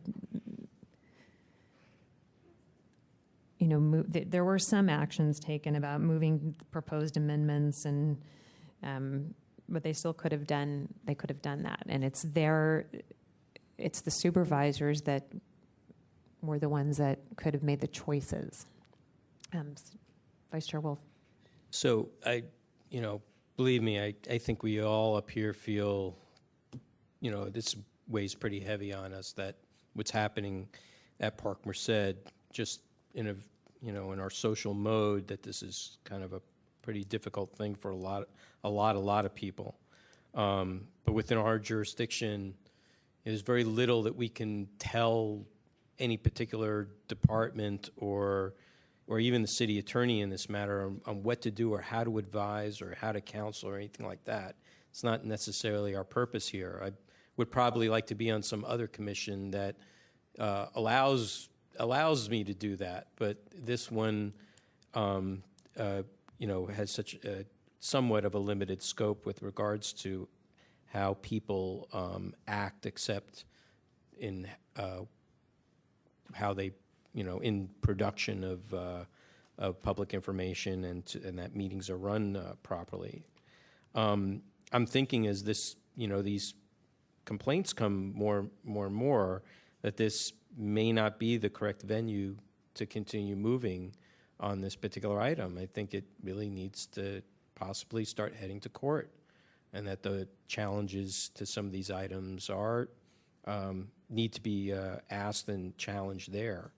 I think I'm feeling like I'm running up against the wall at some point, and that the whole process was not very well done.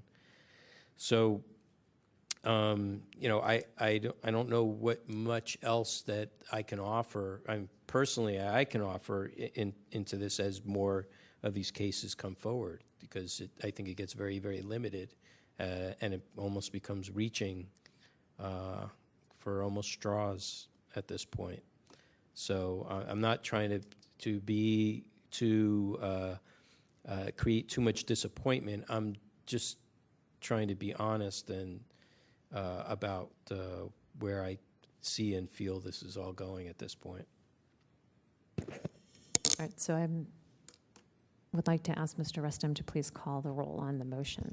And the motion, just to repeat again, is that it's define DCA Cheryl Adams in violation of 6721E for not appearing or providing us some kind of notice that they would not be able to be here, and to write a letter expressing concern about that to the city attorney's office. On the motion, Member Snyder? Yes. Snyder, aye. Member Nee? Aye. Nee, aye. Member Manny? Aye. Manny, aye. Member Washburn? Aye. Washburn, aye. Member Wolf? Aye.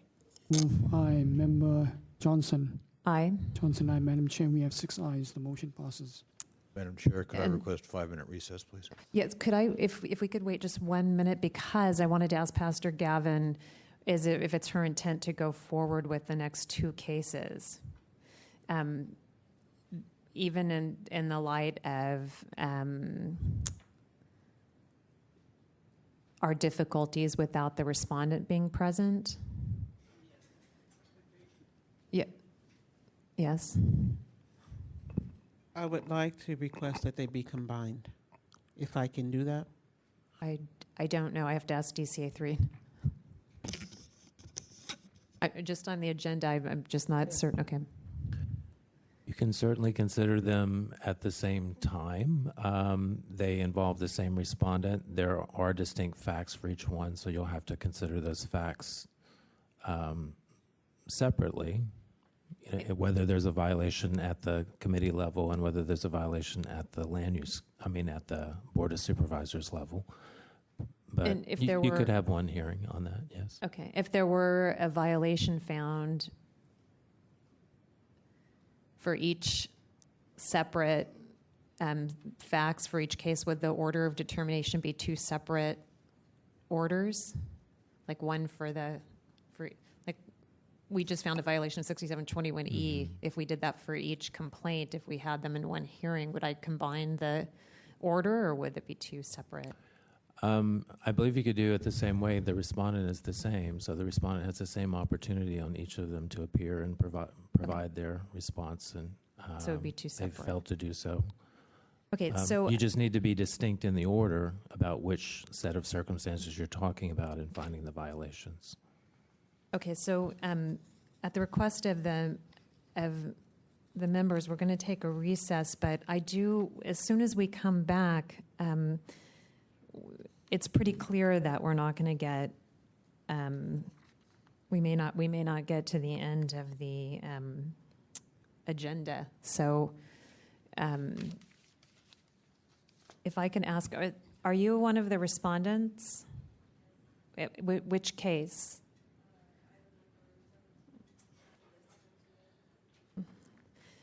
Okay, task force members, the complainant cannot attend this. The complainant notified Mr. Rustum that he or she, it's an anonymous complainant, could not attend this hearing, but would accept the task force's decision. So in order to, I'm trying my best as chair to balance this idea of somebody being accused of something and not having to sit here all night. Is there any idea that we may want to continue this? Do we want to table it? Is this the second time that Anonymous has not been here? I would say that Microphone, if you would. That would be great. a part of me hesitates because, of course, we're always looking at to meet and accommodate everyone involved. But at the same time, if this is the second time, and a part of me would lean towards dropping it. Okay, so I would move that we dismiss the case with the idea that they could refile it. Is there any? I'm sorry, DC3. Is that a motion, or are you making that? I'm DC3. I'm sorry. Through the chair, I just want to clarify that this complainant is not someone who has requested accommodation. Yes, that is correct. Okay, thank you. So, because this is similar to the, this is very similar to the DPW one, where the complainant didn't show up for a number of times and the person sat here the entire time. So, I'm not discussing dismissing it completely. They would still be able to refile it, but if they would not appear last time and they were not, and they're not interested in appearing to set forth their rights this time. Second. Okay, so I guess it is a motion to dismiss it with the intent that they could refile. And is there public comment on the motion to dismiss the item? You would be a party, so you would not be public comment, but okay, seeing none, can we do that without objection?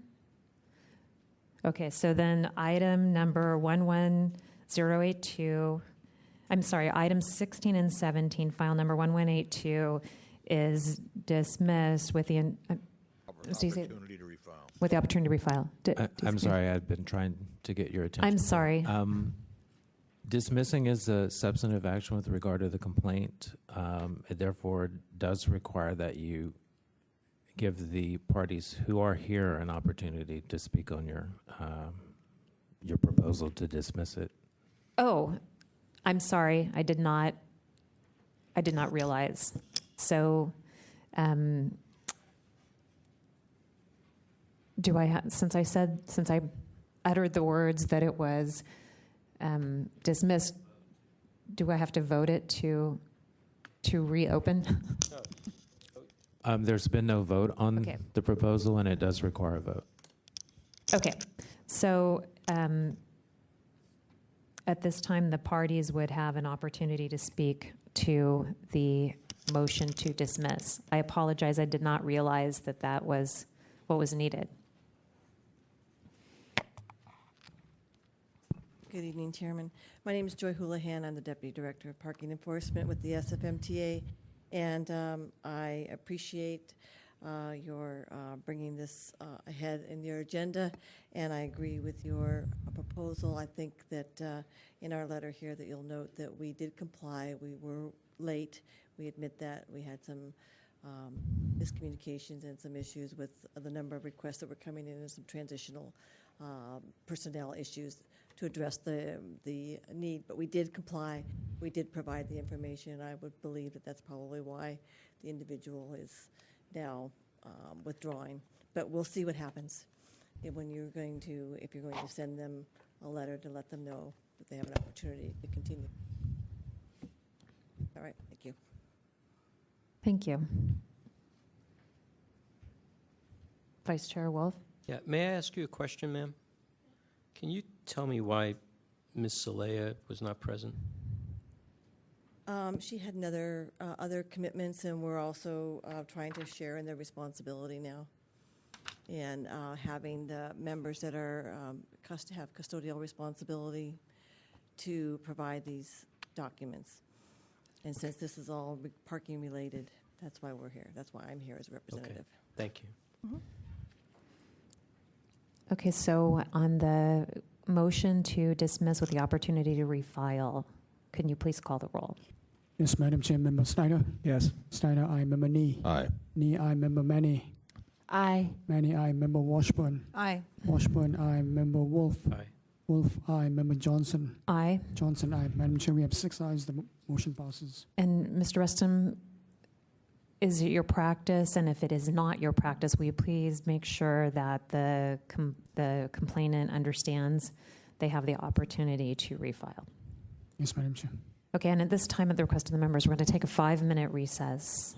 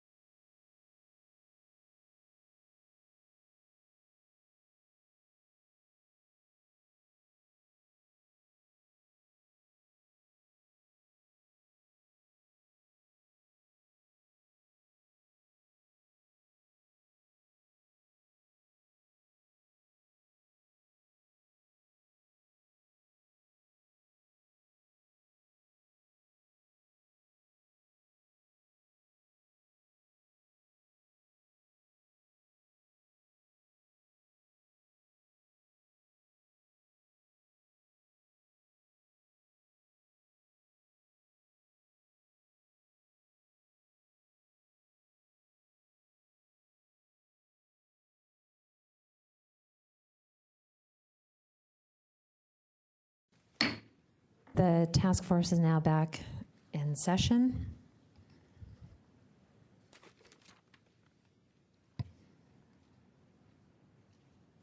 Okay.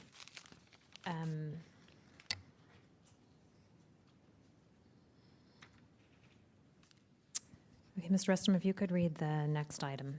Next item is item number 11, file number 11066, determination of jurisdiction on complaint filed by anonymous against Deputy City Attorney Charles Sullivan for allegedly violating sections 67.7, 67.7-1, 67.8, 67.15, 67.21 at a recent Board of Supervisors Land Use Committee meeting.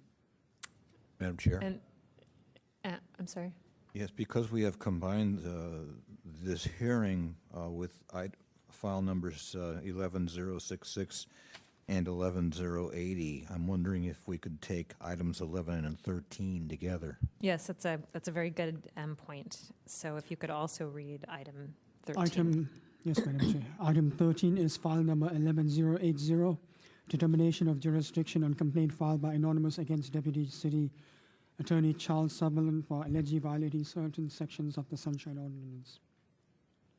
Okay, so again, at the prior request of the complainant, we are combining the hearings on the two cases that the complainant has, the two complaints the complainant has filed against Deputy City Attorney Charles Sullivan. One of them is for the land use meeting, and the other is for the Board of Supervisors meeting, both occurring on May 24th, 2011. I also want to just take one quick moment, which maybe I should have done just before jurisdiction, to point out that DCA 3 will be leaving in 20 to 30 minutes. And we do have another member Snyder, who is an attorney present, but I just want to let everyone present know where we're at. So is there a motion to find jurisdiction in 11066 and 11080? So moved. A second. And is there public comment on the motion to find jurisdiction? Seeing none, public comment is closed. Can we take the motion to find jurisdiction on the two files without objection? Seeing no objection, jurisdiction is found. And so one more point of order. We're combining the hearings. Do we provide 10 minutes for complainant to respond?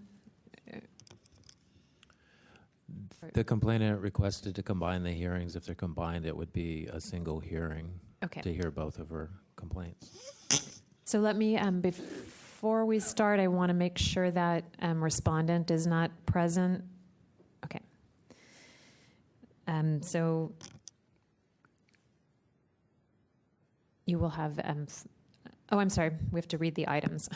Item number 12 is file number 11066, hearing on complaint filed by anonymous against Deputy City Attorney Charles Sullivan for allegedly violating Sunshine Ordinance Section 67.7, 67.7-1, 67.8, 67.15, and 67.21 at a recent Board of Supervisors Land Use Committee meeting.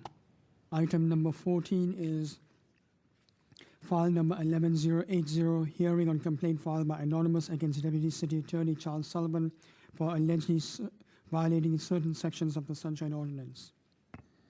Okay, thank you. Now you'll have 5 minutes. When a member of the public raises an issue which has not yet come before the legislative body, the item may be briefly discussed but no action may be taken at the meeting. And this is section 549.54.2A of the Brown Act. The purpose for the discussion is to permit the legislative body, the purpose of the discussion is to permit a member of the public to raise an issue or problem with the legislative body, or to permit the legislative body to provide information to the public, provide direct to a staff, or schedule the matter for a future meeting. And that's the Brown Act, section 54954.3A. I think his most egregious, DCA Sullivan's violations under the Sunshine Ordinance, in my opinion, are 67.15 A and B as they pertain to public comment, and section 67.21, not ensuring that all members of the public had all the documents in accordance with the Sunshine Ordinance. In paraphrasing from paragraph 4 in the memorandum for DCA Sullivan, at the beginning of the second paragraph of a memorandum, it refers to the following. Board President David Chu described 7 specific amendments to the development agreement, all of which were for the further benefit of the tenants and were a result of the extensive public comment to date. It further goes on to state that a written summary of all the changes as well as detailed text for changed language in the development agreement itself marked to show changes was distributed to all board members and members of the public before the start of the public comment. There are a total of 13 revisions, not the 7 that they are talking about. And I'm very disturbed by the behavior of DCA Sullivan because he is intimately involved with the project. He wrote it. There was this frenzy going on regarding the civil grand jury. They huddled. They wanted to make some revisions at the last minute. They're on tape saying they worked on them all weekend. And he goes even further to say that he worked on them all night long. So how could they not be substantive if you're putting all of these hours into it? I mean, really, how could they not be substantive? And how could he, as a licensed practicing attorney in the state of California, not know he could be in violation of the Brown Act and the Sunshine Ordinance? As one of the previous commissioners has already stated tonight, they're in charge of the training. You know, nobody wants to know. No. It's in the scope. So I think that they said that there are extra tenant protections that the tenants couldn't read. They didn't have the proper copies that were supposed to be so stellar.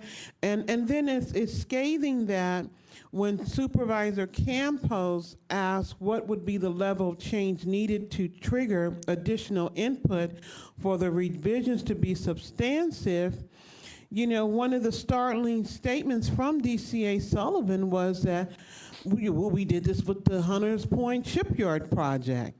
And Supervisor Campos says, well, just because you did it with a previous project doesn't mean that it's legal. I mean, my goodness.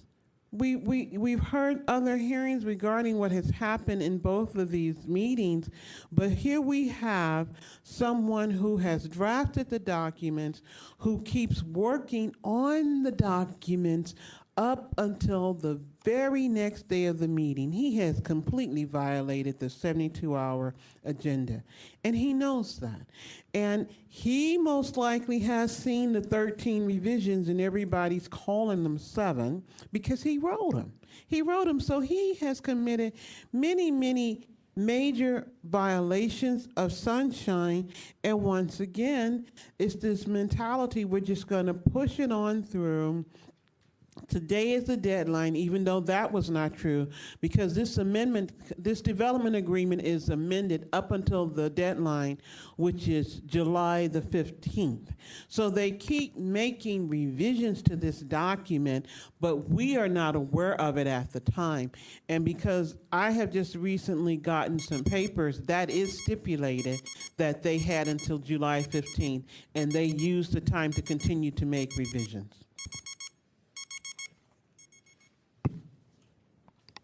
Thank you. Is there anyone to present facts and evidence in support of complainant?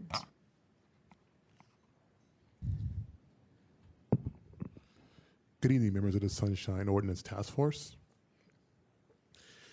When DCA Sullivan spoke to the issues raised according to the proper procedure for public meetings, I did not know if he was sleep deprived or was just out in left field. I do not think a grand slam would have brought him to home plate. Supervisor Chu said that he had worked all weekend, under revisions. DCA Sullivan stayed up all night to work on the documents. Then the documents must be substantive. This is another example of legalese or double talk. My maternal grandmother would have said he put his foot in his mouth. It was very unprofessional of him to say that the same procedures used in the Hunters Point development agreement could be used with the Park Merced development agreement. Supervisor Campos covered himself by questioning the legality of the procedures of the amendments to the development agreement in a very analytical manner without being condescending to his colleagues. As a licensed attorney with the California Bar Association, D.C. Sullivan should have been aware of the sunshine violations, but he took no action to prevent them. He is derelict of his duty as a sworn officer of the court. Now we know that everyone has 60 days to respond to the San Francisco Civil Grand Jury report, and the Park Merced residents had less than a day. This speaks volumes to the integrity of the people who voted on this project and put their signatures on the document. Thank you.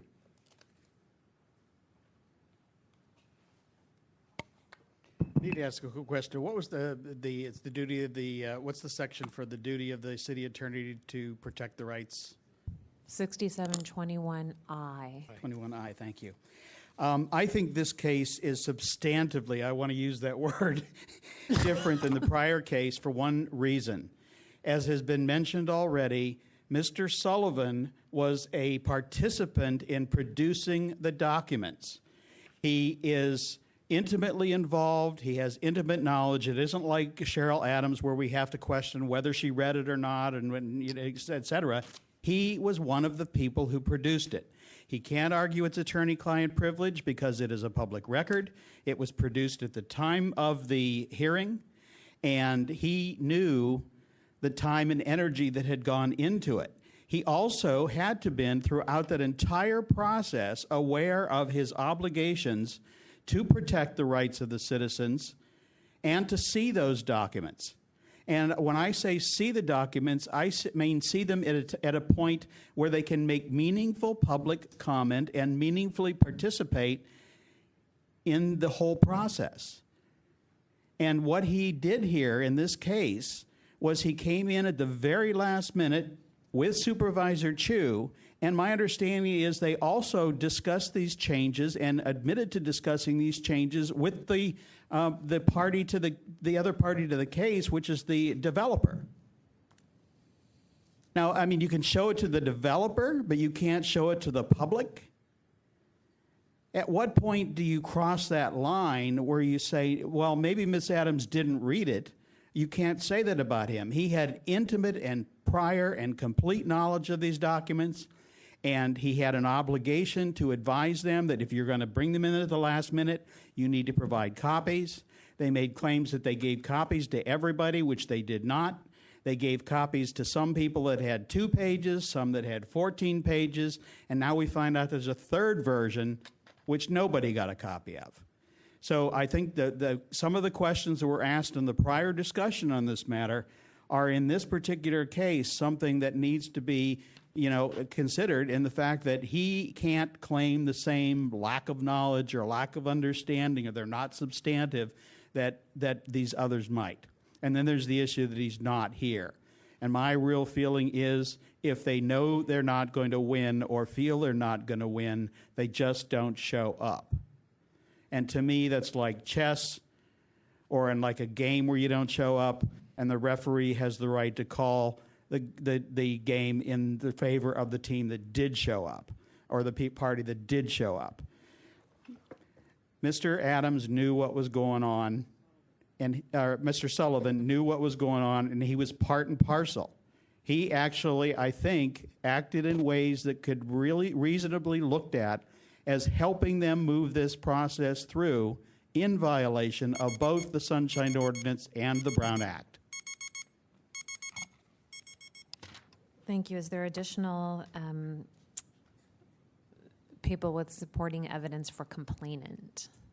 Yeah, just looking over this. If you could talk into the mic, I'm sorry. Okay, I'm sorry. Just looking over this and about, minor changes contained in the 520 draft and seeing all of these different things in here,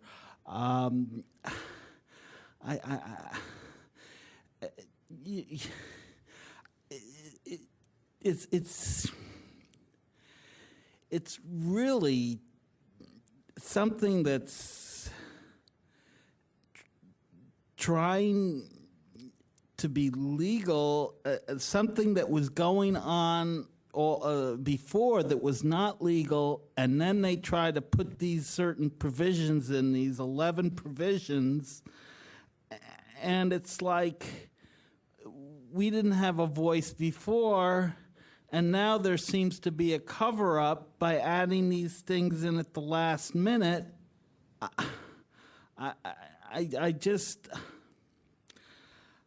I mean, there's just a lot of violations of sunshine, and I am strongly behind, and I really personally want to find every single violation of the Sunshine Act, and I want to go with Pastor, this woman behind me.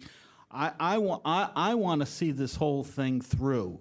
And if it eventually it goes to court, but we'll just go through the process and do it exactly right on our end. That's the whole thing. This is what I see from this whole thing, is that there was a lot of mistakes made and a lot of violations that were done, and now we have to, and we will, go through everything with a fine-tooth comb like Lieutenant Columbo and find everything and go through everything and sift through everything until everything has been accounted for. Just the more this goes on, the worse it seems to be. But something like this big project that's going on, I mean, you hear about the International Hotel. It just seems like this is over there in North Beach or whatever. I mean, seems to be the same kind of type of stuff that's going on, but we can't make the mistakes of the past, and we have to really go through everything with a fine-tooth comb and cover every little speck that we find, because this type of stuff should not be allowed to go on. Thank you. Is there anyone else to present facts and evidence in support of complainant? Seeing none, I will just again double check that respondent is not present. The respondent is not present. Is there anyone to present facts and evidence in support of respondent? Seeing none, the matters are with the task force.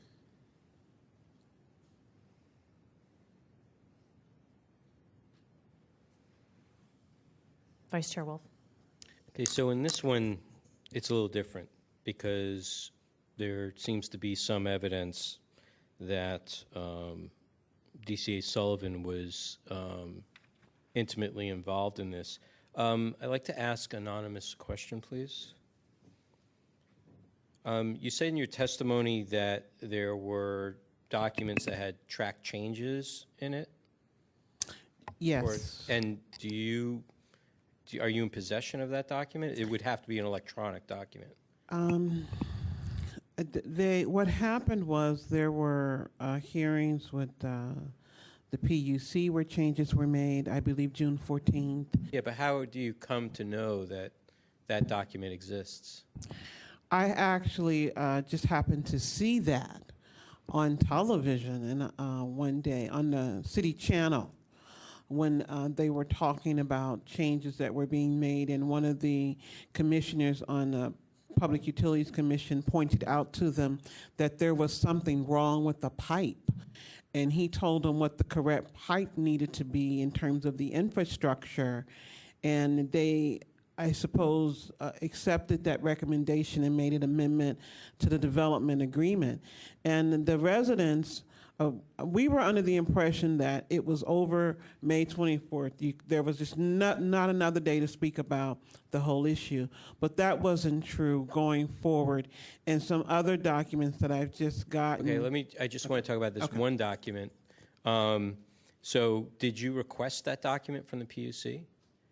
No, I did not request the document from the PUC. So this is something that I saw was referenced from the television, the SF Gov TV. Did they actually show it, the document, or was it just referenced? did somebody just say? It or was give something that testimony? was said. Okay. It was something that was said. Okay, and you said something about something being on tape all week. What did you mean by that? Supervisor David Chu says that they worked all weekend on these revisions, on the extra tenant protections, and then DCA Sullivan says that he continued to work right up until the night before the meeting. Okay. That And so that's part of public testimony? Yes, it is. Okay. All right. Thank you very much.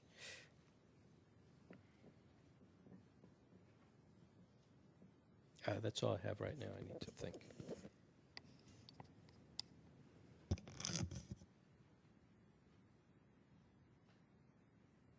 Is there any additional discussion?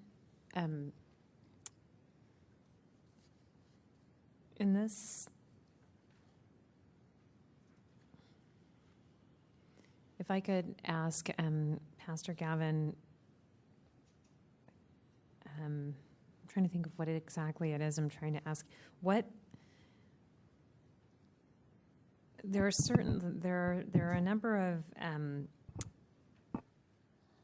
sections that you're saying that DCA Sullivan violated, and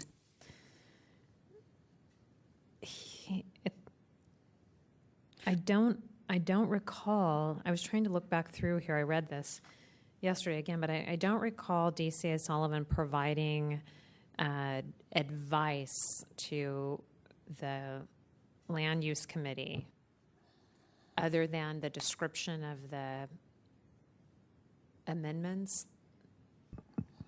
So there are certain things where it's difficult for me to see where his violation is, like the If I may, Madam Chair, to address that specific question, because in the memorandum for case 11066, on page 4, at the beginning of the second paragraph, DCA Board President David Chu described seven. That was one of the arguments with Justin True, the phantom 14 pages we called them, and he said that they were 7 revisions and it was just 14 pages. That is not true. And attorney DCA Sullivan, he wrote these. There are 13 revisions here. And yet Board President David Chu is saying there are 7. That is not a true statement at all. So he wrote these revisions, and for him to not have corrected that, and we were even thinking there were just 7, because in a previous case with the planning department, that was an issue that I asked for the 14 pages of revisions, and I didn't get them. So it's 13 revisions. It's not 7. DCA 3. Just as a point of factual clarification, there's 2 sets of amendments that were talked about at the Land Use Committee meeting. The first one was, the first set were talked about by Michael Yarney. There were what he referred to as the technical and minor amendments. Many of them had to do with amendments suggested by the PUC and other matters. And then there was a second set of amendments that were specifically requested by Supervisor Chu and presented by Supervisor Chu later in that meeting after Mr. Yarney made his presentation. The first set apparently was 13. I did not review that because it was not an allegation in the complaint, but the second set was the 7 amendments that have been discussed by complainant in her complaint. And so the 13 amendments you have were Mr. Yarney's amendments that he discussed? And he's the project manager, so he's intimately involved, just as DCA Sullivan is writing the development agreement. They're working together. This is... I mentioned this before in the other meeting, that our findings were about the 14 pages of amendments, but yes, I listened to the 13 pages of the 13 amendments because one of them was crazy, that the CPUC would be able to determine what kind of energy went in there. And if Yeah. that's what's on there, then we haven't ever addressed those because that they were very broad and they covered a huge range of issues in the development agreement that seemed to be related to discussion, whereas Chu's amendments were clearly a surprise not just to the public, but even to the board members who supported the amendments. They were clear. They made direct statements. They hadn't had time to review them. Well, so, DCA Sullivan didn't seem to be related to the 13 I amendments. disagree. With Mr. I disagree because his signature is on this document. So therefore, he is aware of what he's signing it. He is aware of, I think he's accountable for what is going into the document because ultimately his signature is on it next to John Rahim, the planning director. I have a question. But that's on the 13 pages of amendments that we haven't discussed here related to That the is Sunshine true Ordinance. because I didn't even know they existed. I, like you, thought there was just 7. No, I didn't think there was 7. I watched it and I watched Michael Yarney's twice because there was some things that were scary. But they spent a huge amount of time going over those. I didn't count them, but I felt like they fell under that broad description of the development agreement. I'm not sure, but I'm sorry, Vice Chair Wolf? Yeah, I was just going to say that with regards to these two different kind of documents, what Mr. Yarney presents, generally the way I kind of view the way it gets presented is when Mr. Yarney presents his revisions as a representative of the department, it's more about informing the Board of Supervisors that that the department's making these suggestions or these recommendations, and that the Board of Supervisors should, dispose of them any way they feel free to.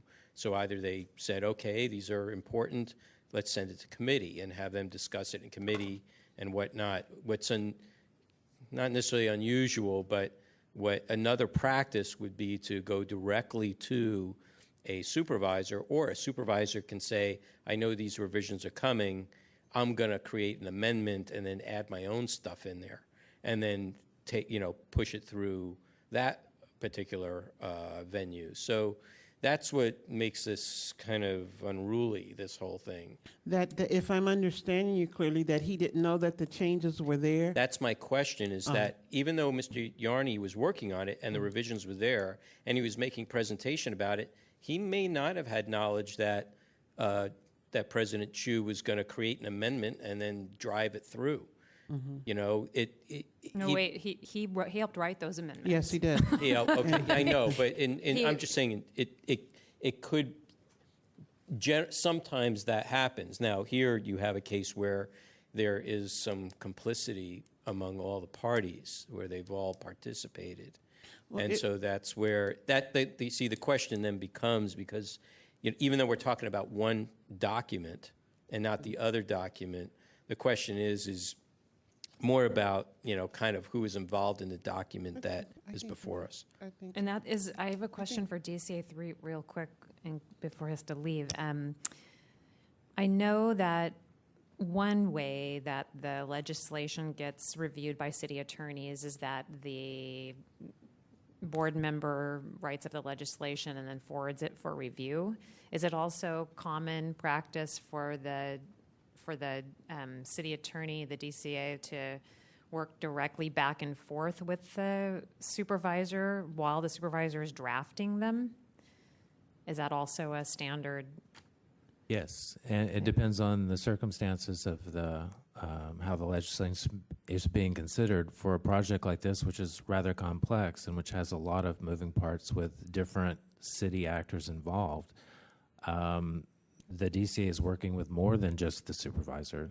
Supervisor Chu was, as I understand it, trying to figure out a way that he could amend this legislation so that he could support it. And he believed that through these tenant protections, he would be able to do that. So he was working on those amendments with DCA Sullivan, but I believe DCA Sullivan was the primary DCA involved in drafting the legislation and the development agreement.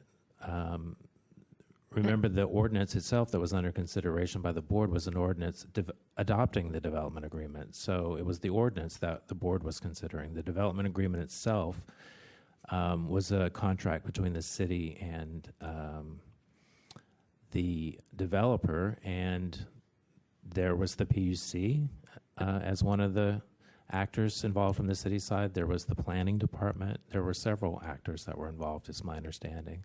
But so he would have been working with each of those parties. And then, But I think wait, I just have to ask DC through one more question.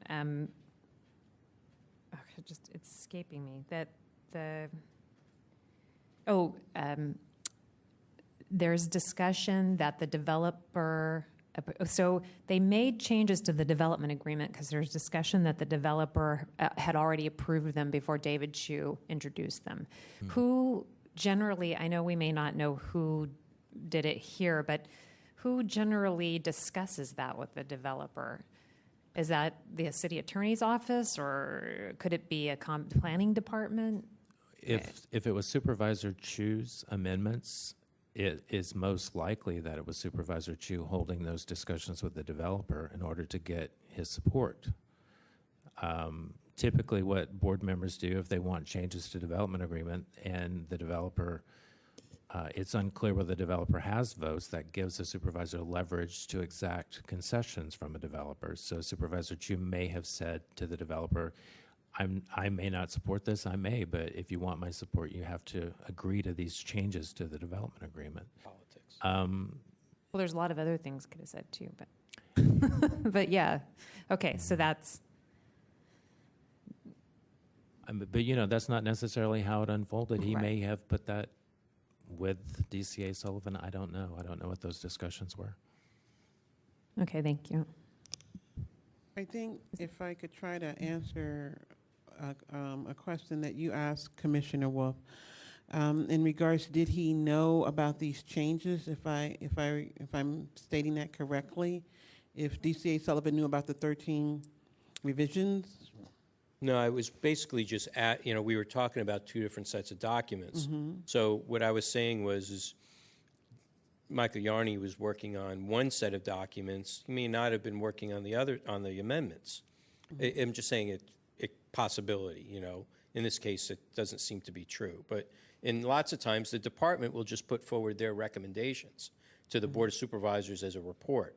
And then the Board of Supervisors will say, okay, well, we'll take that up and we'll send it to committee. And they'll go through that channel.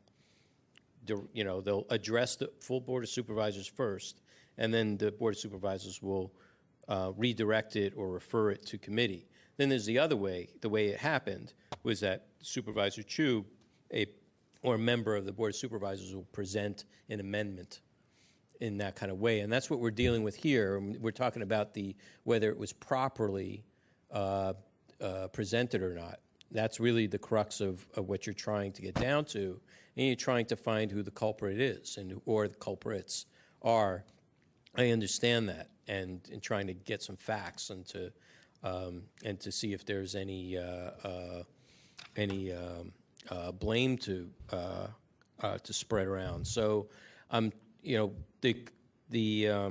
think one of the things that we're trying to figure out here is where's the violation, and so the question is if Michael. I think in the beginning of this discussion, we're trying to question whether DCA Sullivan, who was part of this, whether he had actually advised or counseled President Chu, who is bringing forth the amendment, that this could be a violation of sunshine or not. And if he didn't, then there's something to talk about there. He's not here to answer any of those questions, though. Mm-hmm. So, again, I have to go back to, is there any facts that we can address, that we can say, this person actually did this. I think so. And so we need to be compelled based upon those facts. Because otherwise, if it's circumstantial, and again, I say it, if you decide to take this to court and you present this and the record of the orders shows that we made our decision based upon something circumstantial, it's not gonna be helpful. So that's why we're trying to get this right. DCA 3 had a comment. Yes, I don't mean to interrupt. I just wanted to let you know that I do need to leave, so I wanted to provide one final opportunity. If there are any other questions before I go, I'm happy to stay and answer those before departing. Madam Chair. Member Nee. I noticed that Mr. Threed has an associate with him. Perhaps he'd like to introduce his associate to us. Yes, excuse me. I have introduced Mr. Carnes to several of you individually. Mike Carnes is with our office. He is also a DCA who is assigned to the Sunshine Task Force, and when I'm unable to be here or to complete memos because I'm out of town or otherwise incapacitated, then Mr. Carnes will be available to advise you. Nice to meet you. You're getting a nice view of the Sunshine Ordinance Task Force hearings. DCA 3, I do have one question. When they say minor or technical, when I was listening to the 13 amendments that she's discussing about that Michael Yarney had, it was my understanding that the minor or technical amendments were revisions and adjustments to provisions that existed already? Or is that not always true?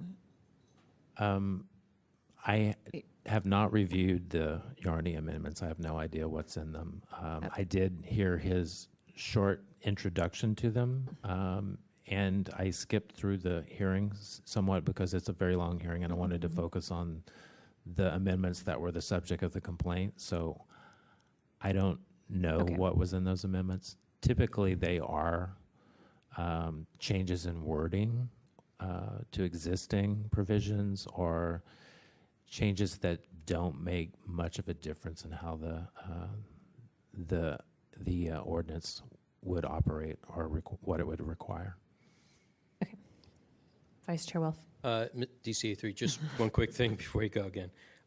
You made a very interesting distinction between the ordinance that the supervisors were voting on and the developers agreement.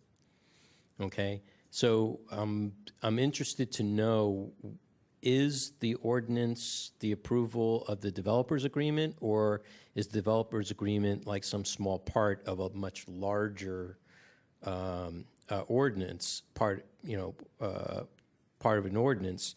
And then the question then becomes the discussion around substantive, and whether the changes, obviously here the developer agreement is between the city and the developer. It's not between the city and the tenants. The tenants, unfortunately, are the collateral in this. And so, this is really negotiations between the city and the developer. So that's where kind of the crux of this matter is ending up. And so anything substantive is really more about, will it cause the deal to fall through between the city and the developer, not between the city and the tenants? And the question here for the complainant is really about, how it affects them. And I'm just getting a little concerned about how kind of this was designed in the way it was presented, and maybe this is the way it always happens. But I don't know. I'm not sure what your question is. So my question is about the differentiation between the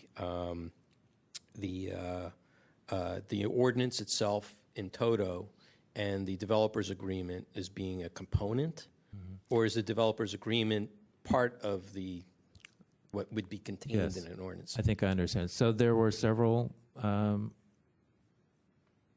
legislative acts that were going through both the Land Use Committee and the Board of Supervisors that day related to the Park Merced project. One of them was an ordinance adopting a development agreement in substantially the same form as that contained in the Board of Supervisors clerk file. So that's what the Board of Supervisors was considering at the committee level and at the full board level. And that ordinance also allowed the director of planning to reach amendments to that development agreement with the developer that complied with certain criteria that were laid out in the ordinance. So when the complainant mentions that they thought that was the end of it, and then there were subsequent amendments to development agreement, that may very well have taken place because there was a delegation of authority to the planning director to make such amendments if it was determined that they were in the public interest and they met some other criteria. So that was one thing that went through. There was an EIR that was being considered, an environmental impact report that was being considered by the Board of Supervisors, and there was approval or rejection of general plan amendments related to the project. So there were several things all going through. So when I'm just for a matter of background, when DCA Adams in public forum stated that, started talking about what's substantive and what's substantial and the art of whatever it is, basically she was saying that whatever's inclusive of the GA doesn't change the entirety or the totality of the ordinance to a point that would cause the deal to fall through, or something like that. There would be some consternation that would cause it to be. When she mentioned the general plan amendments, she was answering a specific question about whether there was any consequence to the project if it was continued to another day. Her response was that the general plan amendments had to be either rejected or approved by the Board of Supervisors within 90 days, and that if it was continued to the following meeting of the Board of Supervisors, by action of the planning code, the failure of the Board of Supervisors to have acted within those 90 days meant that they were approved. So if the board didn't take some action, either to approve it or reject it, at that meeting, it would automatically be approved. Because I understand that point. I mean, it's just timeliness, and it puts them between a rock and a hard place to make a decision that day or not.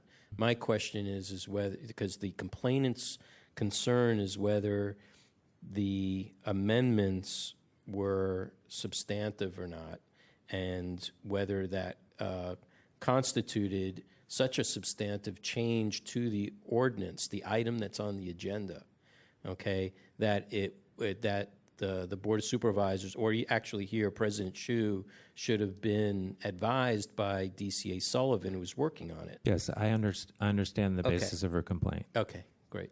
So, and DCA Adams' answer was a more general answer. Right. She didn't go into the detail of what was in the ordinance and the development agreement. DCA Sullivan had a little more detailed response, and what he basically said was that there would be two ways that a change could be substantive. One would be the ordinance approving the DA called out very specific provisions in the DA that had to be included in it. That was in the ordinance itself. Mm-hmm. So he said if you changed any of those things that the ordinance said had to be in the DA, that would be substantive change to the ordinance. Another way, he said, that it could be a substantive change would be if the ordinance that was amended was not in substantially the same form as that in the clerk's file, then that would be a substantive change. Right. Well, the fact that the fact that those amendments were not contained, well, let me ask this question. Maybe I missed this. Were those amendments contained in the clerk's file? The 14 pages or the 13? I don't know which is which at this point. The ones that we're concerned about. Let me ask if you're asking me or if you're asking the complainant. I'm asking you. Okay. So my understanding is that at the time that the amendments were introduced, they were placed in the clerk's file and given to the Board of Supervisors on the same day. That's my understanding. That they were completed then, and they provided them to the Land Use Committee. They say they provided them to members of the public, and they placed it in the board file. So then let me ask you this. Is that appropriate? You can find out. I'm sure I can. Well, is that Judson did it, and he's sitting back there. Is that appropriate under the ordinance? That the ordinance requires that that documents that are being considered by the Board of Supervisors be provided to the public at approximately the same time as they're provided to members of the committee who or as soon thereafter as possible as they are provided to members of the Board of Supervisors. So if the supervisors got them, then that's when the public has to get them. Okay, thank you. That's a different question, however, than whether. I understand. Yeah. I understand. Just wanted to get you before you left. Thanks.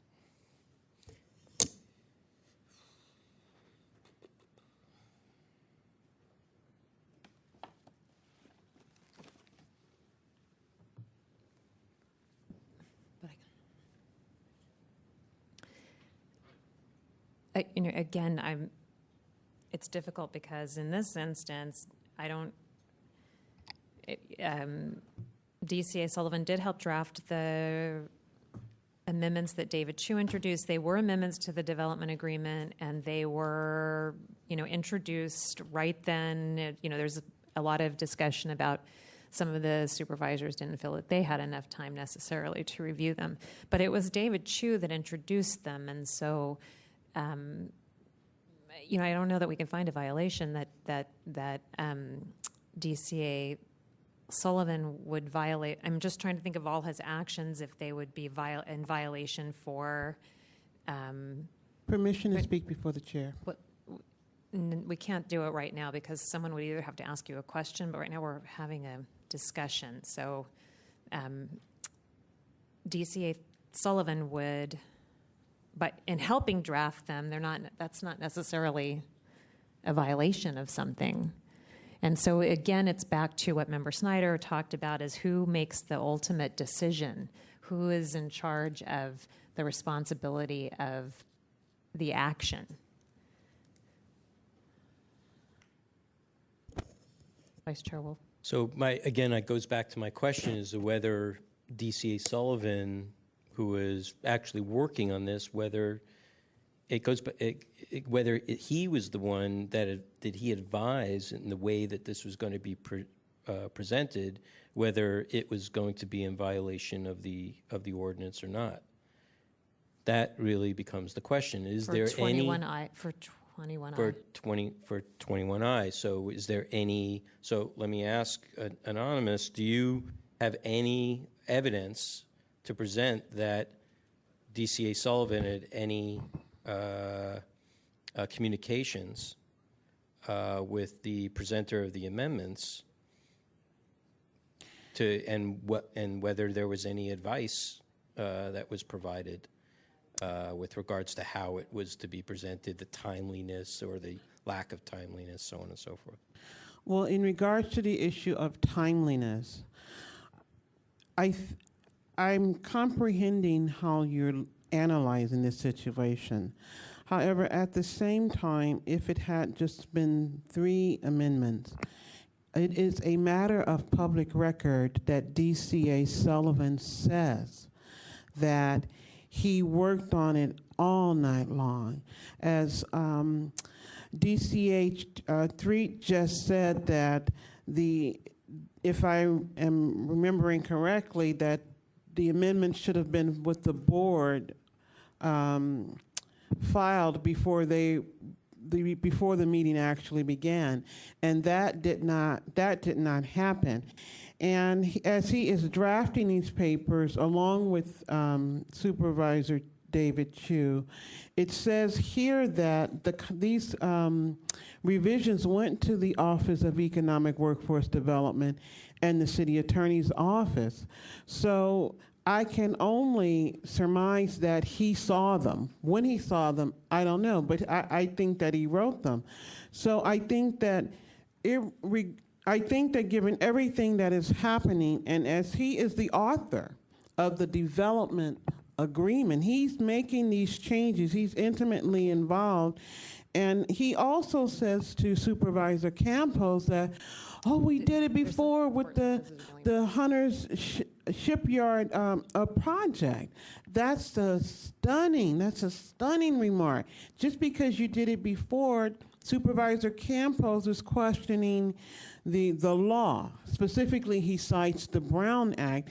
And from other testimonies of commissioners today, there seems to be a pattern This with is really these things are going important on. that the amendments that you have in your hand were introduced on May 16th, not May 24th. Okay. So that's a week prior.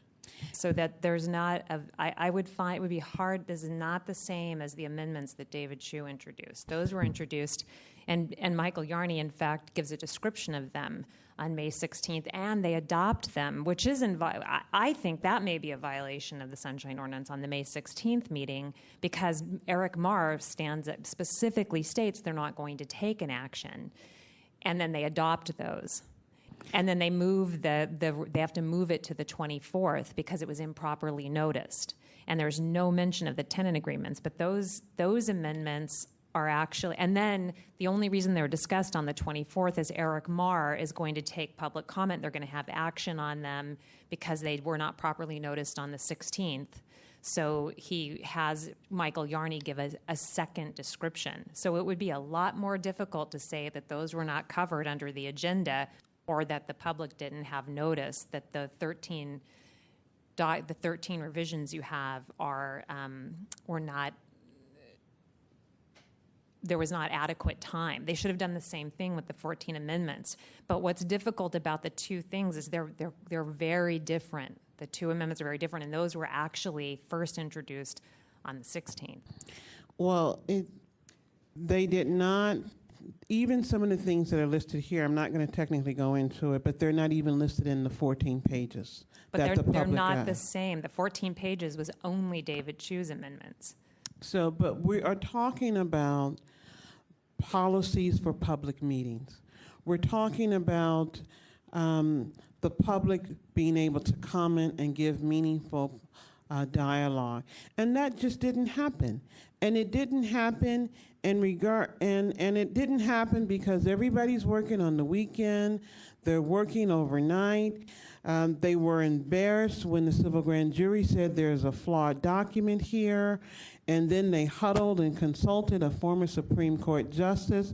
So they continue to make these revisions without the public's knowledge, even past May the 24th. I think that to just say Supervisor David Chu is the main architect of, and I'm not letting any responsibility go away from him, but I think some responsibility has to be accountable for DCA Sullivan, who is a licensed attorney, who is current with the bar, and he knows these violations. He's supposed to know sunshine, and he's violating them, and they will continue to violate them if this committee does nothing about it. Okay, well, again, I'm going to reiterate that there's some mix-up there of those two amendments, because the amendments you have were introduced on the 16th, so it gave people adequate notice. But the amendments and David Chu had nothing to do with them. I don't know if he had nothing to do with them, but David Chu's introduction he didn't introduce those. So the 14 pages of amendments that were introduced on the 24th. Those are separate, and they were not even mentioned on the 16th. So the facts that we found violations on were on these 14 pages of amendments that were introduced rather abruptly to the public on the 24th. So the other amendments, I don't have any knowledge of what happened after the 24th, nor have we discussed it. But that the mixing up of those facts doesn't serve our purpose well, because those amendments that he signed were introduced on the 16th, and that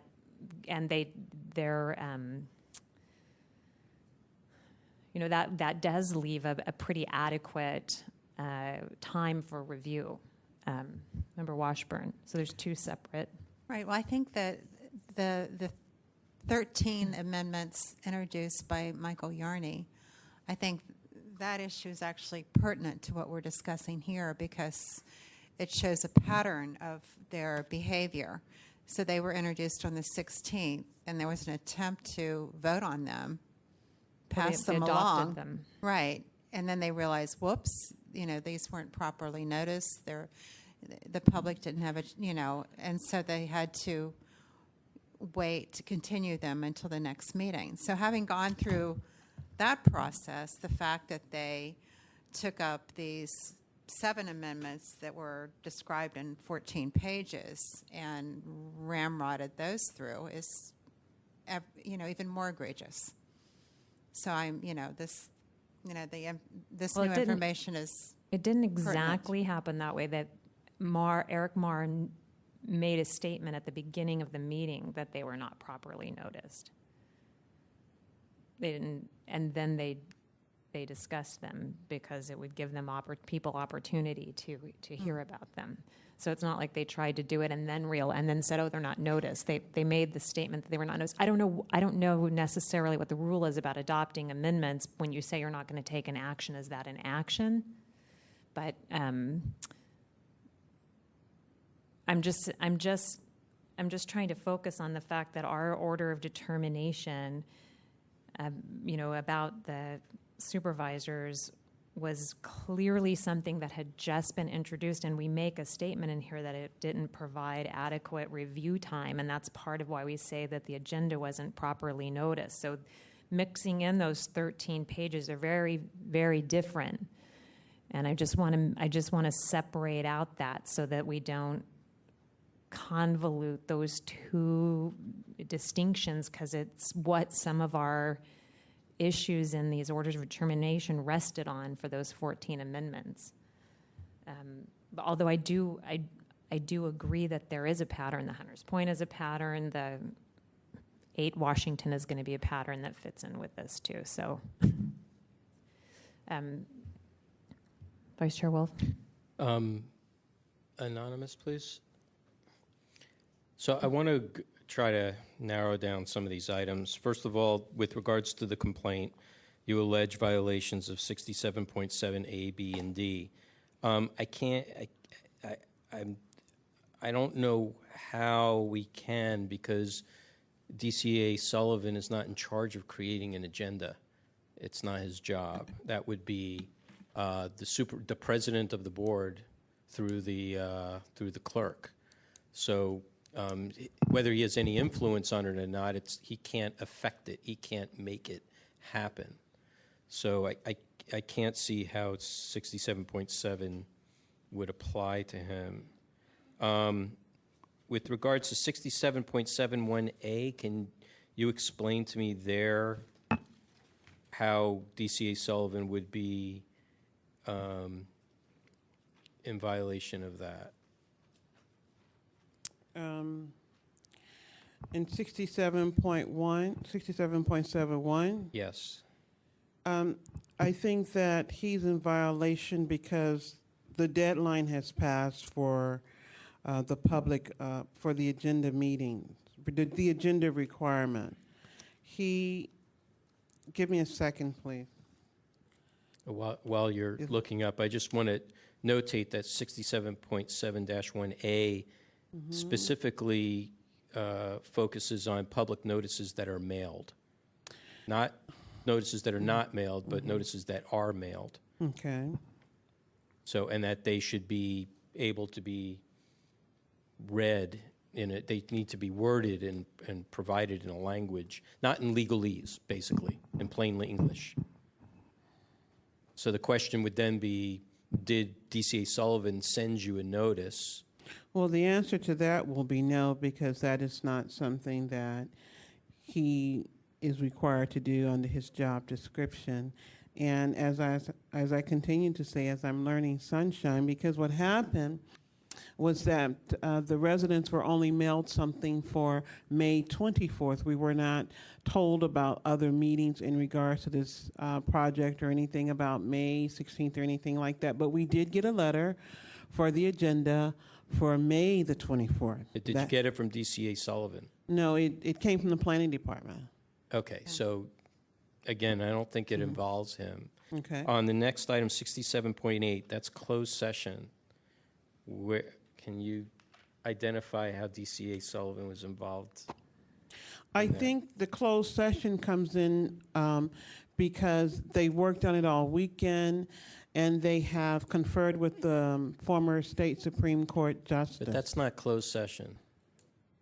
Okay. Closed session is a specific procedure whereby a body that's operating in the public view goes into what's called a closed session to discuss matters that should not be presented publicly because of litigation or property deals or something having to do with competition or what have you. So it doesn't reveal the city's hand in regards to some legal matter usually, or personnel issue would be another one. So closed session is very specific.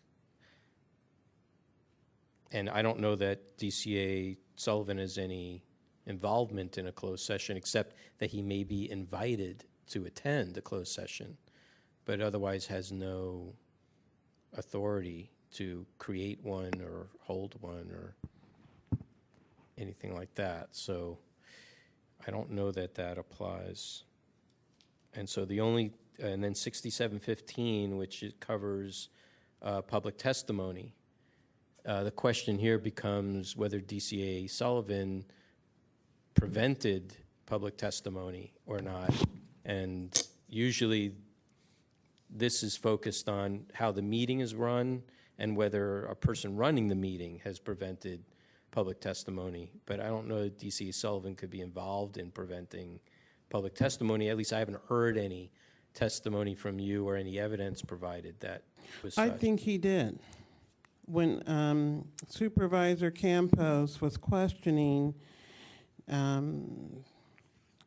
DCA Adams about what would trigger to make this to make the 14 pages of revision substantive, he actually interjects before she can answer, and he says that I have to look through my papers, but he interjects and says that this is something that we've done before. He asked, because Supervisor Campos says something about what would trigger the revisions to be substantive, because the language is dense and difficult. And this is where D.C. Sullivan interjects, and he says, and I'm paraphrasing that, this is not substantive because we've done it before with Hunters Point Shipyard Development Agreement. He actually, paraphrasing, he actually says that. So before even DCA Sullivan can answer, and this is during the Board of Supervisors meeting, I think that he's in violation there. And then Supervisor Campos responds, what happened in the past had nothing to do with what was legally required in this case. But in this situation, there is no public testimony afforded to anybody. That is the problem. You are at the Board of Supervisors. because they feel it happened at the Land Use Committee, which he was present, and he knows it didn't happen. Right, but at the same time, even though he's present and he may have voiced his opinion about it, he has no authority to prevent public I disagree testimony. with you there, Well, respectfully so, because he is an officer of the court. He is an attorney. Look, DCA 3 or our administrator here cannot stop you from talking. Only one of us or the chair can do that. And if we do that and we do it incorrectly, then we would be in violation. If you read 6715, it speaks specifically about a policy body performing that function, not somebody external to a policy body. And DCA Sullivan doesn't sit on any policy body. He's not part and parcel to any policy body. He was a worker bee in this situation.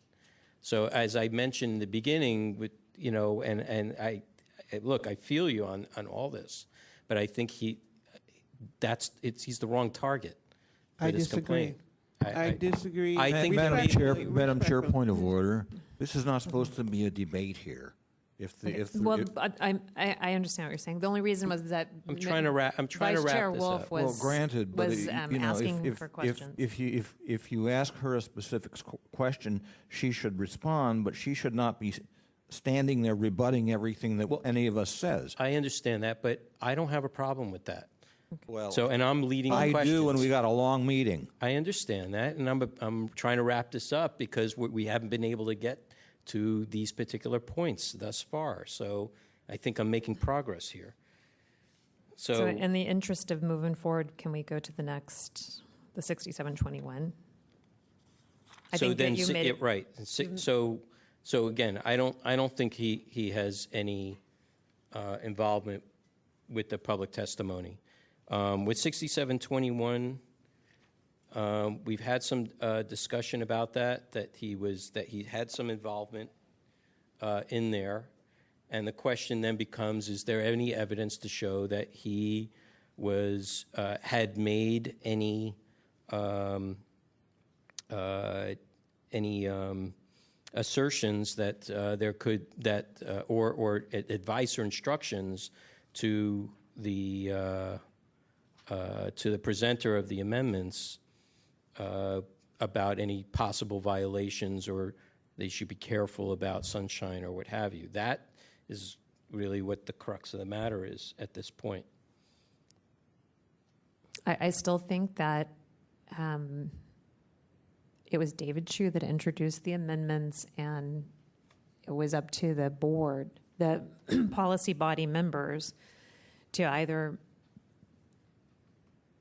introduce them, or they're the ones that are in charge of the meeting. It's true that it's true that DCA Sullivan helped draft the amendments, but that's not a violation of anything.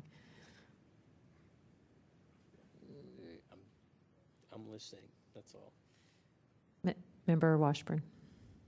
I think that DCA Adams is more culpable here than DCA Sullivan, because she was point blank asked about whether or not they were violating the Sunshine Ordinance and the Brown Act.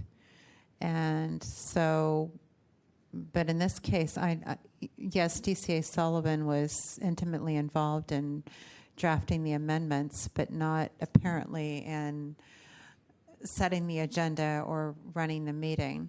And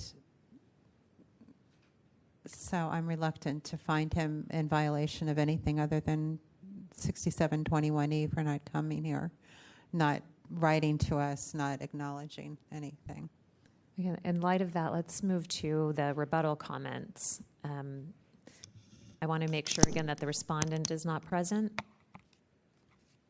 Okay, and the complainant will have 3 minutes for rebuttal comments.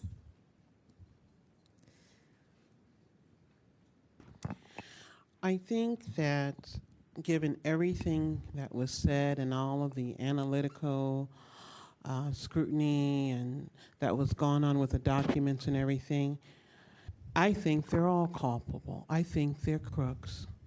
I think what they've done, the world will see, as I definitely do intend to shine light on this. I think there are technicalities. I comprehend that there is so much that Sunshine can do. However, I think that he's guilty and he should be disbarred along with DCA Adams. I think that when you consider the EIR was never discussed that day, the dangers that are going to be unleashed on the environment should this go through, I think that they found a way to dodge the bullet, to use adjectives and verbs and use legalese and stay in the gray area, but I think all of them are just as guilty as hell. Not just David Chu, every last one of them, every last one of them. And it is my goal to shine sunshine on all of them that I think violated the people's rights. I think it's ridiculous to say that, and it's not that you're saying it, that he worked on these amendments violating. No, he doesn't set the agenda, but the agenda rules were violated. working on them the night before. If they're not substantial, then why is he staying up all night? I think that they conspired with the developer. I don't even think that former Supreme Court Justice Cruz Reynoso had all the facts, and yet his name is a part of this too. This is ugly. It is ugly, and it is a pattern of very bad behavior, and it definitely reeks of the poor leadership the people have suffered under, which is why sunshine is so important. Thank you. There will be time for public comment, but it's not yet. Madam Chair, I move to find a violation of 6721E, a finding of violation of 6721E by Deputy City Attorney Charles Sullivan. Second. And if you don't mind, if we can equally send a letter, much like we did the previous. Absolutely. Okay, so the motion is to find a violation of 6721E for DCA Charles Sullivan with a similar letter about his lack of response and for not attending the hearing or sending us any kind of notice. Member Snyder. Do we need to specify in the motion and or the order that this is as to both of the whatever the numbers are, 14 and 16? If the motion, we should clarify that in the motion, that it's for one or both. If it's for both, my intent, which is why I asked DCA 3, it was to have one for each complaint. Madam Chair, if the second is agreeable, this motion would be a single motion combining or pertinent to both file number 11066 and 110880. Does the second accept? Yes. Okay. So, but I'm going to have them in two orders, one for each case.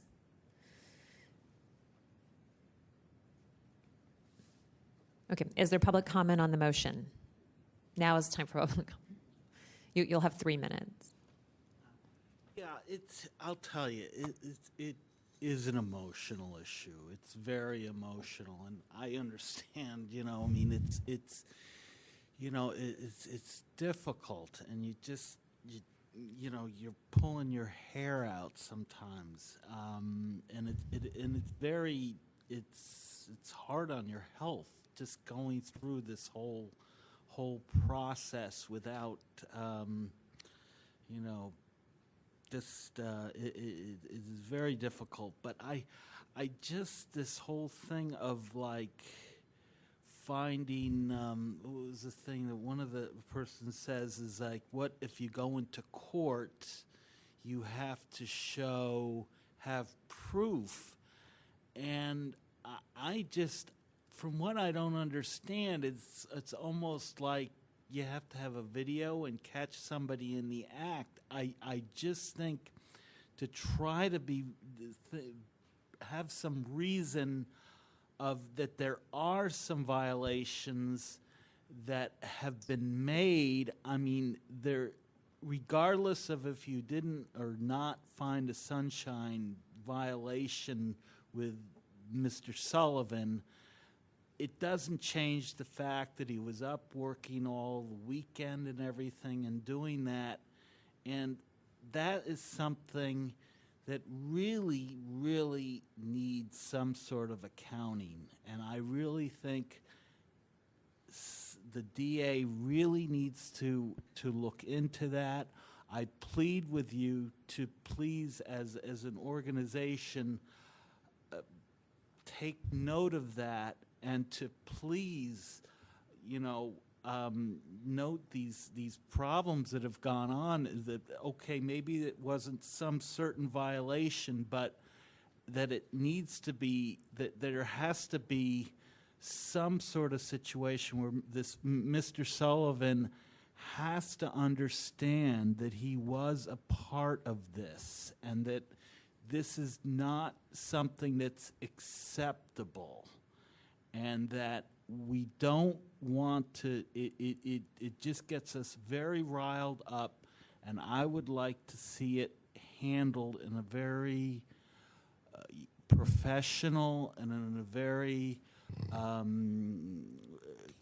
civil way, because we can't let people just be doing these little things and working on through the weekend and putting things together, and yet they're not in any kind of violation. I mean, there's something, there's too many holes that they're falling through, too many loopholes, and I beg of you to really try to do something about it. Thank you. Is there additional public comment on the motion? Mr. Hartz, I think you spoke on behalf of the complainant. I apologize. Is there additional public comment on the motion? Seeing none, it's back with the task force. Is there any additional discussion? Vice Chair Wolf?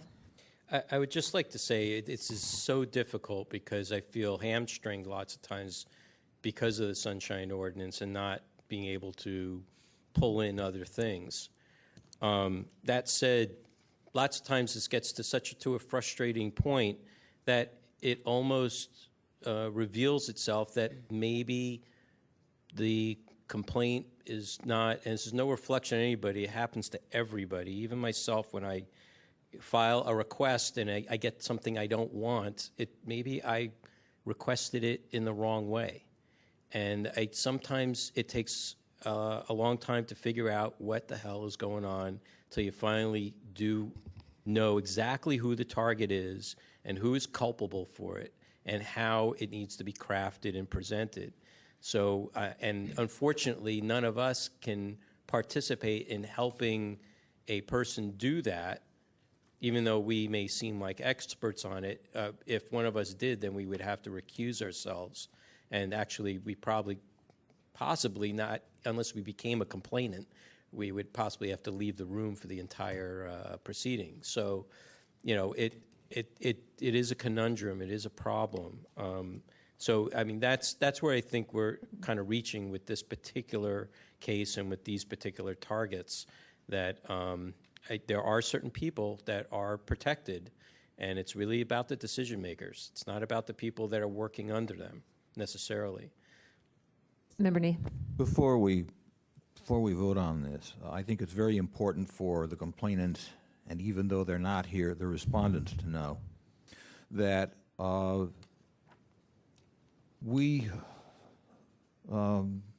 don't think it's speaking out of turn to say that there is consensus among us on the task force that the Board of Supervisors' conduct in this case has been shameful. The Board of Supervisors has violated. We felt the Board of Supervisors violated the ordinance, several provisions thereof, and we found them in violation thereof. You, the complainants, have done your utmost to bring this situation out into the light, and for that you are to be applauded. Even though we cannot find violation in this particular matter, in these particular complaints that you have brought tonight, the fact that you are out there fighting this issue, fighting to keep it out in the open and keep it in the public eye, that's very praiseworthy.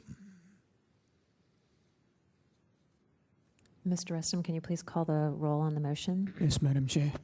Member Snyder? Yes. Snyder, aye. Member Nee? Aye. Nee, aye. Member Manny? Aye. Manny, aye. Member Washburn? Aye. Washburn, aye. Member Costa? Aye. Costa, aye. Member Wolf? Aye. Wolf, aye. Member Johnson? Aye. Johnson, aye. Madam Chair, we have 7 ayes. The motion passes. Okay, and that's for both of those complaints. Also, Pastor Gavin, it's sometimes a scary thing to do what you're doing, and I want to say that I personally admire your grace under fire. You're very graceful, you're very gracious, and I know that is definitely not an easy thing to do, and I certainly cannot do it. So, and I agree with Member Nee's statements as well.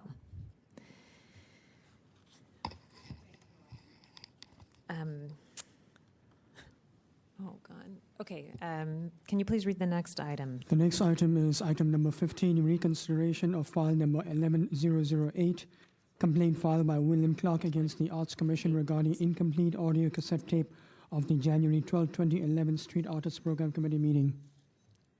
Okay. Before we begin this, first of all, this has just been handled terribly by the task force. It's a series of oddball, I don't know what. So I want the task force to, I just want to have a brief statement of what occurred. So this was originally heard in April. And when we heard it in April, we found a violation of, no, it was first heard in April 26th, 2011. I have the order of determination. Is it incorrect?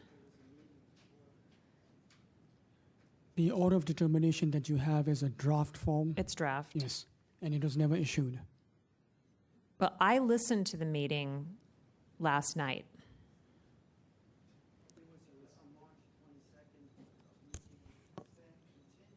Yeah. Okay. All right. So let me rephrase it then. The violation was found on April 26th. So that maybe perhaps not the first hearing. We found a violation of 6721B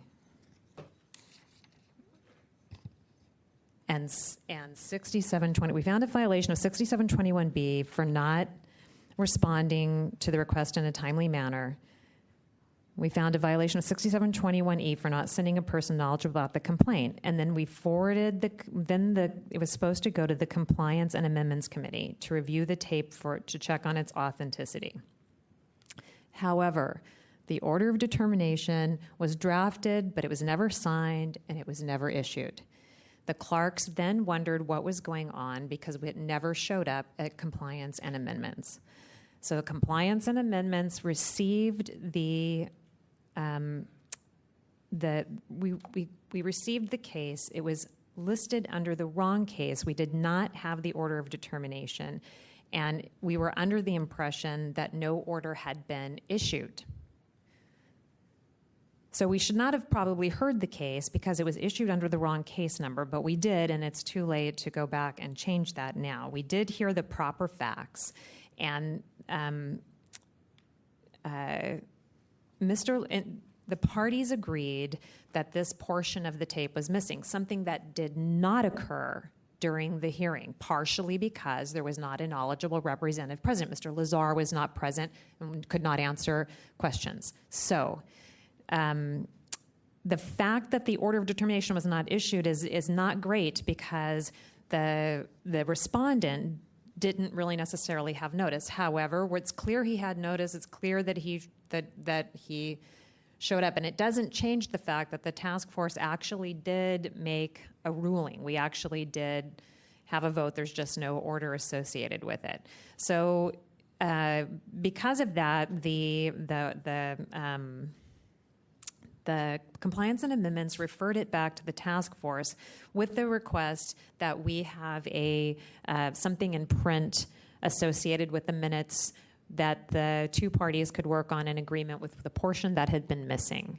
At the time that we heard this back in April, or found the violation back in April, we had not yet, our copy of the Sunshine Ordinance did not have 6714C. That came out at a later hearing, which requires them to record everything, and Mr. Lazar had no explanation for why the tape had that section missing, nor was there any sound associated with a defect or anything like that. He couldn't explain, but he agreed that just that odd place was missing. So when it came back to us, we had it agendized with only the idea that we could discuss this reprint of the minutes. Again, under the impression that there had not been an order issued. So now it's back again. It is a reconsideration. I checked with DCA 3, who says it's okay to reconsider it now. It's been, we noticed it last time that we were going to reconsider it. The order of determination was not issued, but DCA 3 says that it's okay for it to be reconsidered. It was properly agendized. There's been a number of different notices because we had then wanted to find this. We may want to find other violations, but we had then tried to notice it. We had then been interested and had a discussion about this violation of 6714C. So that's kind of where it's at. And is Mr. Matos still here? Okay. I can't see you back there. And I'm sorry they had to sit here all of this time. I'm not really sure what we're going to do about all of these complaints, but we'll go through the process. If you remember that this is a portion of a tape that's missing. We've heard this a number of times, so I don't want to go off on a tangent only because it's very late. So if you could focus now on these are the reason it's being reconsidered, just to make the record perfectly clear, is because this new evidence, that's why we reconsider facts. And it was part of the reason, I think it was Vice Chair Wolf that suggested it go to compliance and amendments for review of the tape, although we had no idea that Mr. Lazar would show up and then admit that that a section was missing. So that's new evidence. That's why we're reconsidering it. And if when you come up and do your 5 minutes, it would be great if you could try to focus in now on where to go from there with this new information, as opposed to, you could give a brief history, but as opposed to a long history, so that we don't then have a lot of questions about what it is that you're after now. Does that make sense? Okay. Is everybody on the...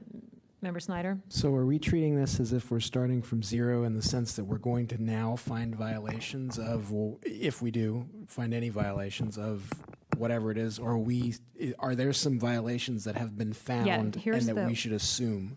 Here is the order of determination, and this has been found. This has been found. So the 6721B, this was voted on and approved, but it was never issued. But that doesn't change the fact that we voted on it. You understand what I'm saying? It right.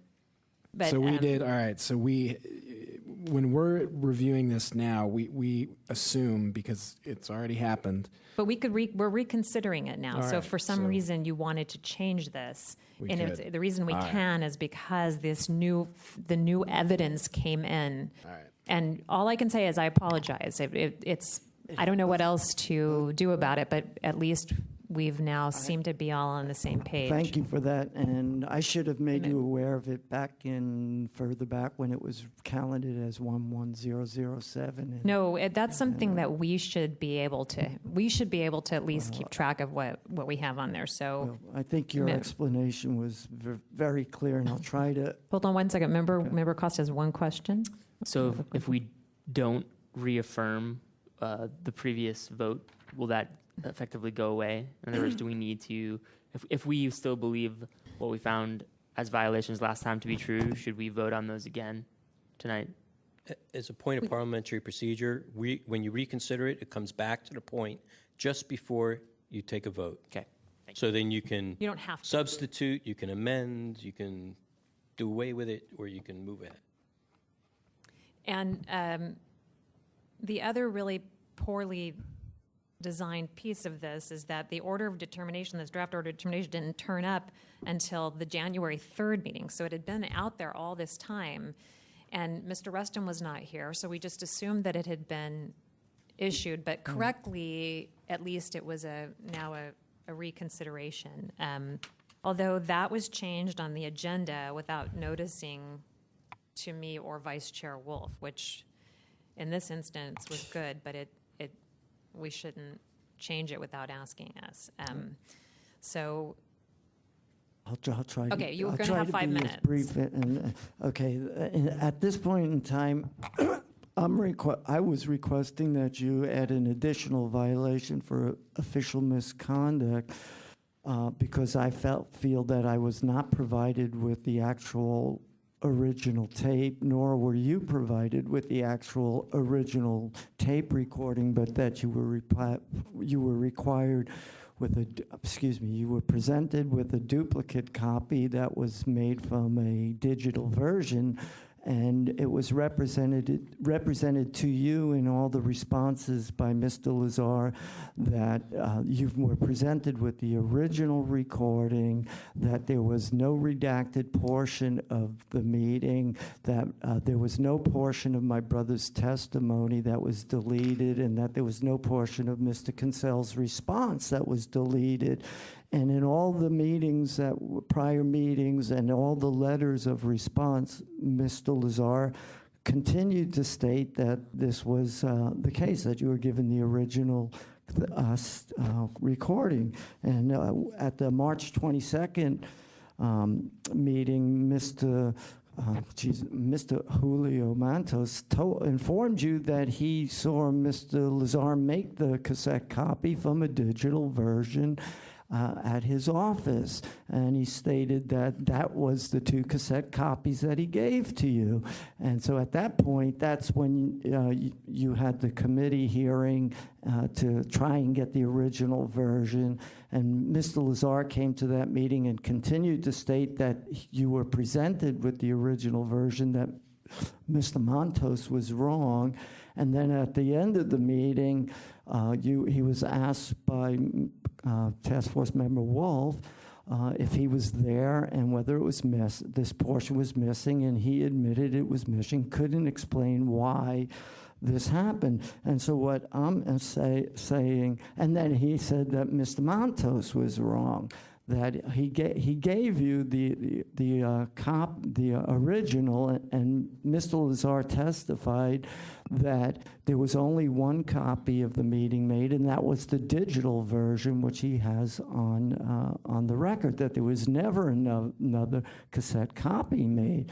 And then at the next meeting, Mr.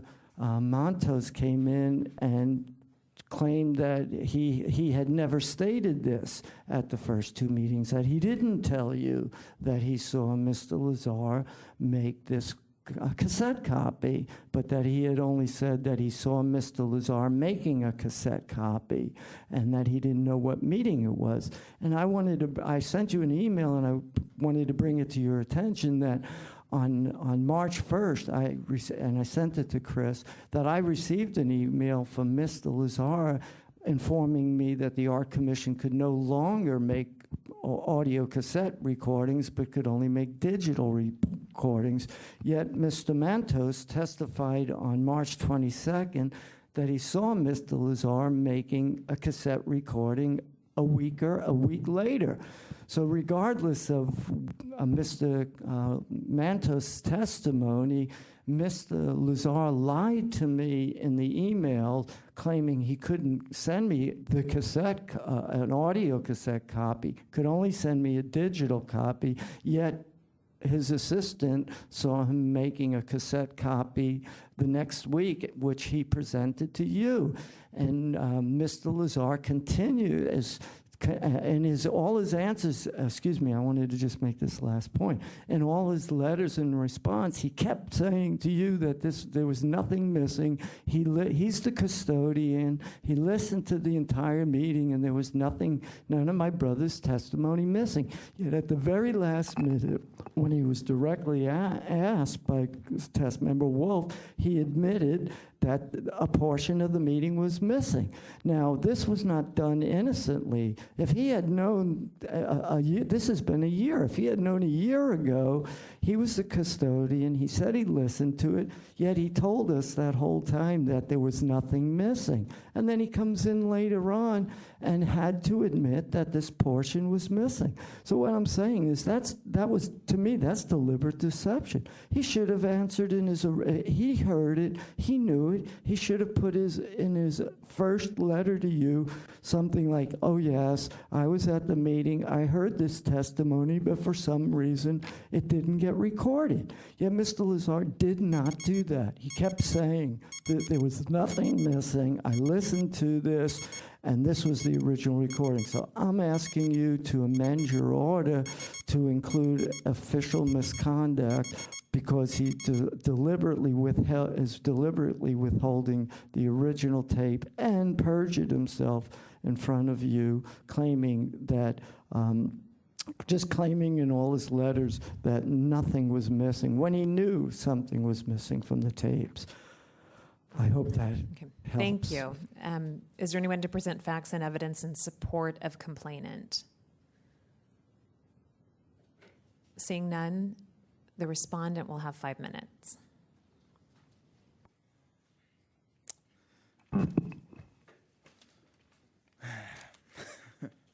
I'm Julio Matos, representing the Arts Commission and Street Artist Program Director Howard Lazar. As their representative, I was asked to deliver to you the following statement from Mr. Lazar relating to the recommendation of the Compliance and Amendments Committee, and according to your agenda this evening, your reconsideration of file number 11008. As we stated before you on December 14th, with respect to the recommendation of the Compliance and Amendments Committee, Mr. Clark is welcome to send me his suggestions for amending the minutes of the Arts Commission Street Artists Committee. I will then submit recommended minutes to the Street Artists Committee for its consideration and possible approval. Furthermore, I hereby respectfully request that you immediately return the original master audio tapes of the entire January 12th, 2011 meeting of the Street Artists Committee, which we gave to you at your hearing of March 22nd, 2011. While we were under no obligation to provide you with the original master recordings, we earnestly provided you with these masters in hope that you would expeditiously make a determination relative to the complaint. However, as of today, you have been in possession of these 2 original Arts Commission audio tapes for a period of 10 months. As an official custodian of these recordings, I again respectfully request that you give these tapes to Mr. Matos this evening. Sincerely, Howard Lazar.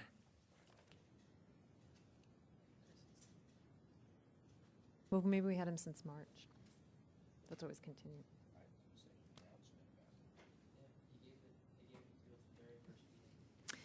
Is there anybody to present facts and evidence in support of respondent? Okay, seeing none, the matter is with the task force. I will just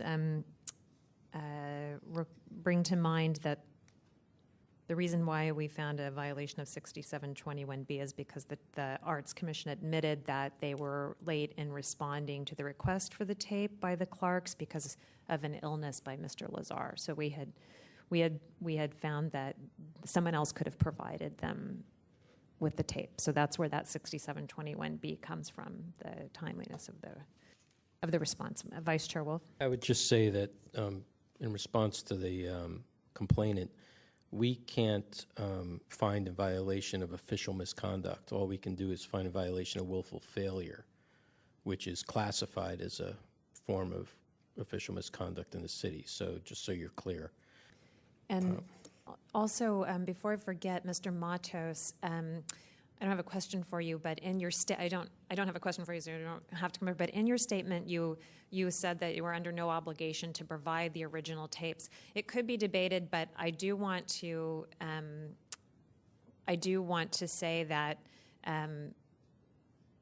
we did find an order requesting the tapes. I don't know if that. I just want to make sure, but it was never issued to you. And we found the order with, here, but there was that is an issue.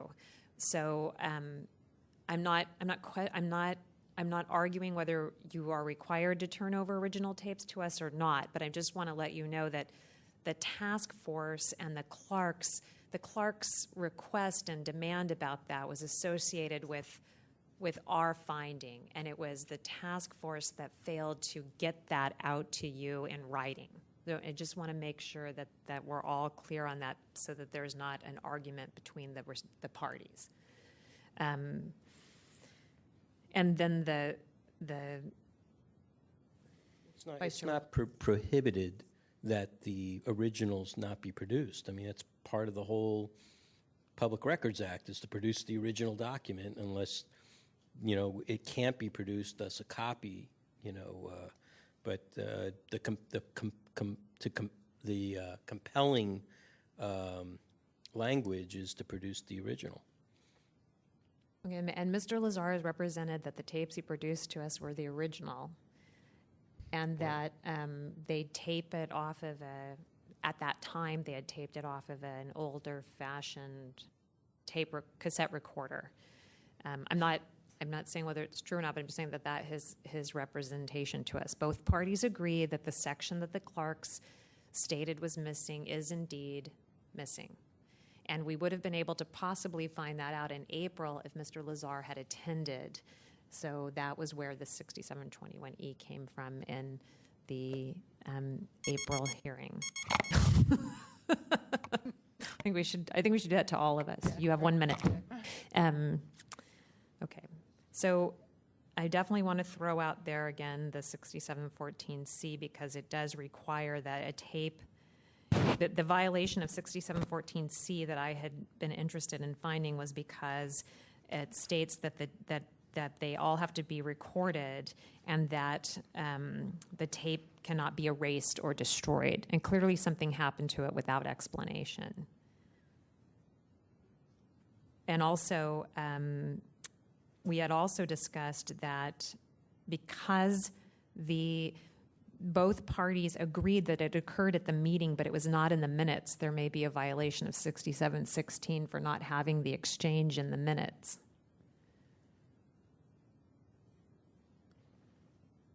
It was public comment, the exchange that's missing. It was a rowdy public comment.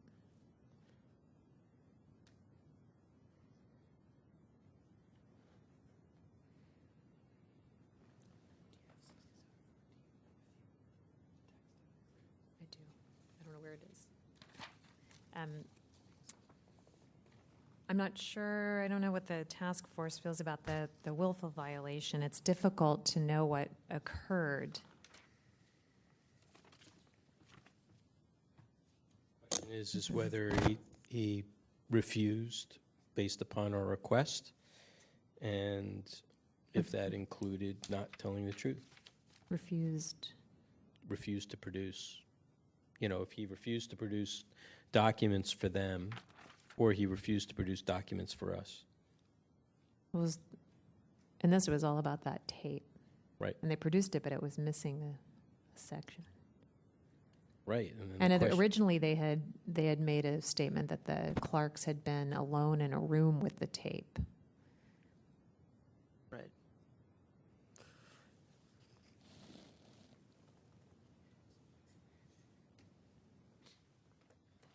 So, do you want to go to rebuttal and then? Okay, so let's go to rebuttal. It's the respondent first, and then the complainant. Do you have any rebuttal marks? Okay, so the record will reflect that the respondent has said from the seated portion of the room that he has no rebuttal remarks. So the complainant will have 3 minutes for rebuttal remarks. I just want to keep at it that the whole time he was asked whether or not this took place, whether or not there was missing. I'm saying the cassette that you received was not what I asked for, which was or what you asked for was the original cassette, but that it was a duplicate copy of a redacted portion of the meeting. It was not. It was deliberately. A portion was deliberately deleted. That's why it's also not in the minutes. And I just want to keep on that. When I filed this, the answer that I was given was that that nothing was missing from the tape at all, that he was the custodian of the tape, he listened to the whole tape, and that no portion of my brother's testimony was missing. He was at the meeting. He heard everything that was stated there.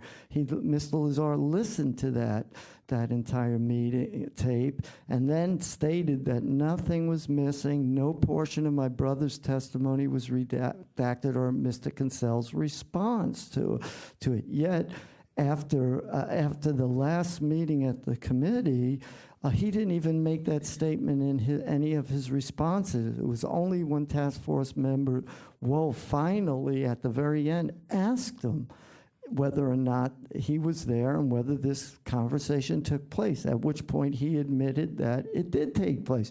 Well, that's evidence, that's direct evidence that shows that he deliberately withheld that knowledge from you and that he lied in his initial answers and all the answers, and still tonight that he's saying that that is actually the original tape. You have testimony, numerous statements were made by his assistant after drilling by all of you because you were confused, that you asked him, is this the original tape? And Mr. Montes says, well, he said he couldn't have doctored this tape because I saw him make this cassette copy on March 8th. I walked into the office, Mr. Lazar was in the process of making this cassette copy. And then he gave it to me, and I gave it to you. It's the two tapes you have there. That's the language that he used. Now, if that isn't clear testimony that Mr. Lazar is still lying to you, claiming that these two tapes are the original copy, I don't know what more you need. And the fact is Mr. Lazar came in and testified no cassette copies were ever made of this. The only copy of this original meeting was a digital version. Yet you have the direct testimony of Mr. Lazar's assistants that he saw him make a cassette copy. Now, and he lied to me in my email, refusing to send me a cassette copy because I asked for an audio copy, and he refused to give it to me. So what was he doing? Setting everybody up to claim that, oh, we can't make audio recordings, so therefore I can only give you this digital version, which had a redacted portion of the testimony. So I'm saying to you that Mr. Lazar lied to you and is still lying to you about this being the tape you have being the original. Thank you. Okay, Thank you. sorry. It's okay. Thank you. Okay, the matter's back with the task force. Member Costa. Yeah, I really think that there is willful failure here. I think that there's some really weird stuff going on with this tape. I think that, we've heard many different accounts that really are not reconcilable. Thank you for the word, Member Snyder. Yeah, at first apparently Mr. Lazar tells Mr. Clark that they can no longer make tape copies, that it's only recorded digitally and he can only provide a digital copy. However, Mr. Matos' original testimony is that he watched Mr. Lazar make the tape copy from the digital copy, which I guess, I don't know, I don't even know how that really squares with Mr. Lazar's original representation. However, Mr. Lazar then turns around and is representing this tape copy as the original, which conflicts with Mr. Matos' testimony. So it just seems like there's a lot going on there. But even if we just bracket that all out, to me, the mere fact that Mr. Lazar, for several months, is representing that there's nothing missing, and then when it comes time for the Compliance and Amendments Committee hearing, decides that, oh, actually there is something missing. Can you confirm where he is representing there was nothing missing? Mr. Clark is testifying that Is there an email, or can you confirm? Yes, it's in his official response to you and to my complaint. Do we have that here? You should, and it's in all the testimony, in the letters that were read by Mr. Mantos at all the committees. Okay. Mr. Montos, excuse me. In all the letters that were read by Mr. Montos at all the committees, he states in it that there was nothing missing. So that's all part of the public record. Okay, hold on one moment. Let me just look at this before you go on.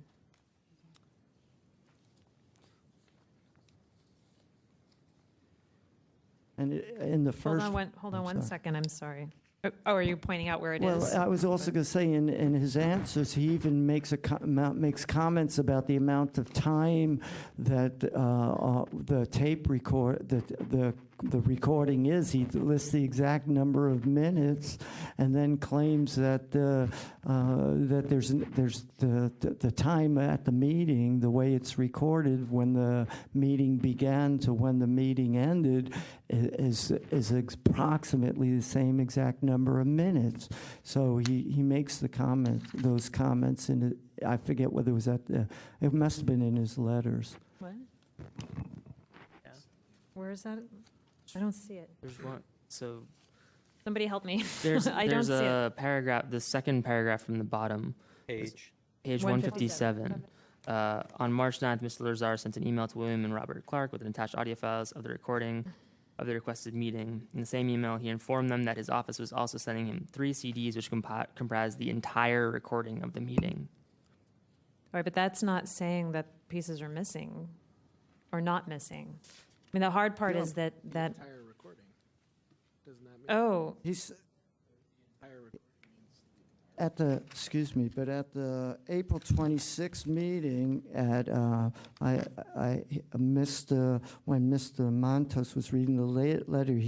This is what he says. He states, and he's talking about Mr. Lazar. He states as custodian of the tapes that Howard has listened to them and determined that nothing was redacted. States nothing was redacted, and later on he states that none of the portions are of Mr. Clark's. He says the complaint is unfounded because that he listened to the whole tape, that nothing is missing of Mr. Clark's test, public comment, or any response.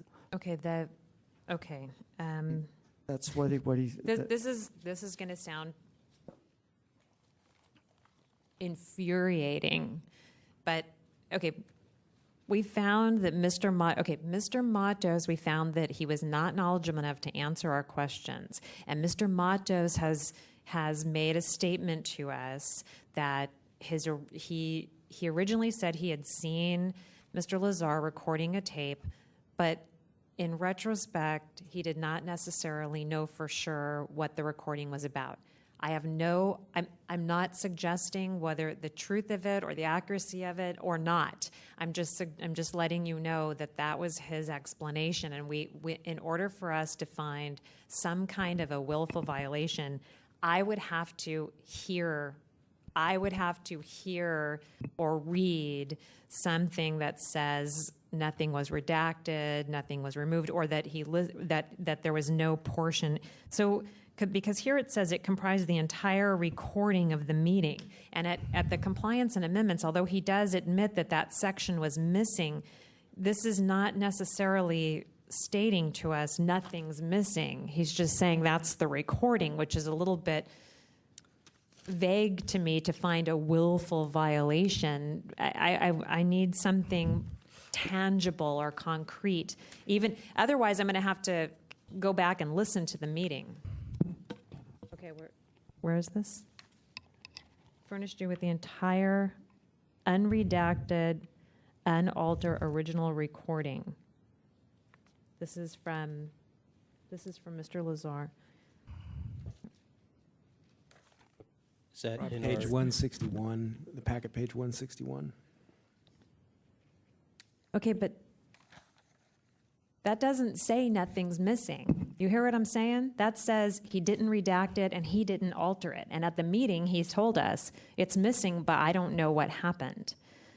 So in order to find a willful violation... Oh, you're saying he thought it was unredacted, but then later discovered that there were pieces missing. I'm not saying that that's the truth, but I'm saying that we don't have a... There's nothing here that says... Is there a timing one? Or So this letter says, or this email was on May 25th, 2011.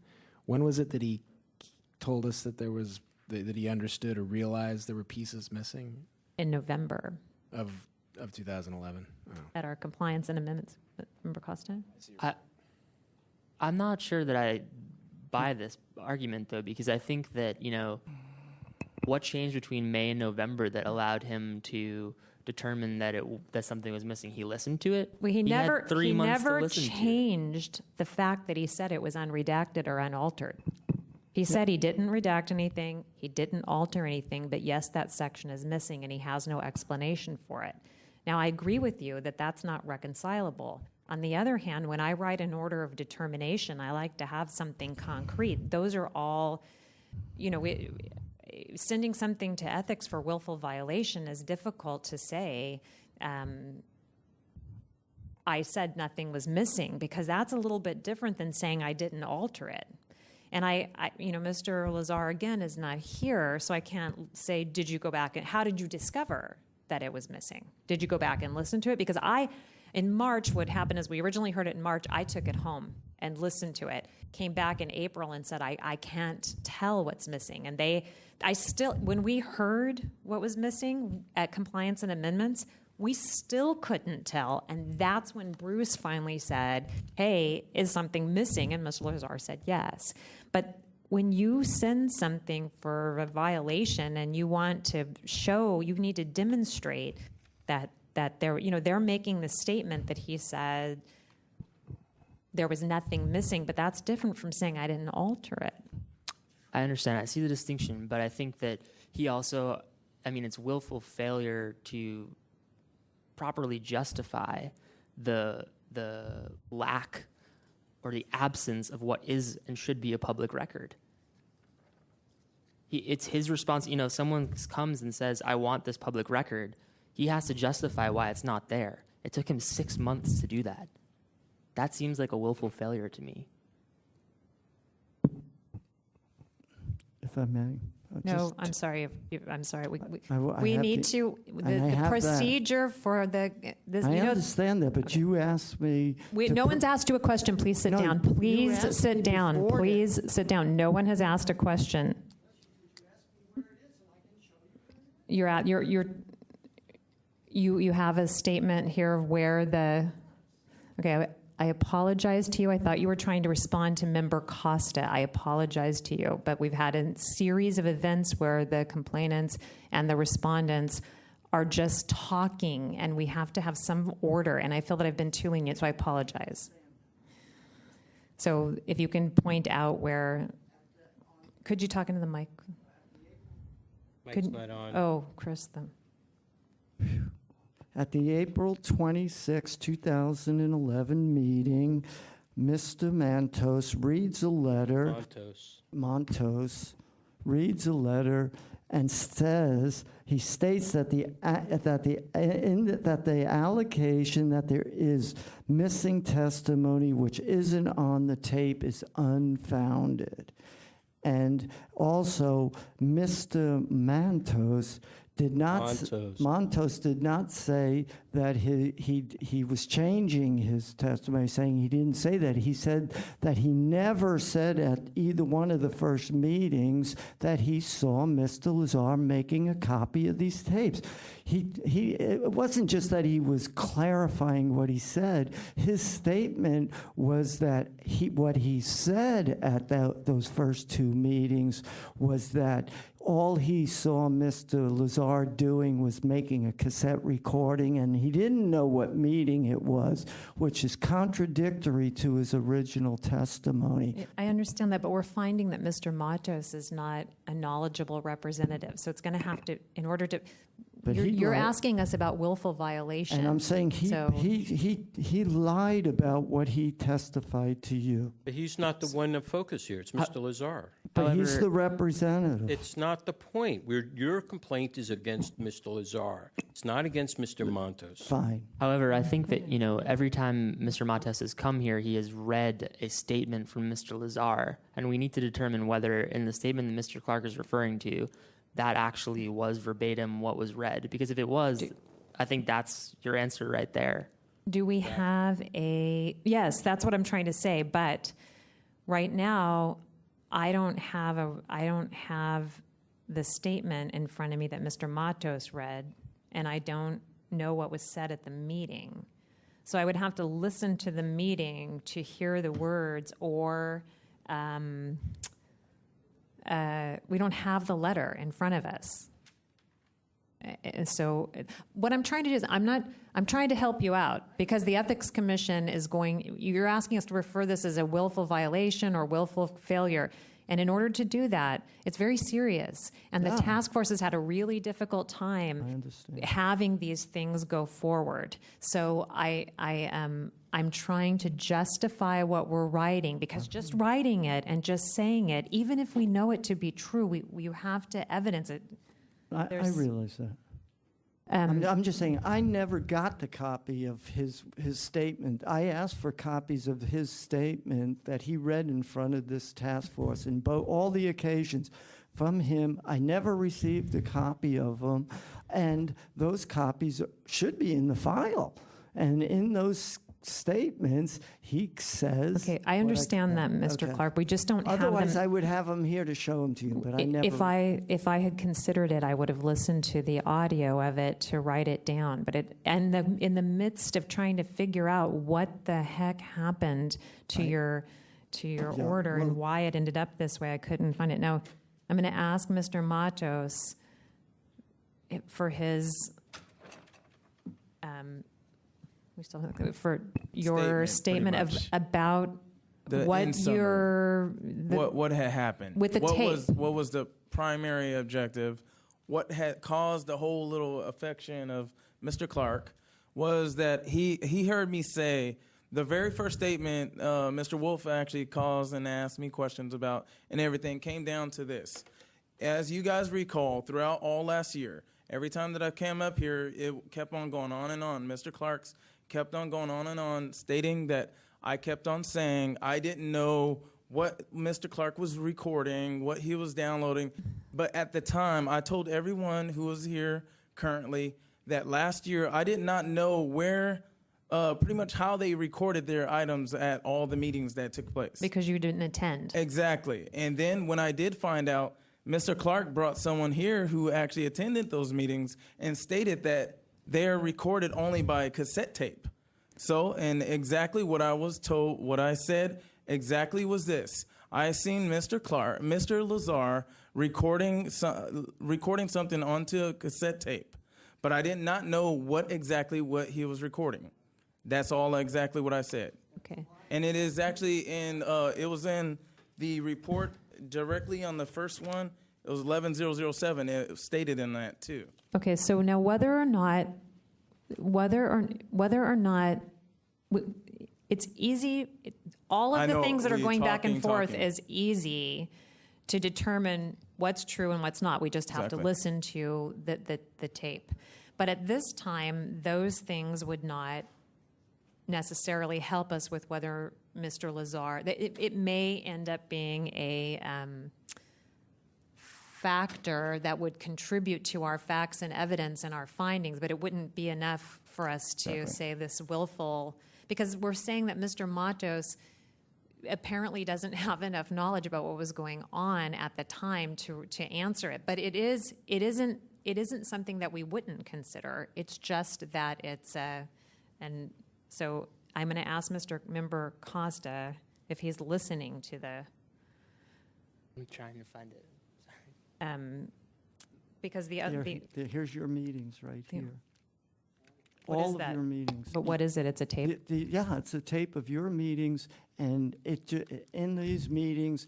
Okay, but I understand that, Mr. Clark, but I'm just saying I have access to it, but I can't listen to it right this second unless Member Costa on it, because the only other thing would be to either leave off the willful portion of it or potentially continue it so that we can listen to the tape and listen to our audio and have it be crystal clear that that's what was said. I'm not suggesting that you're lying or anything like that. I'm just saying I brought the tapes here to show you that I bothered to record them and brought them here because the testimony is contradictory, and I have I can go to the right spots where he reads his letters and responses and makes these statements, and his actual testimony is here. And now he's claiming he said something else. So the representative of this... Okay, Mr. Clark, we understand that. We do hear what you're saying, but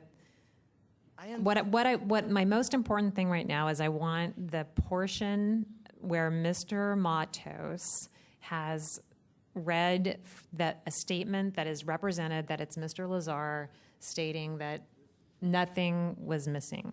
I don't know if we have... I'm just saying, if you need to listen to the tapes, I'm willing to continue it, because this is a year, this is the 6th hearing, and I'm tired of them doing what they're doing. And if it's necessary for you to listen to all your meetings and to do that, hey, I'm all happy, because I know what I'm saying. I just need verification that is what was read. I don't have a distinct recollection, and the things that are in here after are the last saying... hearings, I could understand why you might not remember anything. So, I mean... I remember quite a bit, which I think some of the people So are... I'm just saying, if you want to continue it, because my car's parked and I don't want to get towed or anything like that. If you want to continue it to give you an opportunity to read the Well, letters... I don't know how the other task force... I don't know if you want to... I mean, the other question that we're going to have for you is, the Compliance and Amendments Committee had wanted to make some kind of a resolution. Yeah, We cannot go back and recreate the tape. Are you still going to be working with the Arts Commission about the minutes? What I would like to do is, in the minutes, include some language, which I've already written up in the minutes. Also, but in the minutes, this portion was not included in the official audio. No, in the minutes I want to put that. But what I also would like to do is that, since the version of that the Art Commission has now is a digital version, which Mr. Lazar admits is a digital copy of the original, I would like them to include at that portion just a short statement saying, for some unknown reason, there's a missing portion, and please refer to the minutes for, there's a missing portion in Mr. Clark's testimony. This is not the original copy I'm asking to be altered. I would like them to put it into their digital version, which, if somebody requests a copy, they make their copies from that digital version. Just a short statement that says, there's a portion missing, and please refer to the minutes. The task force can consider that, but I'm reluctant to further alter in any way a meeting tape. It's very... But you're not altering. Yeah, that's an the altering, official. putting something in the middle of a meeting that didn't happen at the meeting. So It we did really have to happen take at that the meeting. They testified that it happened. A person at the making meeting. a statement didn't happen. So you'd be inserting the statement into a meeting that you would clearly be altering the tape, and we would have to take that into consideration. I understand your arguments about it. I'm just saying, well, I think it's important that be done. Otherwise, somebody who listens to that copy of the meeting won't even know that this took place. All right. I don't know what, Vice Chair Wolf? First of all, I want to say that I'm not pleased that Mr. Montos is here reading a written statement from the actual respondent. I think that's unacceptable. I don't think we should accept it anymore. It's not a good practice. These people are responsible for showing up when they are the ones named as the complainant. So I would rather just excuse Mr. Montos altogether, because you're right, he has no knowledge of any of this, and he shouldn't be included, and he shouldn't be referenced unless specifically he is named as a complainant or he is party to part of it that he can provide information. Second of all, written minutes are prime, okay? Written minutes are prime, okay? Before there was audio recordings, there was written minutes. That is what usually holds, in my view, hold prime over audio recordings. We're fortunate to have the technology to do it, and the fact that it didn't work for the complainant's purposes is unfortunate. But I agree with the chair that we cannot ask that recording to be altered. But what you can do is include a piece of paper in there, or a sticker, or something on wherever it gets reproduced, that at this time code this is missing. Okay? When you post it on the web, you could put a little note saying the same exact thing. And I think that's it. Now, as far as the willful failure is concerned, I mean, we can only deal with that with Mr. Lazar. We have certain statements. We have things that he said that he didn't say. Okay, let's see if we can get through those and move on. Mr. Hartz has been sitting here for a long time. I usually see he's always at the end of the agenda and not at the beginning. So what if we can get to him? Okay, we just don't have anything in front of us that is written or audio of it. Perhaps I'm just one person. I'm just one person. Mr. Clark, you've got to be seated. You must remain seated.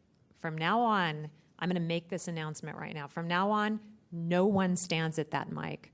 We've been very lenient, and I cannot continue to do it. It's very difficult. The Sunshine Ordinance Task Force is this is not just for you. I'm tired too. And we are very tired. And I work really hard. Why should you run the meeting? Were you going to let me speak?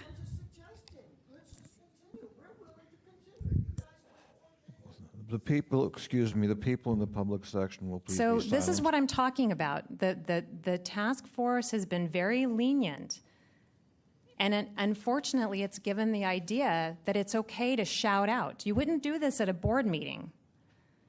And I understand it's frustrating. I understand it. But we have to be very careful about what we write in an order of determination. It's very difficult. So I'm just one person. And Member Snyder and Member Costa had a discussion about the language of unaltered and unredacted.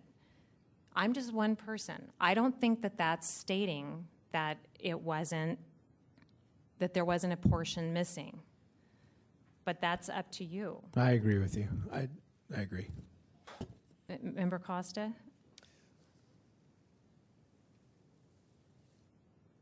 So two things. I mean, I'm trying to listen to it sort of in one ear, so I'm not getting the closest listen. But there is a statement, pretty conflicting testimony from what Mr. Matos is reading of Mr. Lazar's, where he first says that there are no blank spaces, and then says Say that again? There are no blank spaces on the tape. However, then says something that the only blank space is where the tape's flipped over, and says that this happened while Mr. Clark was trying to answer a question.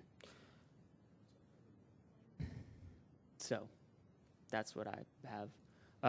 But, I mean, I think that Member Wolf's point is well taken. You know, if there is that omission, the minutes should reflect that.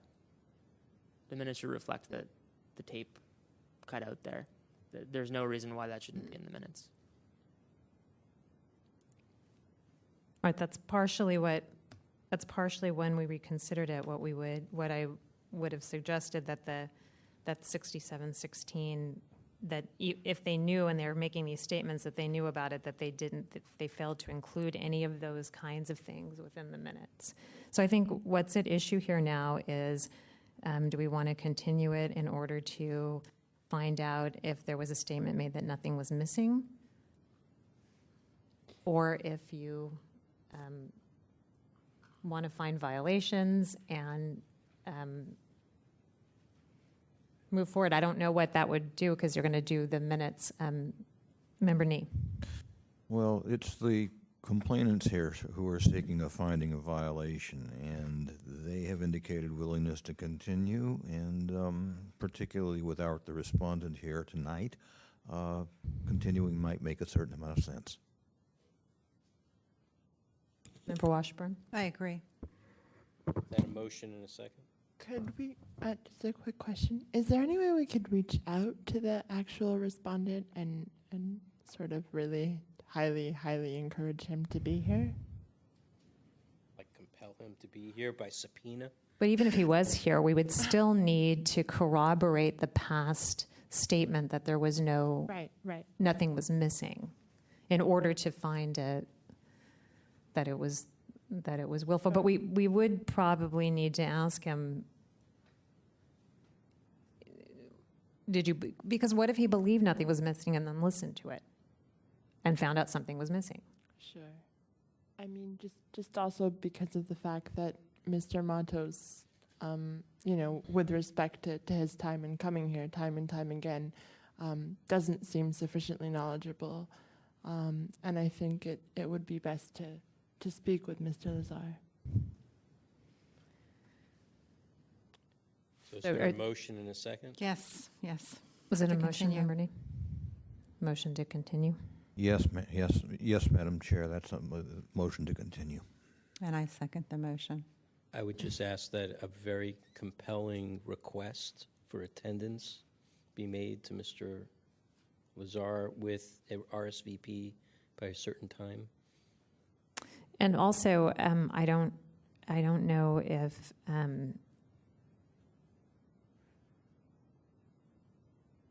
Mr. Clark made a formal request to the Arts Commission for the letter that Mr. Matos read, but it would be great if you could forward that to Mr. Rustam, the letter that Mr. Lazar read, the letter that you read from Mr. Lazar at the hearings in March and April. Madam Chair, I would just go as far as to say, let's make that request for attendance with the RSVP, and if Mr. Lazar doesn't show up at the next meeting, then I'll find him at willful failure for not showing up. And then, is there public comment on the motion to continue? I also want to tell you that I will listen to the meetings. I encourage other people to listen too, but I will definitely listen for that particular. And as well as your concern about the testimony of what Mr. Matos had stated. I'm sorry, public comment? I think to continue it is appropriate. I also think that you need to really reach out to the Arts Commission. Member Wolf was at one of their meetings and saw a number of issues related to how they handled that meeting. I attended a nominating committee meeting the first week of this month where the chair admitted to having polled all of the members of the commission and decided that they were going to nominate this person for president and this person for vice president. And then I went to a visual arts committee meeting just last Monday, and they are so hostile to the public, it is not believable. They allow 5 minutes for agenda items. They spend 7 minutes for the staff to give a report, another 5 minutes for them to discuss it, and then when a member of the public stands up, they go, or roll their eyes or whatever, and they're hostile. They're actually literally hostile and keep saying continually, we need to get through with this. We're running late on time. This is taking up time in the middle of your comments. They just have absolutely no idea of what's going on. And then what they do in those visual arts committee meetings, they have minimal discussion. The staff gives a report, and then all of the stuff in that goes on to the consent agenda at the Arts Commission meeting where they have no discussion. So everything's done by the staff out of sight of the public.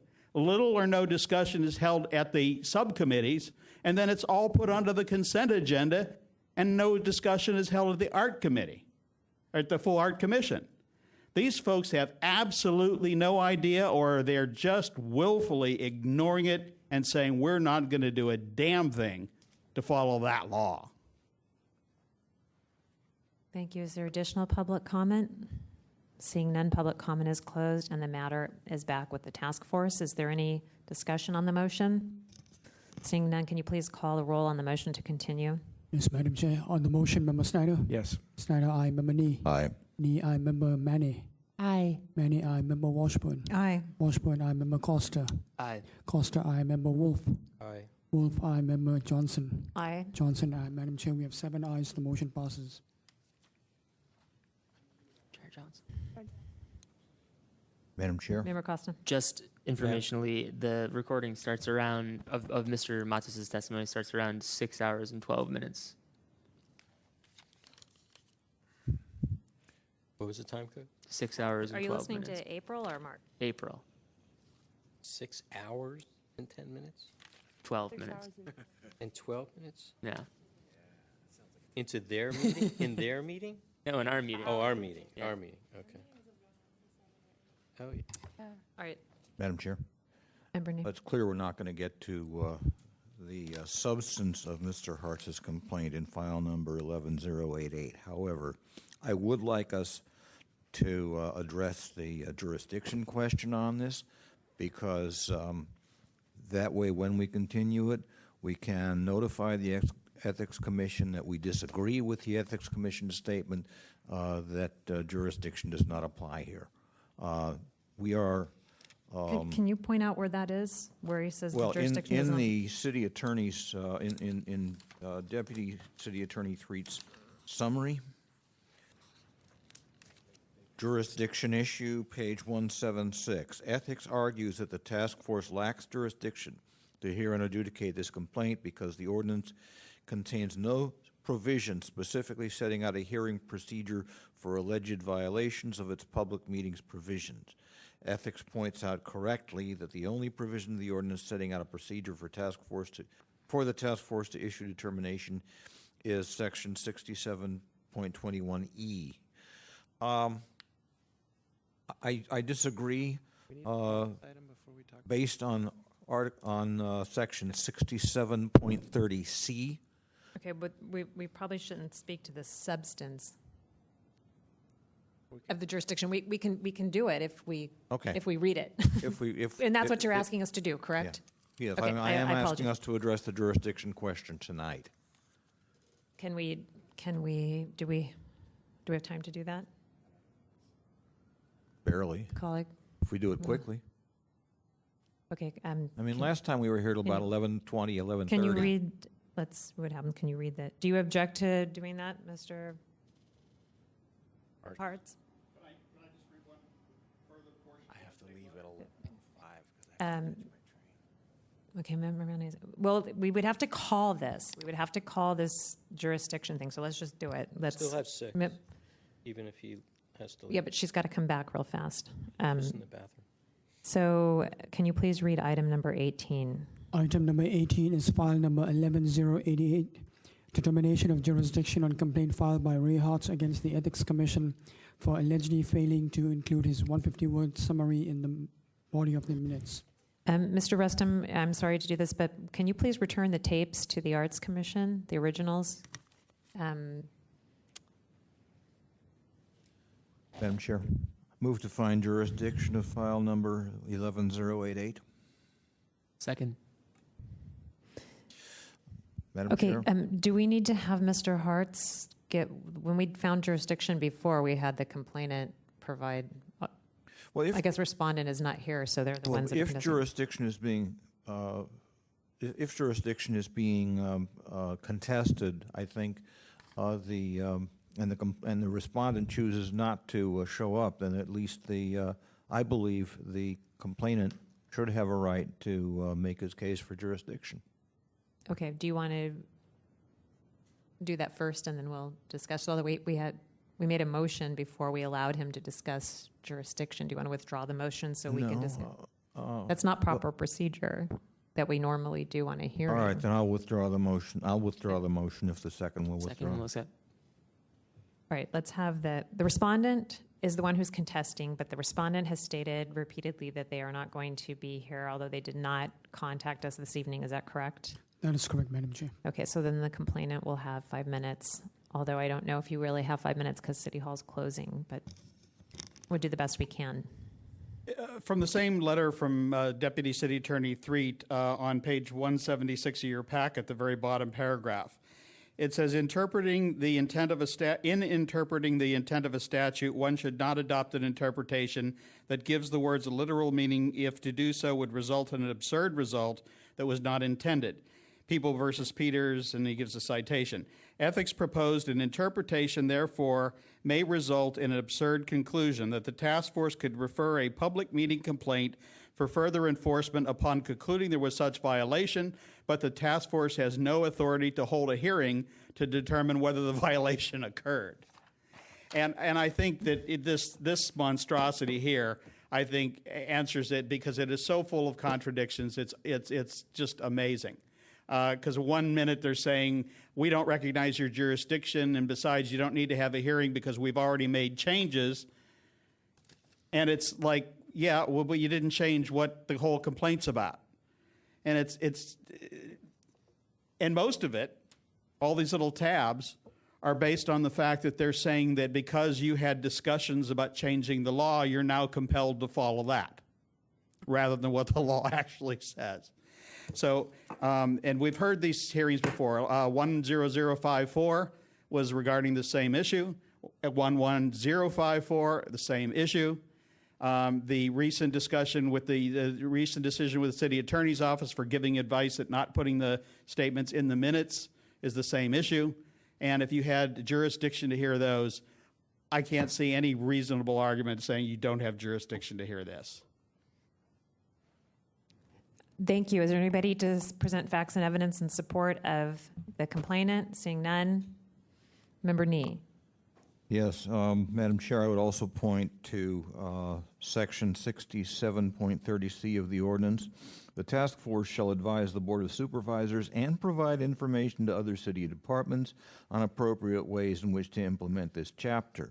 In hearing this matter, in hearing this complaint, this would enable us to determine if such advice needs to go to ethics. Certainly we are acting within our authority here and within our responsibility here. Just to point out quickly that in 176 of DCA 3's memo, and that the last full paragraph in that same 67.30C of the ordinance, he says, nevertheless, ethics neglects to mention section 6730C of the ordinance, which provides, among other things, that, quote, the task force shall make referrals to a municipal office with enforcement power under this ordinance or under the California Public Records Act and the Brown Act, whenever it includes that any person has violated any provisions of this ordinance or the acts. That's the key. And in fact, the Ethics Commission, okay, Member Snyder has to catch his train, but we still have a quorum. The Ethics Commission is, I read it yesterday and I took it out of my purse. I read it to them yesterday in section 15102. Can you help me because you were there? In section 15102, it says that the Ethics Commission has to, can provide provisions for, the Ethics Commission has to collect up the signatures of everybody that works for the city or is elected that is required to take the Sunshine Ordinance training. So they're required to state that that people know about the Sunshine Ordinance. And in fact, they are also, in 15102, it says, it mentions public records and open meetings specifically, that they can make rules and regulations because they're tasked, their duties under the amendments to that. I think it's C3999 something, but it's the amendment, it's the appendix to that, specifically states that their duties are to ensure that and promote the Sunshine or the open meetings. It's the public records and open meetings laws. And this memo does the exact opposite of that. They're encouraging no regulation of the ordinance. They're saying they don't want to hear it and that we don't have an authority to hear it. And the laws that are written by the elected officials are the only ones that they're upholding. The laws that are enacted by the people of the city of San Francisco, they don't want anybody to oversee that. What kind of ethics is that? In addition, the reason why the 6 members of the Ethics Commission can only serve 1 term is because they are not supposed to be influenced politically so that they don't have to worry about being appointed again. Those people never make the decisions. Mr. St. Croix is making these decisions. It's the exact opposite of why they are supposed to have they're not supposed to be appointed more than once. And Mr. St. Croix is making these decisions, and his job is dependent on pleasing the city and the employees here. The person making the decisions is the exact opposite of what they're set up to be. Member Wool. Just real quick, if the maker and the seconder would agree. Oh, they have to remake it, don't they? No, we didn't. You did? I'm sorry, Miss. No, I was going to ask if they agree that maybe we should send a response letter to regarding jurisdiction to the Ethics Commission, just notating without anything else, dear whoever, 67.30C, and then quote that one line in the paragraph, unquote, and that's it. Just send them that. This one that's in the Right. Just send them that with no other words. No, just that one, just that one quote with the section number, and that's it. And So did we remake the motion to find jurisdiction? We did not. You're right. We didn't. So you need to remake the motion. We withdrew it so that he could speak. Can you? Okay. Well, since Member Wolf has a kind of an addendum to it, maybe he should make the all right. motion. So I move to find jurisdiction and to send a response letter to the Ethics Commission citing 67.30C, quote, the task force shall make the referrals, and that sentence that's in that paragraph, and that's it, and then just have the chair sign it. Second. Is Member Costa? For next time, should it be the Ethics Commission named on the agenda, or should it be a specific person? Say that again? Should it be the Ethics Commission as a whole named on the agenda, or should it be a particular individual? It's against the Ethics Commission. I would send it to the entire Ethics Commission because they'll probably wonder why they're getting it. Mm-hmm. Okay. Because Mr. St. Croix probably sent it on That's their sort behalf. of what I'm driving Right, at. Yeah. exactly. Sure. Is there public comment on the motion? Seeing none, public comment is closed. Mr. Rustin, can you please call the roll? On the motion, Member Nee. Aye. Nee, aye. Member Snyder. Snyder absent. Member Manny. Aye. Manny, aye. Member Washburn. Aye. Washburn, aye. Member Costa. Aye. Costa, aye. Member Wolf. Aye. Wolf, aye. Member Johnson. Aye. Johnson, aye. Madam Chair, we have 6 ayes. The motion passes.